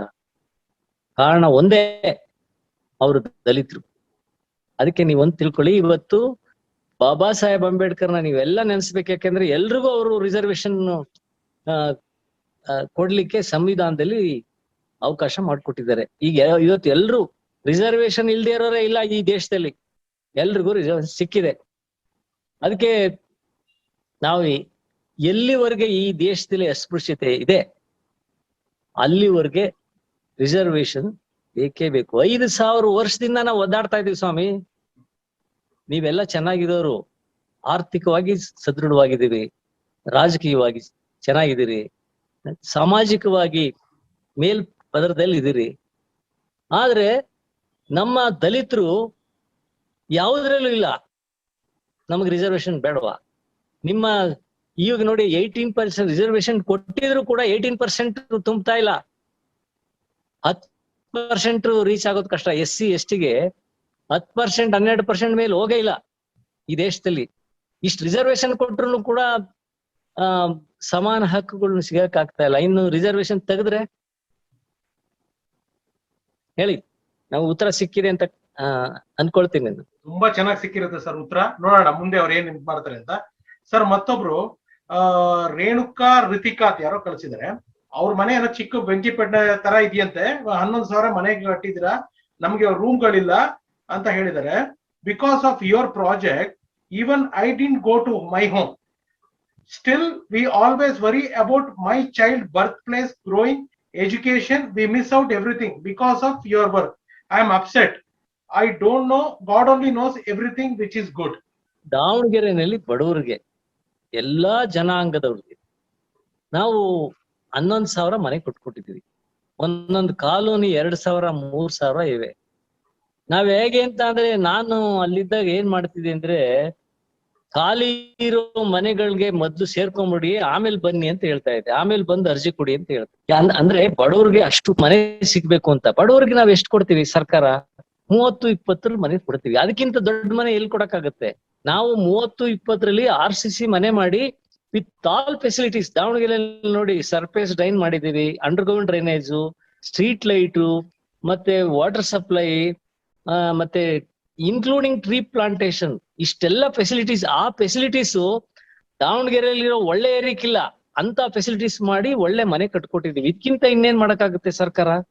ಎಲ್ಲಾನು ಫ್ರೀ ಮಾಡಕ್ಕಾಗಲ್ಲ. ಇಷ್ಟು ಮಾಡಿದ್ಯಲ್ಲ. ನಾನು ಆ ಕಾಲದಲ್ಲಿ ನಾವು 2001-2 ಇದ್ದದ್ದು 30,000ಕ್ಕೆ ಸುಸಜ್ಜಿತವಾದ ಮನೆ ಕಟ್ಕೊಟ್ಟಿದ್ವಿ. ನಾವು ಕಲೆಕ್ಟ್ ಮಾಡೋದು ಕೇವಲ ಒಂದು 5,000 ರೂಪಾಯಿ ಅಷ್ಟೇ. 5,000 ರೂಪಾಯಿ ತಗೊಂಡು ನಾವ್ ಏನ್ ಮಾಡ್ತಿದ್ವಿ? ನೀವು ನೋಡಿ, ಯಾರು ಈ ಕೆಲಸ ಮಾಡಲ್ಲ. ನಾನು ನಮ್ಮ ಅಧಿಕಾರಿಗಳನ್ನೆಲ್ಲ ಕರ್ಕೊಂಡು ರಸ್ತೆಯಲ್ಲಿ ಹೋಗ್ತಿದ್ವಿ. ಬಾಳೆಹಣ್ಣು ಮಾರೋರ್ಗೆ, ಹೂ ಮಾರೋರ್ಗೆ ನಿಮ್ಗೆ ಮನೆ ಬೇಕಂತ ಅಲ್ಲೇ ಸ್ಯಾಂಕ್ಷನ್ ಮಾಡ್ತಿದ್ವಿ. ರಸ್ತೆನಲ್ಲಿ ನಡ್ಕೊಂಡು ಹೋಗ್ತಾ ಇದ್ವಿ, ಕರೆದು ಮನೆಗೆ ಕೊಡ್ತಾ ಇದ್ವಿ. ಕೊನೆಗೆ ಆ ಮನೆಗಳನ್ನ ಏನ್ ಮಾಡಿದ್ವಿ? ಪೇಪರ್ ಸ್ಟೇಟ್ಮೆಂಟ್ ಕೊಟ್ಟೆ, ನೀವ್ ಎಲ್ಲಿ ಮನೆ ಖಾಲಿ ಇದೆ ಮೊದ್ಲು ಸೇರ್ಕೊಂಡ್ಬಿಡಿ, ಆಮೇಲೆ ಅರ್ಜಿ ಕೊಡಿ ಅಂತ ಹೇಳಿ. ಈ ತರ ಯಾರಾದ್ರೂ ಮಾಡಿದಾರ ಕೇಳಿ ಆಫೀಸರ್. ಅಷ್ಟು ಮನೆ ಯಾರು ಕಟ್ಟಿಲ್ಲ with all facilities. One should appreciate. K ಶಿವರಾಮ್ರವರು ಜಿಲ್ಲಾಧಿಕಾರಿ ಆದ ಸಮಯದಲ್ಲಿ ನಮ್ಮ SOG ಕಾಲೋನಿಯಲ್ಲಿ ಪ್ರತಿಯೊಂದು ಕುಟುಂಬಕ್ಕೂ 10,000 ರೂಪಾಯಿ ಅಂತಂದು ಹೇಳಿ 20-30 10,000 ರೂಪಾಯಿದಂತೆ ಕಟ್ಟಿಸಿಕೊಂಡು RCC ಮನೆಯನ್ನು ಕಟ್ಟಿಸಿಕೊಟ್ಟಿದ್ರು ಅಂದು 2000 ಇಸ್ವಿನಲ್ಲಿ. ಇವತ್ತಿಗೂ ಪ್ರತಿಯೊಬ್ಬರು ಅವ್ರ ಹೆಸರು ಹೇಳಿಕೊಂಡು ಕೋಟೆ ಇಟ್ಟು ಸಮೇತ ಪೂಜೆ ಮಾಡುವಂಥ ನೆನಪನ್ನು ಪ್ರತಿ ಸಾರಿ ಮಾಡ್ತಾ ಇದ್ದಾರೆ. ನಮ್ಮಂಥ ಸಾಮಾನ್ಯ ಜನರು ಸೈಟ್ ತಗೊಂಡು ಮನೆ ಕಟ್ಟಿಸ್ಕೋಬೇಕಂದ್ರೆ ತುಂಬ ಕಷ್ಟ. ಅಂಥ ಕಷ್ಟದ ಸಮಯದಲ್ಲಿ ನಮ್ಮ ಡಿ ಸಿ ಸರ್ ಅಂದರೆ ಶಿವರಾಮ್ ಸರ್ ಅವರು ಡಿ ಸಿ ಸರ್ ಅವರು ಅದನ್ನ ಮಕ್ಕಳ ಎಲ್ಲರಿಗೂ ನಮ್ಮ ಸಾಮಾನ್ಯ ಜನರಿಗೆಲ್ಲ ಮನೆಗಳ ಅನುಕೂಲತೆ ಆಗಲಿ ಅಂಥೇಳಿ ಮನೆಗಳನ್ನು ಕಟ್ಟಿಸ್ಕೊಟ್ಟಿದ್ದಾರೆ. ಅವರಿಗೆ ಹೃದಯ ತುಂಬ ಧನ್ಯವಾದಗಳನ್ನು ಅರ್ಪಿಸ್ತಾ ಇದ್ದೀನಿ ನಾನು. ಅವರು ಮಾಡಿದ್ದಷ್ಟು ಕೆಲಸಗಳು, ಅವರು ಮಾಡಿದ್ದಷ್ಟು ಕಾರ್ಯಗಳು ಯಾರೂ ಬಂದು ಮಾಡಿದ್ದಿಲ್ಲ. ಆದರೆ ಶಿವರಾಮ್ ಸಾಹೇಬರು ಅಂದರೆ ಸಣ್ಣ ಮಕ್ಕಳಿಗೂ ಸತಿಗೂ ಆವಾಗ ಭಾಳ ಪರಿಚಯ ಆಗಿಬಿಟ್ಟಿದ್ದಾರೆ.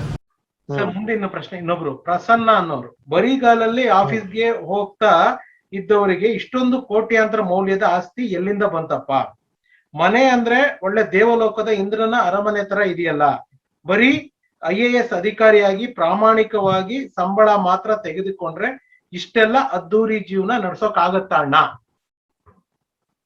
ಇಲ್ಲ, ಈಗ ನಾನು ಮೊದ್ಲು ಗುಡಿಸ್ಲೇ ಇದ್ದೆ ಸ್ವಾಮಿ, ಈಗ್ಲೂ ಗುಡಿಸ್ಲೇ ಇರ್ಬೇಕು ಅಂತ ಬಯಸ್ತೀರಾ? ನಮ್ಗೇನು ಹಂಗಾರೆ ಬದುಕೋ ಹಕ್ಕಿಲ್ವಾ? ಏನ್ ಹಣ ಗಳಿಸೋ ಹಕ್ಕಿಲ್ವಾ? ನಾನು ಬರೀ ಆಕ್ಟರ್ ಅಲ್ಲ, ಆಕ್ಟ್ರು, ಡಿಸ್ಟ್ರಿಬ್ಯೂಟರ್, ಪ್ರೊಡ್ಯೂಸರ್. ನಾನ್ ನಮ್ಮ ಪುನೀತ್ ಪಿಕ್ಚರ್ನ 4 ಪಿಕ್ಚರ್ ಡಿಸ್ಟ್ರಿಬ್ಯೂಟ್ ಮಾಡಿನಿ. ಅದ್ರಲ್ಲೇನೆ ಕೋಟ್ಯಾಂತರ ರೂಪಾಯಿ ಬಂದ್ಬಿಡ್ತು. ಅದ್ರಲ್ಲಿ ಚೆನ್ನಾಗಿ ಮನೆ ಕಟ್ಕೊಂಡಿದೀವಿ. ನಮ್ಮ ಬಾಬಾ ಸಾಹೇಬ್ ಅಂಬೇಡ್ಕರ್ ಏನ್ ಮಾಡ್ತಿದ್ರು, ಯಾವಾಗ್ಲೂ ಸೂಟ್ನಲ್ಲೇ ಇರ್ತಿದ್ರು. ಅದಕ್ಕೆ ಒಂದ್ಸಾರಿ ಅವರು ತಮಿಳ್ನಾಡಿಗೆ ಬರ್ತಾರೆ, ಚೆನ್ನೈಗೆ. ಆಗ ಪತ್ರಕರ್ತರೆಲ್ಲ ಅವ್ರ ಹತ್ರಕ್ಕೆ ಹೋಗ್ತಾರೆ, ಏನ್ ಸ್ವಾಮಿ ನೀವು, ನಿಮ್ ಜನ ಸ್ಲಮ್ ನಲ್ಲಿ ವಾಸ ಮಾಡ್ತಾ ಇದಾರೆ, ನೀವು ಸ್ಟಾರ್ ಹೋಟೆಲ್ ನಲ್ಲಿ ಈಗ ಸೂಟ್ ಹಾಕೊಂಡು ಇಲ್ಲಿದ್ದೀರಿ, ಅದೇ ಗಾಂಧೀಜಿಯವರು ಹೋಗಿ ಸ್ಲಮ್ ನಲ್ಲಿ ಅರ್ಕಲ್ ಬಟ್ಟೆ ಹಾಕೊಂಡು ಅವರ ಗುಡಿಸಲಿನಲ್ಲಿ ಇದಾರೆ, ಏನ್ ಹೇಳ್ತೀರಿ ಅಂತ ಕೇಳ್ತಾರೆ. ಅದಕ್ಕೆ ಹೇಳ್ತಾರೆ ನಮ್ಮ ಬಾಬಾ ಸಾಹೇಬ್ ಅಂಬೇಡ್ಕರ್, ನೋಡಿ ನಾನು ನಮ್ ಜನಾಂಗಕ್ಕೆ ನಾಯಕ, ನಮ್ಮ ಜನಾಂಗಕ್ಕೆ ನಾನ್ ಮಾದರಿಯಾಗಿರ್ಬೇಕು. ಅಂಬೇಡ್ಕರ್ ಯಾರು ಗಾಂಧೀಜಿಯವರು ಅರ್ಕಲ್ ಬಟ್ಟೆ ಹಾಕೊಂಡು ಒಂದು ತುಂಡು ಬಟ್ಟೆ ಹಾಕೊಂಡು ಗುಡಿಸ್ಲೆಲ್ಲಿ ಹೋಗಿ ಇದ್ರೆ ಅವಾಗ ಏನ್ ಹೇಳ್ತಾರೆ, ಗಾಂಧಿ ಇಂತ ದೊಡ್ಡವರೇನೆ ಇದಾರೆ, ನಾವು ಏನ್ ಹಿಂಗೆ ಇರ್ಬೋದು ಅಂತ ಹೇಳಿ ತಿಳ್ಕೊಳ್ತಾರೆ. ಆದ್ರೆ ನಾನು ನನ್ ಜನ ನನ್ ರೀತಿ ಇರ್ಬೇಕು, ನಾನು ಅದಕ್ಕೆ ಯಾವಾಗ್ಲೂ ಸೂಟು ಬೂಟ್ ಹಾಕ್ತೀನಿ. ಯಾಕೆ ಅಂತ ಅಂದ್ರೆ ನನ್ ಜನ ನನ್ನನ್ನ ಅನುಸರಿಸ್ಬೇಕು, ನನ್ ಜನ ಮತ್ತೆ ಸ್ಲಮ್ ನಲ್ಲಿ ಇರಬಾರ್ದು, ಅರ್ಕಲ್ ಬಟ್ಟೆ ಹಾಕಬಾರ್ದು ಅಂತ ಹೇಳ್ತಾರೆ. ಅದಕ್ಕೆ ನಾವೆಲ್ಲ ಅಂಬೇಡ್ಕರ್ ಫಾಲೋಯರ್ಸು. ಚೆನ್ನಾಗಿರ್ಬೇಕು, ದುಡ್ದಿದೀವಿ, ಕಷ್ಟಪಟ್ಟು ಸಂಪಾದನೆ ಮಾಡಿದೀವಿ, ಚೆನ್ನಾಗಿದ್ದೀವಿ. Super super sir, thank you sir, ಸಕ್ಕತ್ತಾಗಿ ಹೇಳಿದಿರ, thank you so much sir. ಇನ್ನೊಂದು ಪ್ರಶ್ನೆ, ತುಂಬಾ ಮೆಸೇಜ್ ಬಂದಿದೆ, ಇದು 1 2 ಅಲ್ಲ ಸರ್, ಈ ತರ ಯಾವ್ದೋ ನೆಗೆಟಿವ್ ಆಗಿರೋದು ಟೋಟಲ್ ಸಾವಿರಾರು ಕಮೆಂಟ್ ಅಲ್ಲಿ 1 3 4 ಬಂದಿದೆ ಅಷ್ಟೇ. ಆದ್ರೆ 100 ಮೆಸೇಜ್ಗಳು ಬಂದಿರೋದು. ಪ್ರಾಮಿಸ್ ಹೇಳ್ತೀನಿ ಸರ್, ನಿಮ್ಮನ್ನ ಶೂಟಿಂಗ್ ಮಾಡ್ಬೇಕಾದ್ರೆ ನಾನು ಕೂಡ ಅದನ್ನ ಗಮನಿಸ್ಲಿಲ್ಲ ಅವ ಚಿತ್ರೀಕರಣಕ್ಕೆ ಬಂದಾಗ. ಈಗ ನನಗೆ ನಿಮ್ಮ ಅಭಿಮಾನಿಗಳು, ನಿಮ್ಮ ಸ್ನೇಹಿತರು ನೋಡಿ ಹೇಳಿದ್ದು, ಶಿವರಾಮ್ ಸಾಹೇಬ್ರಿಗೆ ಥೈರಾಯ್ಡ್ ಪ್ರಾಬ್ಲಮ್ ಇದೆಯಾ, ಗಂಟ್ಲ ಹತ್ರ ಏನಾಗಿದೆ, ಇಲ್ಲಿ ಏನಾಗಿದೆ, ಏನಕ್ಕೆ ಊದಿದೆ, ದಯವಿಟ್ಟು ಕೇಳಿ ಅಂತ ನಿಮ್ಮ ಆರೋಗ್ಯದ ಕಾಳಜಿಯಿಂದ ಎಲ್ಲ ಧನ್ಯವಾದಗಳು. ನಮ್ಮ ಅಭಿಮಾನಿಗಳಿಗೆ ನಾನು ಕೃತಜ್ಞತೆ ಸಲ್ಲಿಸ್ತೀನಿ. ಅವರು ಅಷ್ಟೊಂದು ಪ್ರೀತಿಯಿಂದ ನನ್ನ ಬಗ್ಗೆ ವಿಚಾರಿಸಿದ್ದಕ್ಕೆ. ಹೌದು, ಥೈರಾಯ್ಡ್ ಆಗಿದೆ, ಅದು ಸಿಂಪಲ್ ಆಪರೇಷನ್ ಮಾಡಿಸ್ಕೊಳ್ಳಿ ಅಂತ ನಮ್ಮ ಡಾಕ್ಟರ್ಗಳು ಫ್ರೆಂಡ್ಸ್ ಬಹಳ ಜನ ಹೇಳಿದ್ರು. ನಾನು ಮಾಡಿಸ್ಕೊಂಡಿಲ್ಲ. ಯಾಕೆ? ಅದಕ್ಕೋಸ್ಕರ ನಾನು ಆಯುರ್ವೇದಿಕ್ ಮೆಡಿಸಿನ್ ತಗೊಳ್ತಾ ಇದ್ದೀನಿ, ಅದರಲ್ಲಿ ಹೋಗುತ್ತೆ ಅಂತ ಹೇಳಿದ್ದಾರೆ. ಕೊನೆಗೆ ಹೋಗಿಲ್ಲ ಅಂದ್ರೆ ಆಮೇಲೆ ಕೊನೆಗೆ ಆಪರೇಷನ್ ಮಾಡಿಸ್ಕೊಳ್ಳೋದು. ಆದ್ರೆ ನಾನು ಬಹಳ ಶಿಸ್ತಿನ ಜೀವನ ಅನುಭವಿಸ್ತಾ ಇದ್ದೀನಿ. ಒಂದು ಡೈಲಿ 2 ಅವರ್ ಯೋಗ ಮಾಡ್ತೀನಿ. Simple life. ನಾನು ಹಳ್ಳಿನಲ್ಲಿ ಏನು ತಿಂತಾ ಇದ್ದೆ, ಮುದ್ದೆ ತಿಂತಾ ಇದ್ದೆ, ಉಪ್ಸಾರು ಸೊಪ್ಪು ತಿಂತಾ ಇದ್ದೆ, ಅದೇ ತಿಂತೀನಿ ಇವಾಗ. ಆಮೇಲೆ ಬೆಳಿಗ್ಗೆ 6 ಗಂಟೆಗೆ ಎದ್ದು ಯೋಗ ಮಾಡಿ, ನಾನು ಬಹಳ ಶಿಸ್ತಿರೋದ್ರಿಂದ ನನ್ಗನ್ಸುತ್ತೆ ಇದರಿಂದ ಹೊರಗಡೆ ಬರ್ತೀನಿ ಅಂತ ಅನ್ಕೊಂಡಿದ್ದೀನಿ. ಬರ್ಲಿಲ್ಲ ಅಂತ ಅಂದ್ರೆ ಆಪರೇಷನ್ ಮಾಡಿಸ್ಕೊಳ್ಳೋದು. ಥ್ಯಾಂಕ್ಸ್, ಧನ್ಯವಾದಗಳು ಎಲ್ರಿಗೂ. ನನ್ಗೆ ಕೃತಜ್ಞತೆಗಳು, ನೀವು ಈ ಬಗ್ಗೆ ನನ್ನ ಬಗ್ಗೆ ಅಷ್ಟು ವಿಚಾರಿಸ್ಕೊಂಡಿದ್ದಕ್ಕೆ ಸರ್. ಹಾಗೆ ಮತ್ತೊಂದು ಪ್ರಶ್ನೆ, ಇನ್ನೊಂದೇನಂತಂದ್ರೆ, ಅಂದ್ರೆ ಈ ಪ್ರೋಗ್ರಾಮ್ ಬಂದ್ಮೇಲೆ ಬಂದಿರೋ ಕೆಲವು ಪ್ರಶ್ನೆಗಳನ್ನ ಕೇಳ್ಬಿಡ್ತಾ ಇದ್ದೀನಿ ನಾನು. ಶಿವರಾಮ್ ಸಾಹೇಬ್ರು ಯಾವಾಗ ರಿಟೈರ್ಡ್ ಆದ್ರು ಅಂತ ಕೇಳ್ತಾ ಇದ್ದೀನಿ. ನಾನು 2013ರಲ್ಲಿ ನಿವೃತ್ತಿ ಆದೆ. ಹಾಂ ಸರ್. ಅದು ಒಂದ್ ಸ್ವಲ್ಪ ನಮ್ ತಂದೆ ನಮ್ ಕರೆಕ್ಟ್ ಡೇಟ್ ಆಫ್ ಬರ್ತ್ ಗೊತ್ತಿಲ್ಲ, ಒಂದ್ ಸ್ವಲ್ಪ ಜಾಸ್ತಿ ಕೊಟ್ಬಿಟ್ಟಿದ್ದಾರೆ ಅನ್ಸುತ್ತೆ. ಆದ್ರೂ ನನ್ಗೂ ಬೇಗ ರಿಟೈರ್ ಆಗೋಣ, ಏನಂತೆ ಬೇರೆ ಕೆಲಸ ಮಾಡ್ಬೋದು, ರಾಜಕೀಯಕ್ಕೆ ಹೋಗ್ಬೋದು, ರಾಜಕೀಯದಲ್ಲಿ ಅವಕಾಶ ಸಿಕ್ಕಿದ್ರೆ ಬಡವ್ರ ಸೇವೆ ಮಾಡ್ಬೋದು ಹೆಚ್ಚು ಅಂತ ಹೇಳಿ ನನಗಂತೂ ತುಂಬಾ ಆಸೆ. ನನ್ನ ಜೀವನ ಸಾರ್ಥಕ ಆಗ್ಬೇಕು ಅಂತಂದ್ರೆ ನಾವು ಕೊನೆ ಉಸಿರಿರೋವರೆಗೂ ಬಡವರ ಎಲ್ಲಾ ಜಾತಿಯ ಬಡವ್ರಿಗೆ ಒಂದು ಕೆಲಸ ಮಾಡೋ ಅವಕಾಶ ರಾಜಕೀಯದಲ್ಲಿ ಸಿಕ್ಕಿದ್ರೆ ಅದು ನನ್ನ ಪುಣ್ಯ ಅನ್ಕೊಳ್ತೀನಿ. ನಮ್ಮ ಕರ್ನಾಟಕದ ಕನ್ನಡಿಗರ ಸೇವೆ ಮಾಡೋ ಭಾಗ್ಯ ಸಿಗಲಿ ಅಂತ ನಾನು ಪ್ರಾರ್ಥಿಸ್ತೀನಿ ದೇವರಲ್ಲಿ. ಸರ್, ಅದು ಆದಷ್ಟು ಬೇಗ ಆಗ್ಲಿ. ನಾವು ಕೂಡ ನಿಮ್ ಜೊತೆಗೆ ಎಲ್ಲಾ ಸಂದರ್ಭದಲ್ಲೂ ಇರೋದಕ್ಕೆ ಆಸೆ ಪಡ್ತೀವಿ ಸರ್. Sir, thank you. ಇನ್ನೊಂದು ಪ್ರಶ್ನೆ. ಈ ಸುಮಾರು ಜನ IAS KS ಎಕ್ಸಾಮ್ ಬರೀತಾ ಇರೋರು ಕೇಳ್ತಾ ಇದ್ದಾರೆ, ಹೇಳಿ. ನಮ್ಮಂತ ವಿದ್ಯಾರ್ಥಿಗಳಿಗೆ ಶಿವರಾಮ್ ಸಾಹೇಬ್ರು IAS ಬರೀತಾ ಇರೋರಿಗೆ, KS ಬರೀತಾ ಇರೋರಿಗೆ ಏನು ಸಲಹೆ ಕೊಡ್ತಾರೆ, ಏನ್ ಟಿಪ್ಸ್ ಕೊಡ್ತಾರೆ ಅಂತ? ನೋಡಿ, ಈಗ ಸರ್ಕಾರದಲ್ಲಿ ಹೊಸ ಯೋಜನೆ, ನಾನು ಸೋಷಿಯಲ್ ವೆಲ್ಫೇರ್ ಕಮಿಷನರ್ ಇದ್ದಾಗ್ಲೇ ಒಂದು ಹೊಸ ಯೋಜನೆ ತಂದ್ವಿ. ಏನಂತ ಅಂದ್ರೆ, ನಮ್ಮ ಕನ್ನಡದ ಜನ ಯಾರು ಸ್ಪರ್ಧಾತ್ಮಕ ಪರೀಕ್ಷೆಗಳಲ್ಲಿ ಬರಿಬೇಕು, ಅಧಿಕಾರಿ ಆಗ್ಬೇಕು ಅಂತ ಬಯಸ್ತಾರೆ, ಅವ್ರಿಗೆಲ್ಲ ಕರ್ನಾಟಕದ ಅಷ್ಟೇ ಅಲ್ಲ, ದೆಹಲಿ ಮತ್ತೆ ಹೈದರಾಬಾದ್ಗಳಲ್ಲಿ ಒಳ್ಳೆ ಇನ್ಸ್ಟಿಟ್ಯೂಷನ್ಗಳಲ್ಲಿ, ಅಲ್ಲಿ ಏನು ವಾಜಿರಾಮ್ಸ್ ಅಂತ ಇದೆ, ಶ್ರೀರಾಮ್ ಅಂತ ಇದೆ, ರೆಡ್ಡಿಸ್ ಇನ್ಸ್ಟಿಟ್ಯೂಟ್, ಇವೆಲ್ಲ ಇಂಥ ಕಡೆ ಹೋಗಿ ಓದ್ಬೇಕು ಅಂತ ಹೇಳಿ ನಾವು ತಯಾರು ಮಾಡಿದ್ವಿ. ನಾನು ಸೋಷಿಯಲ್ ವೆಲ್ಫೇರ್ ಕಮಿಷನರ್ ಆಗಿದ್ದಾಗ ಎಲ್ಲಾ ಜಾತಿಯವರು, ಬರೀ ಶೆಡ್ಯೂಲ್ ಕ್ಯಾಸ್ಟ್ ಅಲ್ಲ, SC ST OBC ಮೈನಾರಿಟೀಸ್ ಎಲ್ರಿಗೂ ಕೂಡ ಇವತ್ತು ನೋಡಿ, ಇವತ್ತು ಸೋಷಿಯಲ್ ವೆಲ್ಫೇರ್ ನಿಂದ ಅರ್ಜಿ ಕರೆದಿದ್ದಾರೆ ಟ್ರೈನಿಂಗ್ಗೆ. ಎಲ್ಲರೂ ಅರ್ಜಿ ಹಾಕ್ಬೋದು. ಬ್ಯಾಕ್ವರ್ಡ್ ಕ್ಲಾಸ್ನವರು ಕರೀತಾರೆ, ಮೈನಾರಿಟೀಸ್ನವರು ಕರೀತಾರೆ. ಅದ್ರಲ್ಲಿ ಸೆಲೆಕ್ಟ್ ಆದ್ರೆ ಡೆಲ್ಲಿ ಮತ್ತೆ ಇದಕ್ಕೆ ಹೋಗ್ಬೋದು, ಯಾವ್ದು ಹೈದರಾಬಾದ್ಗೆ ಹೋಗ್ಬೋದು. ಬಟ್ ಏನೇ ಆಗ್ಲಿ, ಒಂದು ಅಧಿಕಾರಿ ಆಗ್ಬೇಕು ಅಂತಂದ್ರೆ ಡಿಟರ್ಮಿನೇಷನ್ ಇರ್ಬೇಕು, ಕಮಿಟ್ಮೆಂಟ್ ಇರ್ಬೇಕು, ಹಾರ್ಡ್ ವರ್ಕ್ ಇರ್ಬೇಕು. ಬೆಂಗಳೂರಿನಲ್ಲಿ, ವಿಜಯನಗರದಲ್ಲಿ ಒಂದು 40 ಇನ್ಸ್ಟಿಟ್ಯೂಷನ್ಗಳಿವೆ. ಯಾವುದು ಕಾಂಪಿಟೇಟಿವ್ ಎಕ್ಸಾಮಿನೇಷನ್ಗೋಸ್ಕರ 40 ಇನ್ಸ್ಟಿಟ್ಯೂಷನ್ ತಯಾರಾಗಿವೆ. ತುಂಬಾ ಒಳ್ಳೊಳ್ಳೆ ಇನ್ಸ್ಟಿಟ್ಯೂಷನ್ ಬಂದಿವೆ. ಎಲ್ಲರೂ ಇಲ್ಲೂ ಸೇರ್ಕೋಬಹುದು. ಬಡವರಿಗೆ ಅವಕಾಶ ಏನಂತ ಅಂದ್ರೆ, ಸೋಷಿಯಲ್ ವೆಲ್ಫೇರ್ ಮತ್ತೆ ಸೋಷಿಯಲ್ ವೆಲ್ಫೇರ್ ಡಿಪಾರ್ಟ್ಮೆಂಟ್ ಅಲ್ಲಿ, ಬ್ಯಾಕ್ವರ್ಡ್ ಕ್ಲಾಸ್ ವೆಲ್ಫೇರ್ ನಲ್ಲಿ, ಮೈನಾರಿಟೀಸ್ ವೆಲ್ಫೇರ್ ನಲ್ಲಿ ಅರ್ಜಿ ಕರೆದು ಯಾರ್ಯಾರು ಸ್ಪರ್ಧಾತ್ಮಕ ಪರೀಕ್ಷೆಗೆ ಇಷ್ಟಪಡ್ತಾರೆ ಅವ್ರಿಗೆಲ್ಲ ತರಬೇತಿ ಕೊಟ್ಟು, ಸ್ಟೈಪಂಡ್ ಕೊಟ್ಟು ಓದಿಸ್ತಾರೆ ಅಂತ ಅವಕಾಶ ಇದೆ. ಒಟ್ಟು ಓದ್ಬೇಕಷ್ಟೇ, ಕಷ್ಟಪಟ್ಟು ಓದ್ಬೇಕಷ್ಟೇ. Super sir. ಸರ್, ಫೈನಲಿ ಈ ಕಾರ್ಯಕ್ರಮ ನೋಡಿದ್ಮೇಲೆ ನಿಮ್ಮ ಅಭಿಮಾನಿಗಳು, ಸ್ನೇಹಿತರು ತಮ್ಮ ಕಾಲ್ ಮಾಡಿ ಹೇಳಿದ್ರ ಸರ್ ಕಾರ್ಯಕ್ರಮದ ಬಗ್ಗೆ ಏನಾದ್ರು ಹೇಳಿದ್ರ? ಜನಗಳಿಗೆ ಏನ್ ಇಷ್ಟ ಆಗುತ್ತೆ ಅಂತ ಅಂದ್ರೆ, ಯಾರೋ ಒಬ್ಬ ಶ್ರೀಮಂತ IAS ಅಧಿಕಾರಿ ಆದ್ರೆ ಅಷ್ಟು ಇಷ್ಟಪಡಲ್ಲ. ನಾವು ಕಡು ಬಡತನದಲ್ಲಿದ್ದು ಬಹಳ ಕಷ್ಟದಿಂದ ಹಂತ ಹಂತವಾಗಿ ನಾವು ಮೇಲೆ ಬಂದಿರೋದ್ರಿಂದ ಇದನ್ನ ಎಲ್ರೂ ಇಷ್ಟಪಡ್ತಾರೆ. ಹಾಗೆ ಬಾಬಾ ಸಾಹೇಬ್ ಅಂಬೇಡ್ಕರ್ ಹೇಳ್ತಾರೆ, ನಿಮ್ ಉದ್ಧಾರ ನಿಮ್ ಕೈಲೇ ಇದೆ, ನೀವು ನಂಬ್ಕೊಂಡಿರೋ ದೇವರಾಗ್ಲಿ ಅಥವಾ ಯಾವ ಮಹಾತ್ಮರಾಗ್ಲಿ ನಿಮ್ಮನ್ನ ಉದ್ಧಾರ ಮಾಡಲ್ಲ, ನಿಮ್ಮನ್ನ ನೀವೇ ಉದ್ಧಾರ ಮಾಡ್ಕೊಳ್ಬೇಕು ಅಂತ. ಹಾಗೆ ನಮ್ಮನ್ನ ನಾವೇ ಉದ್ಧಾರ ಮಾಡ್ಕೊಳ್ಬೇಕಾಗತ್ತೆ. ಅದು ಹೇಗೆ ಸಾಧ್ಯ? ನಾವು ಪ್ರಯತ್ನ ಮಾಡ್ಬೇಕು, ಕಮಿಟ್ಮೆಂಟ್ ಇರ್ಬೇಕು, ಗುರಿ ಇರ್ಬೇಕು. ಒಳ್ಳೆ ಗುರಿ ಇಟ್ಕೊಂಡು ಆ ಗುರಿನ ಸಾಧನೆ ಮಾಡ್ಲಿಕ್ಕೆ ಪ್ರಯತ್ನ ಮಾಡಿದ್ರೆ ಏನನ್ನ ಬೇಕಾದ್ರೆ ಯಾರು ಬೇಕಾದ್ರೂ ಸಾಧನೆ ಮಾಡ್ತಾರೆ.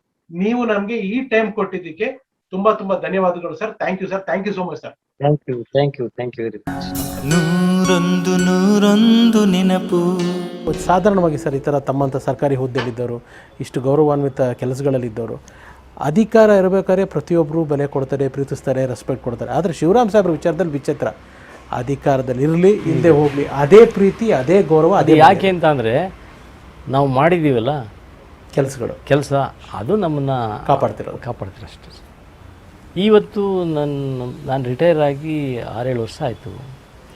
ದಿನಕ್ಕೆ ಒಂದು 50 ಜನ ಆದರೂ ಹುಡ್ಕೊಂಡು ಬರ್ತಾರೆ ನೋಡೋಕ್ಕೆ. ಏನಾದರೂ ಕೆಲಸ ಹೇಳಿದ್ರೆ ಮಾಡಿಕೊಡ್ತೀನಿ ನಾನು. ಆಮೇಲೆ ಈಗ ನಾನು ಎಲ್ಲ ಕರ್ನಾಟಕದಲ್ಲಿ ಎಲ್ರಿಗೂ ಗೊತ್ತಿರೋರು, ಯಾವ ಅಧಿಕಾರಿಗೆ ಮಾತಾಡಿದ್ರು ಇಲ್ಲ ಅನ್ನಲ್ಲ ಕೆಲಸ. ಅದೇ ಒಬ್ಬ ಸಣ್ಣವರಾಗಲಿ ಮಾತಾಡ್ತೀವಿ, ಒಬ್ಬ ವಿಲೇಜ್ ಅಕೌಂಟೆಂಟ್ಗೆ ಫೋನ್ ಮಾಡಿ ಇದೊಂದು ಕೆಲಸ ಮಾಡ್ಕೊಡ್ತೀನಿ ರೀ ಅಂತೆ, ಸರ್ ಮಾಡ್ತೀವಿ ಸರ್, ನಿಮ್ಮ ಜೊತೆ ಮಾತಾಡೋದು ಖುಷಿ ಆಯಿತು ಸರ್. ನಾನು ಈಗ ಕಣ್ಣಾರೆ ನಾನೇ ನೋಡಿದೆ ಸರ್. ಇವಾಗಂತೂ ಈ ಶೂಟಿಂಗ್ ನಡೀತಿರ್ಬೇಕಾದ್ರೆ ಮಧ್ಯದಲ್ಲಿ ಬ್ರೇಕ್ ಮಾಡಿದ್ವಲ್ಲ, ಅದು ನೋಡ್ಬಿಟ್ಟೆ ನನಗೆ ಯಾರೋ ಬಂದರು, ಎಲೆಕ್ಷನ್ ಕಮಿಷನರ್ ಅವರು. ಅದೇ ಮಾತಾಡದೆ, ಇದು ಮೊದಲೇ ಬಂದಿರೋ ಮಾಡಿಸ್ತಿದ್ವಲ್ಲ ಅಂತೇಳಿ, ಆದರೂ ಟ್ರೈ ಮಾಡ್ತೀವಿ ಅಂತ ಹೇಳ್ತಾರೆ. ಹಂಗೆ ಯಾರಿಗೆ ಹೇಳಿದ್ರು ಕೆಲಸ ಅಂತೂ ಮಾಡಿಕೊಡ್ತಾರೆ. ಆಮೇಲೆ ಈ ಬೇರೆ ರಾಜಕಾರಣಿಗಳು ಹೆಂಗೆ ಅಂದರೆ ಮಿನಿಸ್ಟ್ರ್ ಆಗಿರ್ತಾರ, ಆವಾಗ ಅವ್ರು ಕೆಲಸ ಮಾಡ್ಬೋದು. ಅವ್ರೇನಾದ್ರು ಸೋತ್ರೆ ಅವ್ರನ್ನ ಯಾರೂ ಕೇಳಲ್ಲ. ನಮ್ದು ಹಂಗಲ್ಲ. ನಾವು IAS ಅಧಿಕಾರಿ ಆಗಿದ್ದರಿಂದ ಭಾಳಷ್ಟು ಸೇವೆ ಮಾಡಿದ್ದೀವಿ. ತುಂಬ ಜನರು ಕಣ್ಣೀರು ಒರೆಸಿದ್ದೀವಿ, ಅಷ್ಟೇ ಕೆಲಸ. ಅದೇ ಭಾಳ ಜನರ ಕಷ್ಟನ ನಾವು ಸ್ಪಂದಿಸಿದ್ದೀರ ಸರ್. ಹಾಗಾಗಿ ನಮಗೆ ಎಲ್ಲ ಪರಿಚಿತ ಇರೋದ್ರಿಂದ ಏನು ಕೆಲಸ ಮಾಡಲ್ಲ ಅಂತ ಯಾರೂ ಹೇಳಲ್ಲ. ಆಗದೇ ಇರೋ ಕೆಲಸ ನಾವು ಹೇಳೋಕ್ಕೂ ಹೋಗಲ್ಲ. Correct sir. ನಿರ್ಮಾಣ, ನಟನೆ ಜೊತೆಗೆ ವಿತರಣೆ ಕೂಡ ಕೈ ಹಾಕಿದ್ರಿ. ಹೌದು. ಸಾಕಷ್ಟು ಸಿನಿಮಾಗಳು ಡಿಸ್ಟ್ರಿಬ್ಯೂಷನ್ ಕೂಡ ಮಾಡಿದ್ರಿ. ಈ ಕಡೆಗೆ ನಿರ್ಮಾಣ, ಅಫ್ಕೋರ್ಸ್ ನಿರ್ಮಾಣ ಮಾತಾಡ್ತೀನಿ, ಡಿಸ್ಟ್ರಿಬ್ಯೂಷನ್ ಕಡೆಗೆ ಹೇಗೆ ಸರ್ ಮಾಡಬೇಕು ಅಂತ ಅನಿಸಿದೆ ನನಗೆ? ಅದು ಯಾಕೆಂದರೆ ಕೆಲವರು ಭಾಳ ಡಿಸ್ಟ್ರಿಬ್ಯೂಟರ್ಸ್ ಭಾಳ ಮೋಸ ಮಾಡಿಬಿಡ್ತಾರೆ ಹೇಳಿ. ಈಗ ಬಾನಲ್ಯ ಮಜಿದ್ರಿಗೆ ಸೂಪರ್ ಹಿಟ್ ಅಲ್ಲ ಪಿಕ್ಚರು, ನಂಗೆ ದುಡ್ಡೇ ಬಂದಿಲ್ಲ ನನಗೆ. ಹೌದಾ? ಎಲ್ಲ ಡಿಸ್ಟ್ರಿಬ್ಯೂಟರ್ಗಳೇ ತಿಂದವ್ರೆ ಆ ಕಾಲದಲ್ಲಿ. ಅದಕ್ಕೆ ನಾನು ಡಿಸ್ಟ್ರಿಬ್ಯೂಷನ್ ನನ್ನ ಪಿಕ್ಚರ್ ನಾನೇ ಮಾಡೋಕ್ಕೆ ಸ್ಟಾರ್ಟ್ ಮಾಡಿದೆ ನಾನು. ಹೇಗಿತ್ತು ಸರ್ ಡಿಸ್ಟ್ರಿಬ್ಯೂಷನ್ ಅನುಭವ? ಆ ಡಿಸ್ಟ್ರಿಬ್ಯೂಷನಲ್ಲಿ ನಮಗೇನು ಆ್ಯಕ್ಚುಲಿ ಬಂದ್ಬಿಡುತ್ತೆ. ಈಗೆಲ್ಲ ಗೊತ್ತು ನಮಗೆ. ಸಿನಿಮಾ ಇಂಡಸ್ಟ್ರಿನಲ್ಲಿ ಏನೇನು ಮಾಡಬೇಕು ಎವ್ರಿಥಿಂಗ್ ಐನೋ. ನಿರ್ಮಾಣದಿಂದ ಹಿಡಿದು ಡಿಸ್ಟ್ರಿಬ್ಯೂಷನ್ ಆಗ್ಬೋದು, ಶೂಟಿಂಗು ಆಗ್ಬೋದು, ಎಲ್ಲನೂ ಪ್ರೊಡಕ್ಷನ್ ಎಲ್ಲ ಗೊತ್ತು ನಮಗೆ. ಸರ್ ಸಾಕಷ್ಟು ಓದಿನ ಅಭಿರುಚಿ ತಾವು ಇಟ್ಕೊಂಡಿದ್ದೀರ, ತುಂಬ ಪುಸ್ತಕಗಳು ಓದಿದ್ದೀರಾ ಅಂತ ಕೇಳ್ಪಟ್ಟಿದ್ದೀನಿ. ಸಾಹಿತ್ಯದ ಅಭಿರುಚಿ ಇದೆ, ಶುದ್ಧವಾದ ಕನ್ನಡದ ಬಗ್ಗೆ ನಿಮಗೆ ಅಭಿರುಚಿ ಇದೆ, ಜೊತೆಗೆ ಬೇರೆ ಭಾಷೆಗಳ ಅಭಿರುಚಿನೂ ಇದೆ. ಇಷ್ಟ ನಿರ್ಮಾಣ ಮಾಡಿದ್ದೀರಾ, ಡಿಸ್ಟ್ರಿಬ್ಯೂಷನ್ ಮಾಡಿದ್ದೀರಾ, ನಿರ್ದೇಶನದ ಕಡೆ ಒಲವು ಬಂದಿಲ್ಲ ಶಿರೋನ್? ಇಲ್ಲ ಸರ್, ಅದೊಂದು ಇಷ್ಟ ಇಲ್ಲ ನನಗೆ. ಯಾಕೆ ಇಷ್ಟ ಇಲ್ಲ ಅಂದರೆ ಆ ನಿರ್ದೇಶಕರ ಕೆಲಸನೇ ಬೇರೆ. ಅವರು ಪೂರ್ತಿ ಅವ್ರು ಕಾನ್ಸಂಟ್ರೇಟ್ ಮಾಡಿ ಮಾಡಬೇಕು. ನಮ್ಗೆ ಅಷ್ಟು ಕಾನ್ಸಂಟ್ರೇಟ್ ಆಗಲ್ಲ.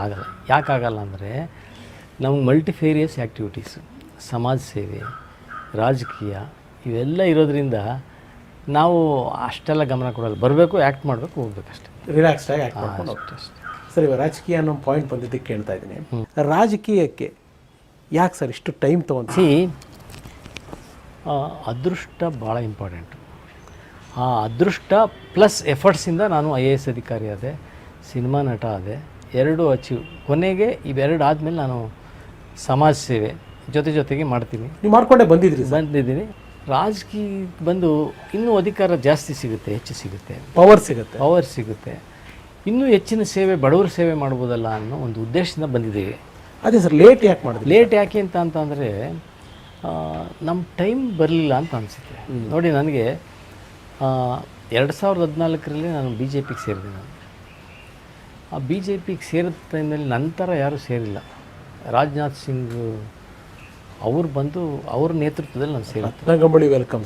ದೊಡ್ಡ ಪ್ರಮಾಣದಲ್ಲಿ 1 ಕೋಟಿ ರೂಪಾಯಿ ಖರ್ಚು ಮಾಡಿ ಸೇರಿದೆ ನಾನು. ತುಂಬ ದೊಡ್ಡ ಪ್ರಮಾಣದಲ್ಲಿ. ಹೌದು. ಆಮೇಲೆ ಇದು ಮಿಸ್ ಆಯಿತು, ಅದು ಅಸೆಂಬ್ಲಿ ಟಿಕೆಟ್ ಮಿಸ್ ಆಯಿತು ನನಗೆ. ಯಾಕೆಂದ್ರೆ ನಾನು ಆನೇಕಲ್ಲೇ ಬೇಕು ಅಂತ ನಾನು ಕೇಳ್ತೇನೆ. ಆ ಕ್ಷೇತ್ರನೇ ಯಡಿಯೂರಪ್ಪನವರು ಬೇರೆ ಕ್ಷೇತ್ರ ಎಲ್ಲ ಹೇಳಿದ್ರು. ಪಾಪ ಅವ್ರದ್ದೇನು ತಪ್ಪೇನಿಲ್ಲ. ಸಕಲೇಶ್ಪುರಕ್ಕೆ ಹೋಗು, ನಾನು ಗೆಲ್ಲಿಸ್ತೀನಿ ಹೋಗು ಅಂತ ಅಂದರು. ಸಕಲೇಶ್ಪುರ ನನಗೆ ಇಷ್ಟ ಇಲ್ಲ, ಹೋಗಲ್ಲ ಅಂದರೆ. ದೇವನಹಳ್ಳಿಗೆ ಹೋಗಂದರು, ಹೋಗಿ. ಮುಳಬಾಗಿಲಿಗೆ ಹೋಗು ಅಂದರು, ನೆಲಮಂಗಲ ಹೋಗು ಅಂದರು, ಕೊನೆಗೆ ಮಳವಳ್ಳಿಗೆ ಹೋಗು ಅಂತ ಅಂದರು. ಆದರೆ ಆಯ್ತು ಸರ್, ನೋಡೋಣ ಅಂತ ಅಂದರೆ ಅಷ್ಟರಲ್ಲಿ ಅಲ್ಲಿದ್ದವ್ರು ಯಾರೋ ಒಬ್ಬರು ನನಗೇ ಬೇಕು ಅಂದರು. ಅದು ಮಿಸ್ ಆಯಿತು. ಅದು ಮಿಸ್ ಆದಮೇಲೆ ಯಡಿಯೂರಪ್ಪನವರು MLC ಮಾಡ್ತೀನಿ ಸುಮ್ಮನೆ ಇರಪ್ಪ ಅಂತ ಅಂದರು. MLC ಟೈಮ್ ಬಂದಾಗ ಭಾಳ ಇದಾಯಿತು, ಏನು ಡಿಮ್ಯಾಂಡ್ ಜಾಸ್ತಿ ಆಯಿತು, ಅದು ಮಿಸ್ ಆಯಿತು. ಆಮೇಲೆ ಇದಕ್ಕೆ ಟೈಮಲ್ಲಿ ಕರೆದ್ರು ನನ್ನ, ಯಾರು ಲೋಕಸಭಾ ಚುನಾವಣೆ ಆ ಟೈಮಲ್ಲಿ ಕರೆದು ಕೋಲಾರ್ಗೆ ಹೋಗು ಅಂದರು. ನನ್ನ ಕೋಲಾರ ಬೇಡ ಸರ್, ಚಾಮರಾಜನಗರ ಹೋಗ್ತೀನಿ. ಆಯಿತು ಹೋಗು, ನೀನು ಕೊಡ್ತೀನಿ, ಟಿಕೆಟ್ ಕೊಡ್ತೀನಿ ಅಂತ. ಹೋಗೋತ್ತಿಗೆ ಮೊದಲು ಶ್ರೀನಿವಾಸ್ ಪ್ರಸಾದ್ ಅವ್ರಿಗೆ ಒಂದು ಮಾತು ಹೇಳ್ಬಿಟ್ಟು ಹೊಟ್ಟೋಗಪ್ಪ ಅಂತಂತ ಹೇಳಿದ್ರು. ಆಮೇಲೆ ಅವ್ರಿಗೆ ಹೋಗಿ ಹೇಳಿದೆ, ನೀವು ನಿಂತ್ಕೊಂಡು ಹೋಗಿದ್ರೆ ನಾನು ಕೋಲಾರ ಹೋಗ್ತೀನಿ, ನೀವು ಯಾವುದು ಹೇಳಿ ಅಂತ. ಅವ್ರು ಹೇಳಿದ್ರು, ಇಲ್ಲ ನಾನು ರಾಜಕೀಯಕ್ಕೆ ಬರಲ್ಲಪ್ಪ, ನಾನು ಎಲೆಕ್ಷನ್ ನಿಂತ್ಕೊಳ್ಳೋದೇ ಇಲ್ಲ, ನೀನು ಹೋಗಿ ಕೆಲಸ ಮಾಡು ಅಂತ ಹೇಳಿದ್ರು. ಸೊ ಅವ್ರು ಹೇಳಿದ್ರಲ್ಲ ಅಂತ ಅಲ್ಲೋಗಿ 500 ಹಳ್ಳಿ ಸುತ್ತದೆ, ಮನೆ ಮಾಡಿದೆ, ತುಂಬ ಕೆಲಸ ಮಾಡಿದೆ. ಎಲೆಕ್ಷನ್ ಡಿಕ್ಲೇರ್ ಆದಮೇಲೂ ಕೂಡ ನೀನು ಏನೇನು ಬೇಕೋ ಮಾಡ್ಕೊಳ್ಳಪ್ಪ, ನಿನ್ನ ಕಾರ್ಯ ಎಲ್ಲ ದುಡ್ಡುಗಿಡೆಲ್ಲ ಅಡ್ಜಸ್ಟ್ ಮಾಡ್ಕೊ ಅಂತಲೂ ಹೇಳ್ಬಿಟ್ರು ಯಡಿಯೂರಪ್ಪನವರು. ಅದಾದಮೇಲೆ ಶ್ರೀನಿವಾಸ್ ಪ್ರಸಾದ್ ಬಂದು ನಾನು ನಿಂತ್ಕೋತೀನಿ ಅಂತ ಹೇಳಿದ್ರು. ನಾನು 6 ತಿಂಗಳು ಕೆಲಸ ಮಾಡಿದ್ಮೇಲೆ ಸೊ ಅದು ಮಿಸ್ ಆಯಿತು. ಅಂದರೆ ನಾನೇನು ತಿಳ್ಕೊಡ್ತೀನಿ ಅಂದರೆ ನಮ್ಮ ಅದೃಷ್ಟ ಇಲ್ಲ ಅಂತ ಅನಿಸ್ತು. ಈಗ ನೆಕ್ಸ್ಟು ಇದು ಅಸೆಂಬ್ಲಿಗೆ ನಾನು ಆನೇಕಲ್ ಟಿಕೆಟ್ ಕೇಳ್ತಾಯಿದ್ದೀನಿ. ಪಾರ್ಟಿನವ್ರು ಕೊಟ್ಟರೆ ನಾನು ನಿಂತ್ಕೋತೀನಿ. ನನಗೆ ಅದೃಷ್ಟನೂ ಬರಬೇಕು, ಅದೃಷ್ಟ ಬೇಕು ರೀ. ನೀವು ಅದೃಷ್ಟ ಅದೃಷ್ಟ ಅಷ್ಟೇ, ಹೇಳೋಕ್ಕಾಗೋದಿಲ್ಲ. ಅದೃಷ್ಟ ಇಲ್ಲ ಅಂದರೆ ನೀವೇನು ಮಾಡಿದ್ರು ನೀವು ಸಕ್ಸಸ್ ಆಗೋದು ಕಷ್ಟ. ಕರೆಕ್ಟ್, ಸತ್ಯ ಸರ್. ಎಫರ್ಟ್ಸು ಬೇಕು, ಅದೃಷ್ಟನೂ ಬೇಕು, ಎರಡೂ ಇರಬೇಕು. ಎರಡೂ ಇರಬೇಕು. ಎರಡು ಇದ್ರೇ ನಿಮ್ಮ ಕೆಲಸ. ಲಕ್ಷ್ಮೀ ಸರಸ್ವತಿ ಇದ್ದಾಗೆ. ಅದು ಯಾವಾಗ ಬರುತ್ತೆ ನೋಡೋಣ. ಬಂದರೆ ನನಗೆ ಬಂದರೆ ಅದು ಜನಗಳ ಅದೃಷ್ಟ. ನಿಜ, ನನಗೇನು ಆಗಬೇಕಾದಿಲ್ಲ. ಕರೆಕ್ಟ್. ಈ ರಾಜಕೀಯಕ್ಕೆ ಬಂದು ದುಡ್ಡು ಮಾಡಬೇಕಾದಿಲ್ಲ, ಏನೂ ಬೇಕಾಗಿಲ್ಲ. ನನಗೆ ಏನಪ್ಪ ಅಂದರೆ ಇರೋಷ್ಟು ದಿವಸ ನನ್ನ ಜೀವನ ಸಾರ್ಥಕಪಡಿಸ್ಕೋಬೇಕಾದ್ರೆ ಸಾಕಷ್ಟು ಸಹಾಯ ಮಾಡಬೇಕು ಜನಗಳಿಗೆ, ನನ್ನ ಜೀವನ ಸಾರ್ಥಕಪಡಿಸ್ಕೋಬೇಕು ಅನ್ನೋದು ಅಷ್ಟೇ ನನ್ನ ಆಸೆ. ಸರ್, ಶಿವರಾಮ್ ಸಾಹೇಬರು ಇತ್ತೀಚೆಗೆ ಸಿನಿಮಾಗಳಲ್ಲಿ ಕಡಿಮೆ ಕಾಣಿಸ್ಕೊಂತಿದ್ರೆ ಯಾಕೆ? ಇದಕ್ಕಿಂತ ರಾಜಕೀಯದಿಂದನೇ ಪ್ರೆಷರ್ ಈ ಕಡೆ ಈ ಕಡೆ ಕಾನ್ಸಂಟ್ರೇಟ್ ಮಾಡೋದು, ಇಲ್ಲಿ ನಿಂತ್ಕೋಬೇಕು ಅಂತ ಹೇಳಿ ಅದಕ್ಕೆ ಆ ಕಡೆ ಗಮನ ಕೊಡೋಕ್ಕಾಗ್ತಾಯಿಲ್ಲ. ಸೊ ಎರಡು ದೋಣಿ ಮೇಲೆ ಕಾಣೋದು ಬೇಡ ಅಷ್ಟೇ. ಅದು ಇಲ್ಲದೇ ನಾನು ಸಿನಿಮಾ ಬಿಡಲ್ಲ, ಯಾವತ್ತಿಗೂ ಬಿಡಲ್ಲ. ಈಗ ನೋಡಿ ಇನ್ನೊಂದು ಸಾರಿ ನೋಡ್ತೀನಿ, ಆನೇಕಲ್ ಟಿಕೆಟ್ ಸಿಗಲಿಲ್ಲ ಅಂದರೆ ಬರೀ ಸಿನಿಮಾ, ಇನ್ನು ಆಮೇಲೆ ರಾಜಕೀಯ ಬಿಟ್ಟುಬಿಟ್ಟು ಬರೀ ಸಿನಿಮಾ ಮಾಡ್ಕೊಂಡಿದ್ದೆ. Super sir. ತಮ್ಮ ವಿಚಾರದಲ್ಲಿ ನಾನು ಕೇಳಿರೋ ಹಾಗೆ ತುಂಬ ಅಂದರೆ ಸಿನಿಮಾಗಳಿಗೆ ಸಾಕಷ್ಟು ಜನಕ್ಕೆ ಪ್ರೋತ್ಸಾಹ ಮಾಡಿದ್ದೀರಾ, ಸಾಕಷ್ಟು ತಂಡಗಳಿಗೆ ಸಪೋರ್ಟ್ ಮಾಡಿದ್ದಾರೆ. ಎಲ್ಲೋ ಶಿವರಾಮ್ ಸಾಹೇಬ್ರ ಆ ಧಾರಾಳತನ, ಆ ಒಂದು ದೊಡ್ಡ ಗುಣ, ಆ ಒಂದು ಬ್ರಾಡ್ ಮೈಂಡೆಡ್ನೆಸ್ಸೇ ಎಲ್ಲ ಒಂದು ಕಡೆ ನೆಗೆಟಿವ್ ಆಯಿತಾ? ಅದಾಗುತ್ತೆ. ನಮಗೆ ಅವಾಗ ಬೇಜಾರಾಗಲ್ವಾ ಸರ್ ನಿಮಗೆ? ಬೇಜಾರಾಗುತ್ತೆ. ಅದಕ್ಕೆ ಒಂದೊಂದು ಸಾರಿ ಸಿನಿಮಾದವ್ರು ನೋಡೋರೇ ಆಗೋದಿಲ್ಲ, ಅಷ್ಟು ಬೇಜಾರಾಗುತ್ತೆ. ಅಂದರೆ ನಾನು ಹೇಳಿದ್ನಲ್ಲ ಆವಾಗಲೇ, ಎಲ್ಲ ಕ್ಷೇತ್ರದಲ್ಲಿ ಒಳ್ಳೆಯವರು ಇರ್ತಾರೆ, ಕೆಟ್ಟವರು ಇರ್ತಾರೆ. ನಿಜ ಸರ್, ಅನುಭವಗಳು ನಮಗೆ ಸ್ವಲ್ಪ ಕೆಟ್ಟ ಜಾಸ್ತಿ ಆಗಿರುತ್ತೆ. ಇಲ್ಲಿ ಕೆಲವು ಸಂದರ್ಭದಲ್ಲಿ ಮೋಸನೇ ಜಾಸ್ತಿ. ಕಮರ್ಷಿಯಲ್, ಎಲ್ಲ ಕಮರ್ಷಿಯಲ್. ಬಟ್ ನಮ್ಗೆ ಅದು ಆ ಮೈಂಡ್ ಇಲ್ಲ. ನಾವು ಮೊದಲು ಯಾಕೆ ಜನಾನುರಾಗಿ ಆಗಿದ್ವಿ ಆಗಿದ್ವಿ ಅಂದರೆ ಬಡತನ ಒಂದು ಕಡೆ ನೋವನ್ನು ಅನುಭವಿಸಿದ್ರು. ಇದರ ಎಲ್ಲರ ಜೊತೆಗೆ ಬೇರೆಯವ್ರ ಕಷ್ಟ ನೋಡಿ ಅರ್ಥ ಮಾಡಿಕೊಂಡು ಅವ್ರ ಕಷ್ಟದಲ್ಲಿ ಭಾಗಿಯಾಗಬೇಕು, ಅವ್ರ ಕಣ್ಣೀರು ಒರೆಸ್ಬೇಕು ಅನ್ನೋದೇ ನಮ್ಮ ಗುರಿ, ಬೇರೆ ಏನಿಲ್ಲ. ಆ ಇದರಲ್ಲಿ ನಾವು ಇದ್ದೀವಿ. ಆದರೆ ಇಲ್ಲಿ ಸಿನಿಮಾ ಲ್ಯಾಂಡಲ್ಲಿ ಹಂಗಿಲ್ಲ. ನೀನೇನಾರು ಮಾಡ್ಕೊಳ್ಳಪ್ಪ, ದುಡ್ಡು ಅಷ್ಟೇ ಅಲ್ವಾ? ಅವಾಗ ಒಂದೊಂದು ಸಾರಿ ಬೇಜಾರಾಗುತ್ತೆ. ಬೇಜಾರಾದ್ರೂ ಕೂಡ ಎಲ್ಲರೂ ಅಣ್ಣವ್ರಂಗೆ ಇರೋಕ್ಕಾಗಲ್ಲ. ಸರ್, ತಾವು ಒಬ್ಬ ಪ್ರಖ್ಯಾತ ನಟರು, ಹಿರಿಯ ನಟರು, ನಟನೆಯಲ್ಲಿ ಸಾಕಷ್ಟು ಸಾಧನೆ ಮಾಡಿದ್ದಾರೆ. ತಮ್ಮ ಅಳಿಯ ಪ್ರದೀಪ್ ಅವರು ಕೂಡ ಒಬ್ಬ ಯಂಗ್ ಬಡ್ಡಿಂಗ್ ಆರ್ಟಿಸ್ಟ್. ಇವಾಗ ತುಂಬ ಒಳ್ಳೊಳ್ಳೆ ಚಿತ್ರಗಳು ಮಾಡ್ತಾ ಇದ್ದಾರೆ. ಸೊ ನಿಮ್ಮ ಅಳಿಯನ್ನು ನೀವು ತೆರೆ ಮೇಲೆ ನೋಡಿದಾಗ, ನಟ ಶಿವರಾಮ್, ಮಾವ ಶಿವರಾಮ್ ಅವರಾಗಲ್ಲ, ಒಬ್ಬ ನಟ ಶಿವರಾಮು ನಿಮ್ಮ ಅಳಿಯನ ಸ್ಕ್ರೀನ್ ಮೇಲೆ ನೋಡಿದಾಗ ಏನು ಅನಿಸುತ್ತೆ? ಖುಷಿ ಆಯಿತು. ಅದಕ್ಕೇ ಅವ್ರಿಗೆ ಹೆಣ್ಣು ಕೊಟ್ಟಿರೋದು. ಏಕೆಂದರೆ ನಮಗೆ ನನಗೆ ಮಗ ಇದ್ದರೆ ಅವನು ಖಂಡಿತ ನಟ ಮಾಡ್ತಾಯಿದ್ವಿ. ಆದರೆ ಈಗ ಅಳಿಯನ್ನೇ ನಾವು ಮಗ ಅಂತ ತಿಳ್ಕೊಂಡಿದ್ದೀವಿ. ಅದಕ್ಕೆ ನಾವು ಟೈಗರ್ ಮಾಡಿದ್ವಿ, ಜೊತೆಲೇ ಮಾಡಿದ್ವಿ. ಅದೇ ನಾವು ನೋಡಿದ್ದೀವಿ ಸರ್ ಆ ಪಿಕ್ಚರ್ನ. ಅವ್ರಿಗೋಸ್ಕರನೇ ಮಾಡಿದ್ದು, ನನಗೋಸ್ಕರ ಅಲ್ಲ, ಅವ್ರಿಗೋಸ್ಕರನೇ ಮಾಡಿತ್ತು.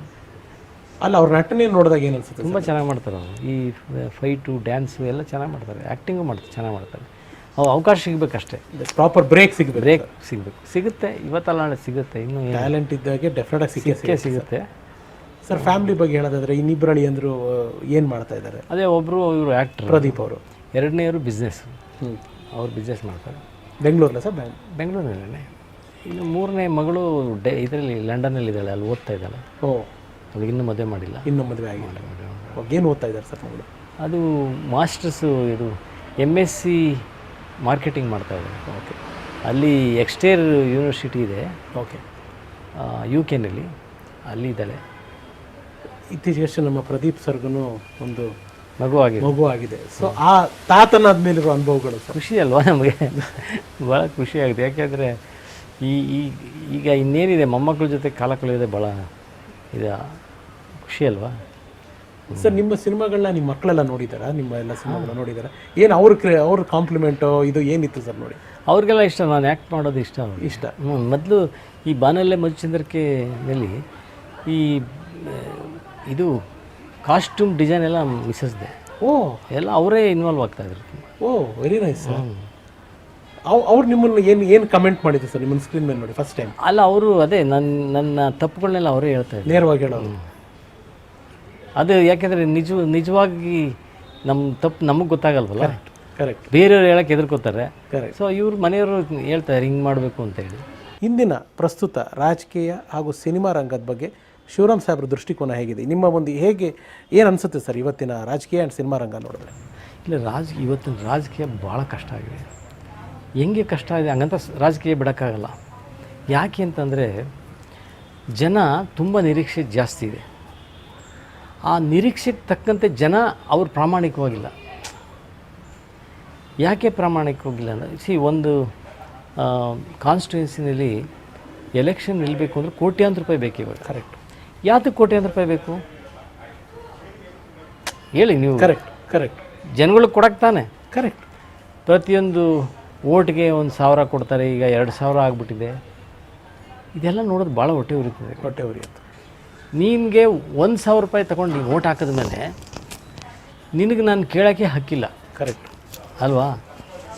ಈ ಎಲೆಕ್ಷನ್ ರೀಫಾರ್ಮ್ ಆಗಬೇಕು ಅನ್ನೋದು ನನಗೆ ತುಂಬ ಇಷ್ಟ ಇದೆ. ಯಾಕೆಂದರೆ ಎಲೆಕ್ಷನ್ಗೆ ಜನಗಳಿಗೆ ಇದಕ್ಕೆ ಹೋಗ್ಬಾರ್ದು, ಯಾವುದಕ್ಕೆ ಇದು ಕ್ಯಾನ್ವಾಸ್ಗೆ ಕಳಿಸ್ಬಾರ್ದು. ಈಗ ನಾನು ಒಂದು ಕಡೆ ಹೋಗಿದೆ, ಇದು ನಾರ್ತ್ ಈಸ್ಟ್ನಲ್ಲಿ, ಅಲ್ಲಿ ಅಬ್ಸರ್ವರ್ ಹೋಗಿದೆ, ಎಲೆಕ್ಷನ್ ಅಬ್ಸರ್ವರ್ ಆಗಿ. ಅಲ್ಲಿ ಎಲೆಕ್ಷನ್ ಇದೇ ಟ್ರೆಂಡೇ ಇಲ್ವಲ್ಲ ಅಂತ ನಾನು ನೋಡಿದೆ. ಆಮೇಲೆ ಏನಂದರೆ ಅಲ್ಲಿ NGOಸು ಒಂದು ಪ್ಲಾಟ್ಫಾರ್ಮ್ ಅರೇಂಜ್ ಮಾಡ್ತಾರೆ. ಆ ಪ್ಲಾಟ್ಫಾರ್ಮ್ನಲ್ಲಿ ಯಾರ್ಯಾರು ಕಂಟೆಸ್ಟೆಂಟ್ಸ್ ಇದ್ದಾರೆ ಅವ್ರು ಬಂದು ಮಾತಾಡೋದು ಅಷ್ಟೇ. ನಾನು ಅವ್ರನ್ನ ಕೇಳಿದೆ, ನೀವು ಎಷ್ಟು ಖರ್ಚಾಗುತ್ತೆ?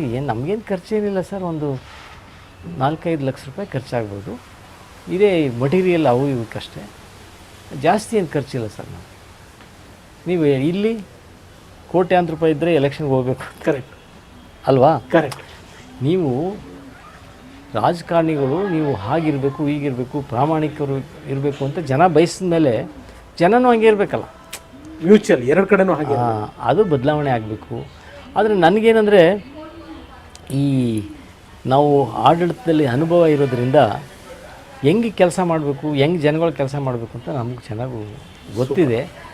ಒಂದು ಸಾರಿ ನನಗೆ ಅವಕಾಶ ಸಿಕ್ಕಿದ್ರೆ ನಾನು ಒಬ್ಬ ರಾಜಕಾರಣಿ ಹೇಗಿರಬೇಕು ಅನ್ನೋದು ತೋರಿಸ್ಬೋದು ಅಂತ ನನ್ನ ಆಸೆ. ತೋರಿಸ್ತೀರ ಸರ್. ಇವಾಗ ಈ ವಿಷಯ ನೀವು ತುಂಬ ಚೆನ್ನಾಗಿ ಮಾತಾಡಿದ್ರಿ. ಇದಕ್ಕೆ ಈ ಪ್ರಶ್ನೆ ಒಂದು ಉದ್ಭವ ಆಯಿತು. ಅಂದ್ರೆ ನಾನು ಜನರಲ್ ಒಬ್ಬ ಸಾಧಾರಣ ಒಬ್ಬ ಶ್ರೀಸಾಮಾನ್ಯನಾಗಿ ನಿಮಗೆ ಪ್ರಶ್ನೆ ಕೇಳ್ತಾ ಇರೋದು, ಸಿನಿಮಾ ಅಂತ ಬರ್ತಾರೋಗೇನೆ ಇವಾಗ ನಿಮಗೆ ಗೊತ್ತಿರೋಗೆ ನಮ್ಮ ಉಪೇಂದ್ರ ಸರು ಒಂದು ರಾಜಕೀಯ ಪಕ್ಷ ಪ್ರಜಾಕೀಯ ಅಂತ ಮಾಡ್ಕೊಂಡಿದ್ದಾರೆ. ಅವರಲ್ಲಿ ಹೇಳ್ತಾ ಇರೋ ವಿಚಾರಧಾರೆಗಳು ತಾವು ಏನು ಹೇಳಿದ್ರಿ, ಬಹುಶಃ ಎಲ್ಲ ಅದನ್ನೇ ಅವರ ಒಂದು ಪಕ್ಷದ ಒಂದು ಸಿದ್ಧಾಂತನೋ ಅಥವಾ ಅವ್ರದ್ದು ಇದೋ ಹೇಳ್ತಾ ಇದ್ದಾರೆ. ಸೊ ಸಿನಿಮಾದವರಾಗಿ ಇವಾಗ ಸಿನಿಮಾದವರು ರಾಜಕೀಯ ಪಕ್ಷ ಕಟ್ಕೊಂಡು ಅವ್ರು ಮಾಡ್ತಿರೋದ್ರಿಂದ ನಿಮ್ಗೆ ಆ ಸಿದ್ಧಾಂತಗಳು ಇದು ಪಾಲಿಟಿಕ್ಸಲ್ಲಿ ಎಷ್ಟು ಮಟ್ಟಿಗೆ ಕರೆಕ್ಟ್ ಅನ್ಸುತ್ತೆ? ಅದು ಸಕ್ಸಸ್ ಆಗಲ್ಲ. ಅದು ಯಾಕಾಗಲ್ಲ ಅಂದರೆ ಎಲ್ಲಿವರೆಗೆ ನಾನು ಹೇಳಿದ್ನಲ್ಲ, ಎಲ್ಲಿವರೆಗೂ ಜನ ಪ್ರಾಮಾಣಿಕರಾಗಲ್ಲ ಅಲ್ಲಿವರೆಗೂ ಈ ಕೆಲಸ ಮಾಡೋಕ್ಕಾಗಲ್ಲ. ಈ ಸಿದ್ಧಾಂತಗಳು ವರ್ಕ್ ಆಗಲ್ಲ. ಅವರು ಉಪೇಂದ್ರವರು ಐಡಿಯಾಲಜಿ ಕರೆಕ್ಟು, ನಾನು ದುಡ್ಡೇ ಇಲ್ಲ ಮಾಡ್ತೀವಿ ಅಂತಾರೆ, ಅದು ವರ್ಕೌಟ್ ಆಗಲ್ಲ. ದುಡ್ಡಿಲ್ಲದೆ ರಾಜಕೀಯನೇ ಇಲ್ಲ, ಇದು ಶತಸಿದ್ಧ ಸಾಗೋದು ಸಾಧ್ಯನೇ ಇಲ್ಲ.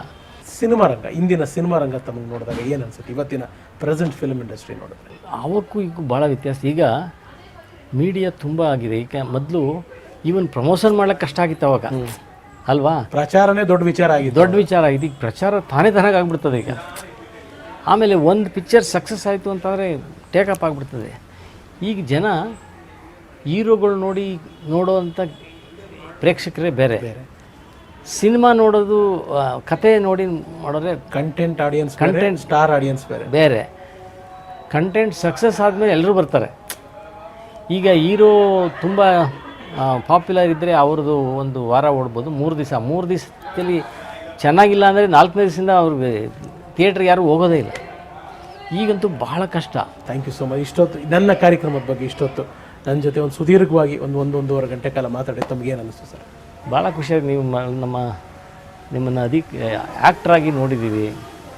ಅದು ರೆಕಗ್ನೈಸ್ಡ್, ಜೋಗಿನಲ್ಲಿ ರೆಕಗ್ನೈಸ್ಡ್ ಕ್ಯಾರೆಕ್ಟರ್ ಅದು. Yes sir. ಹಾಂ, ಆಮೇಲೆ ನಮ್ಮ ರಾಮ್ ನಿಮ್ಮನ್ನು ಬರ್ತಾರೆ ಅಂದರೆ ಭಾಳ ಖುಷಿ ಆಯಿತು. ಬಂದಿದ್ದೀನಿ. ಒಂದು 2-3 ಜನ ಕೇಳಿದ್ರು ನನಗೆ, ಅಯ್ಯೋ ಟೈಮೇ ಇಲ್ಲಪ್ಪ ಅಂತ. ಟೈಮೇ ಕೊಡಲಿಲ್ಲ ನಾನು. ಗೊತ್ತು ಸರ್, ಗೊತ್ತು. ಅದಕ್ಕೆ ನಾವು ಫಸ್ಟ್ ಅದಕ್ಕೆ ನೀವು ಬರ್ತೀವಿ ಅಂದಮೇಲೆ ನಾವು ಟೈಮ್ ಮಾಡ್ಕೊಂಡು ಇವತ್ತು ಕಾಯ್ತಾ ಇದ್ವಿ ನಾವು. Thank you sir. ಭಾಳ ಖುಷಿ ಆಯಿತು ನಿಮ್ಮ ಜೊತೆ ಮಾತಾಡಿ. Thank you sir. ಆಮೇಲೆ ಬೇರೆಯವರು ಇಂಟ್ರ್ಯೂ ಮಾಡೋದಕ್ಕೂ ಒಬ್ಬ ನಟ ನಿರ್ದೇಶಕ ಮಾಡೋದಕ್ಕೂ ವ್ಯತ್ಯಾಸ ಇದೆ. Thank you sir. Thank you sir. Cinema ಲ್ಯಾಂಡ್ನವರೇ ಅದರಿಂದ ಮಾಡೋದು ಭಾಳ ವ್ಯತ್ಯಾಸ ಇದೆ. ಭಾಳ ನನಗೂ ಖುಷಿ ಆಯಿತು. ಕೆಲವು ಅನಿಸಿಕೆಗಳನ್ನು ನಾನು ಹಂಚ್ಕೊಂಡಿದ್ದೀನಿ. I am real grateful to you also.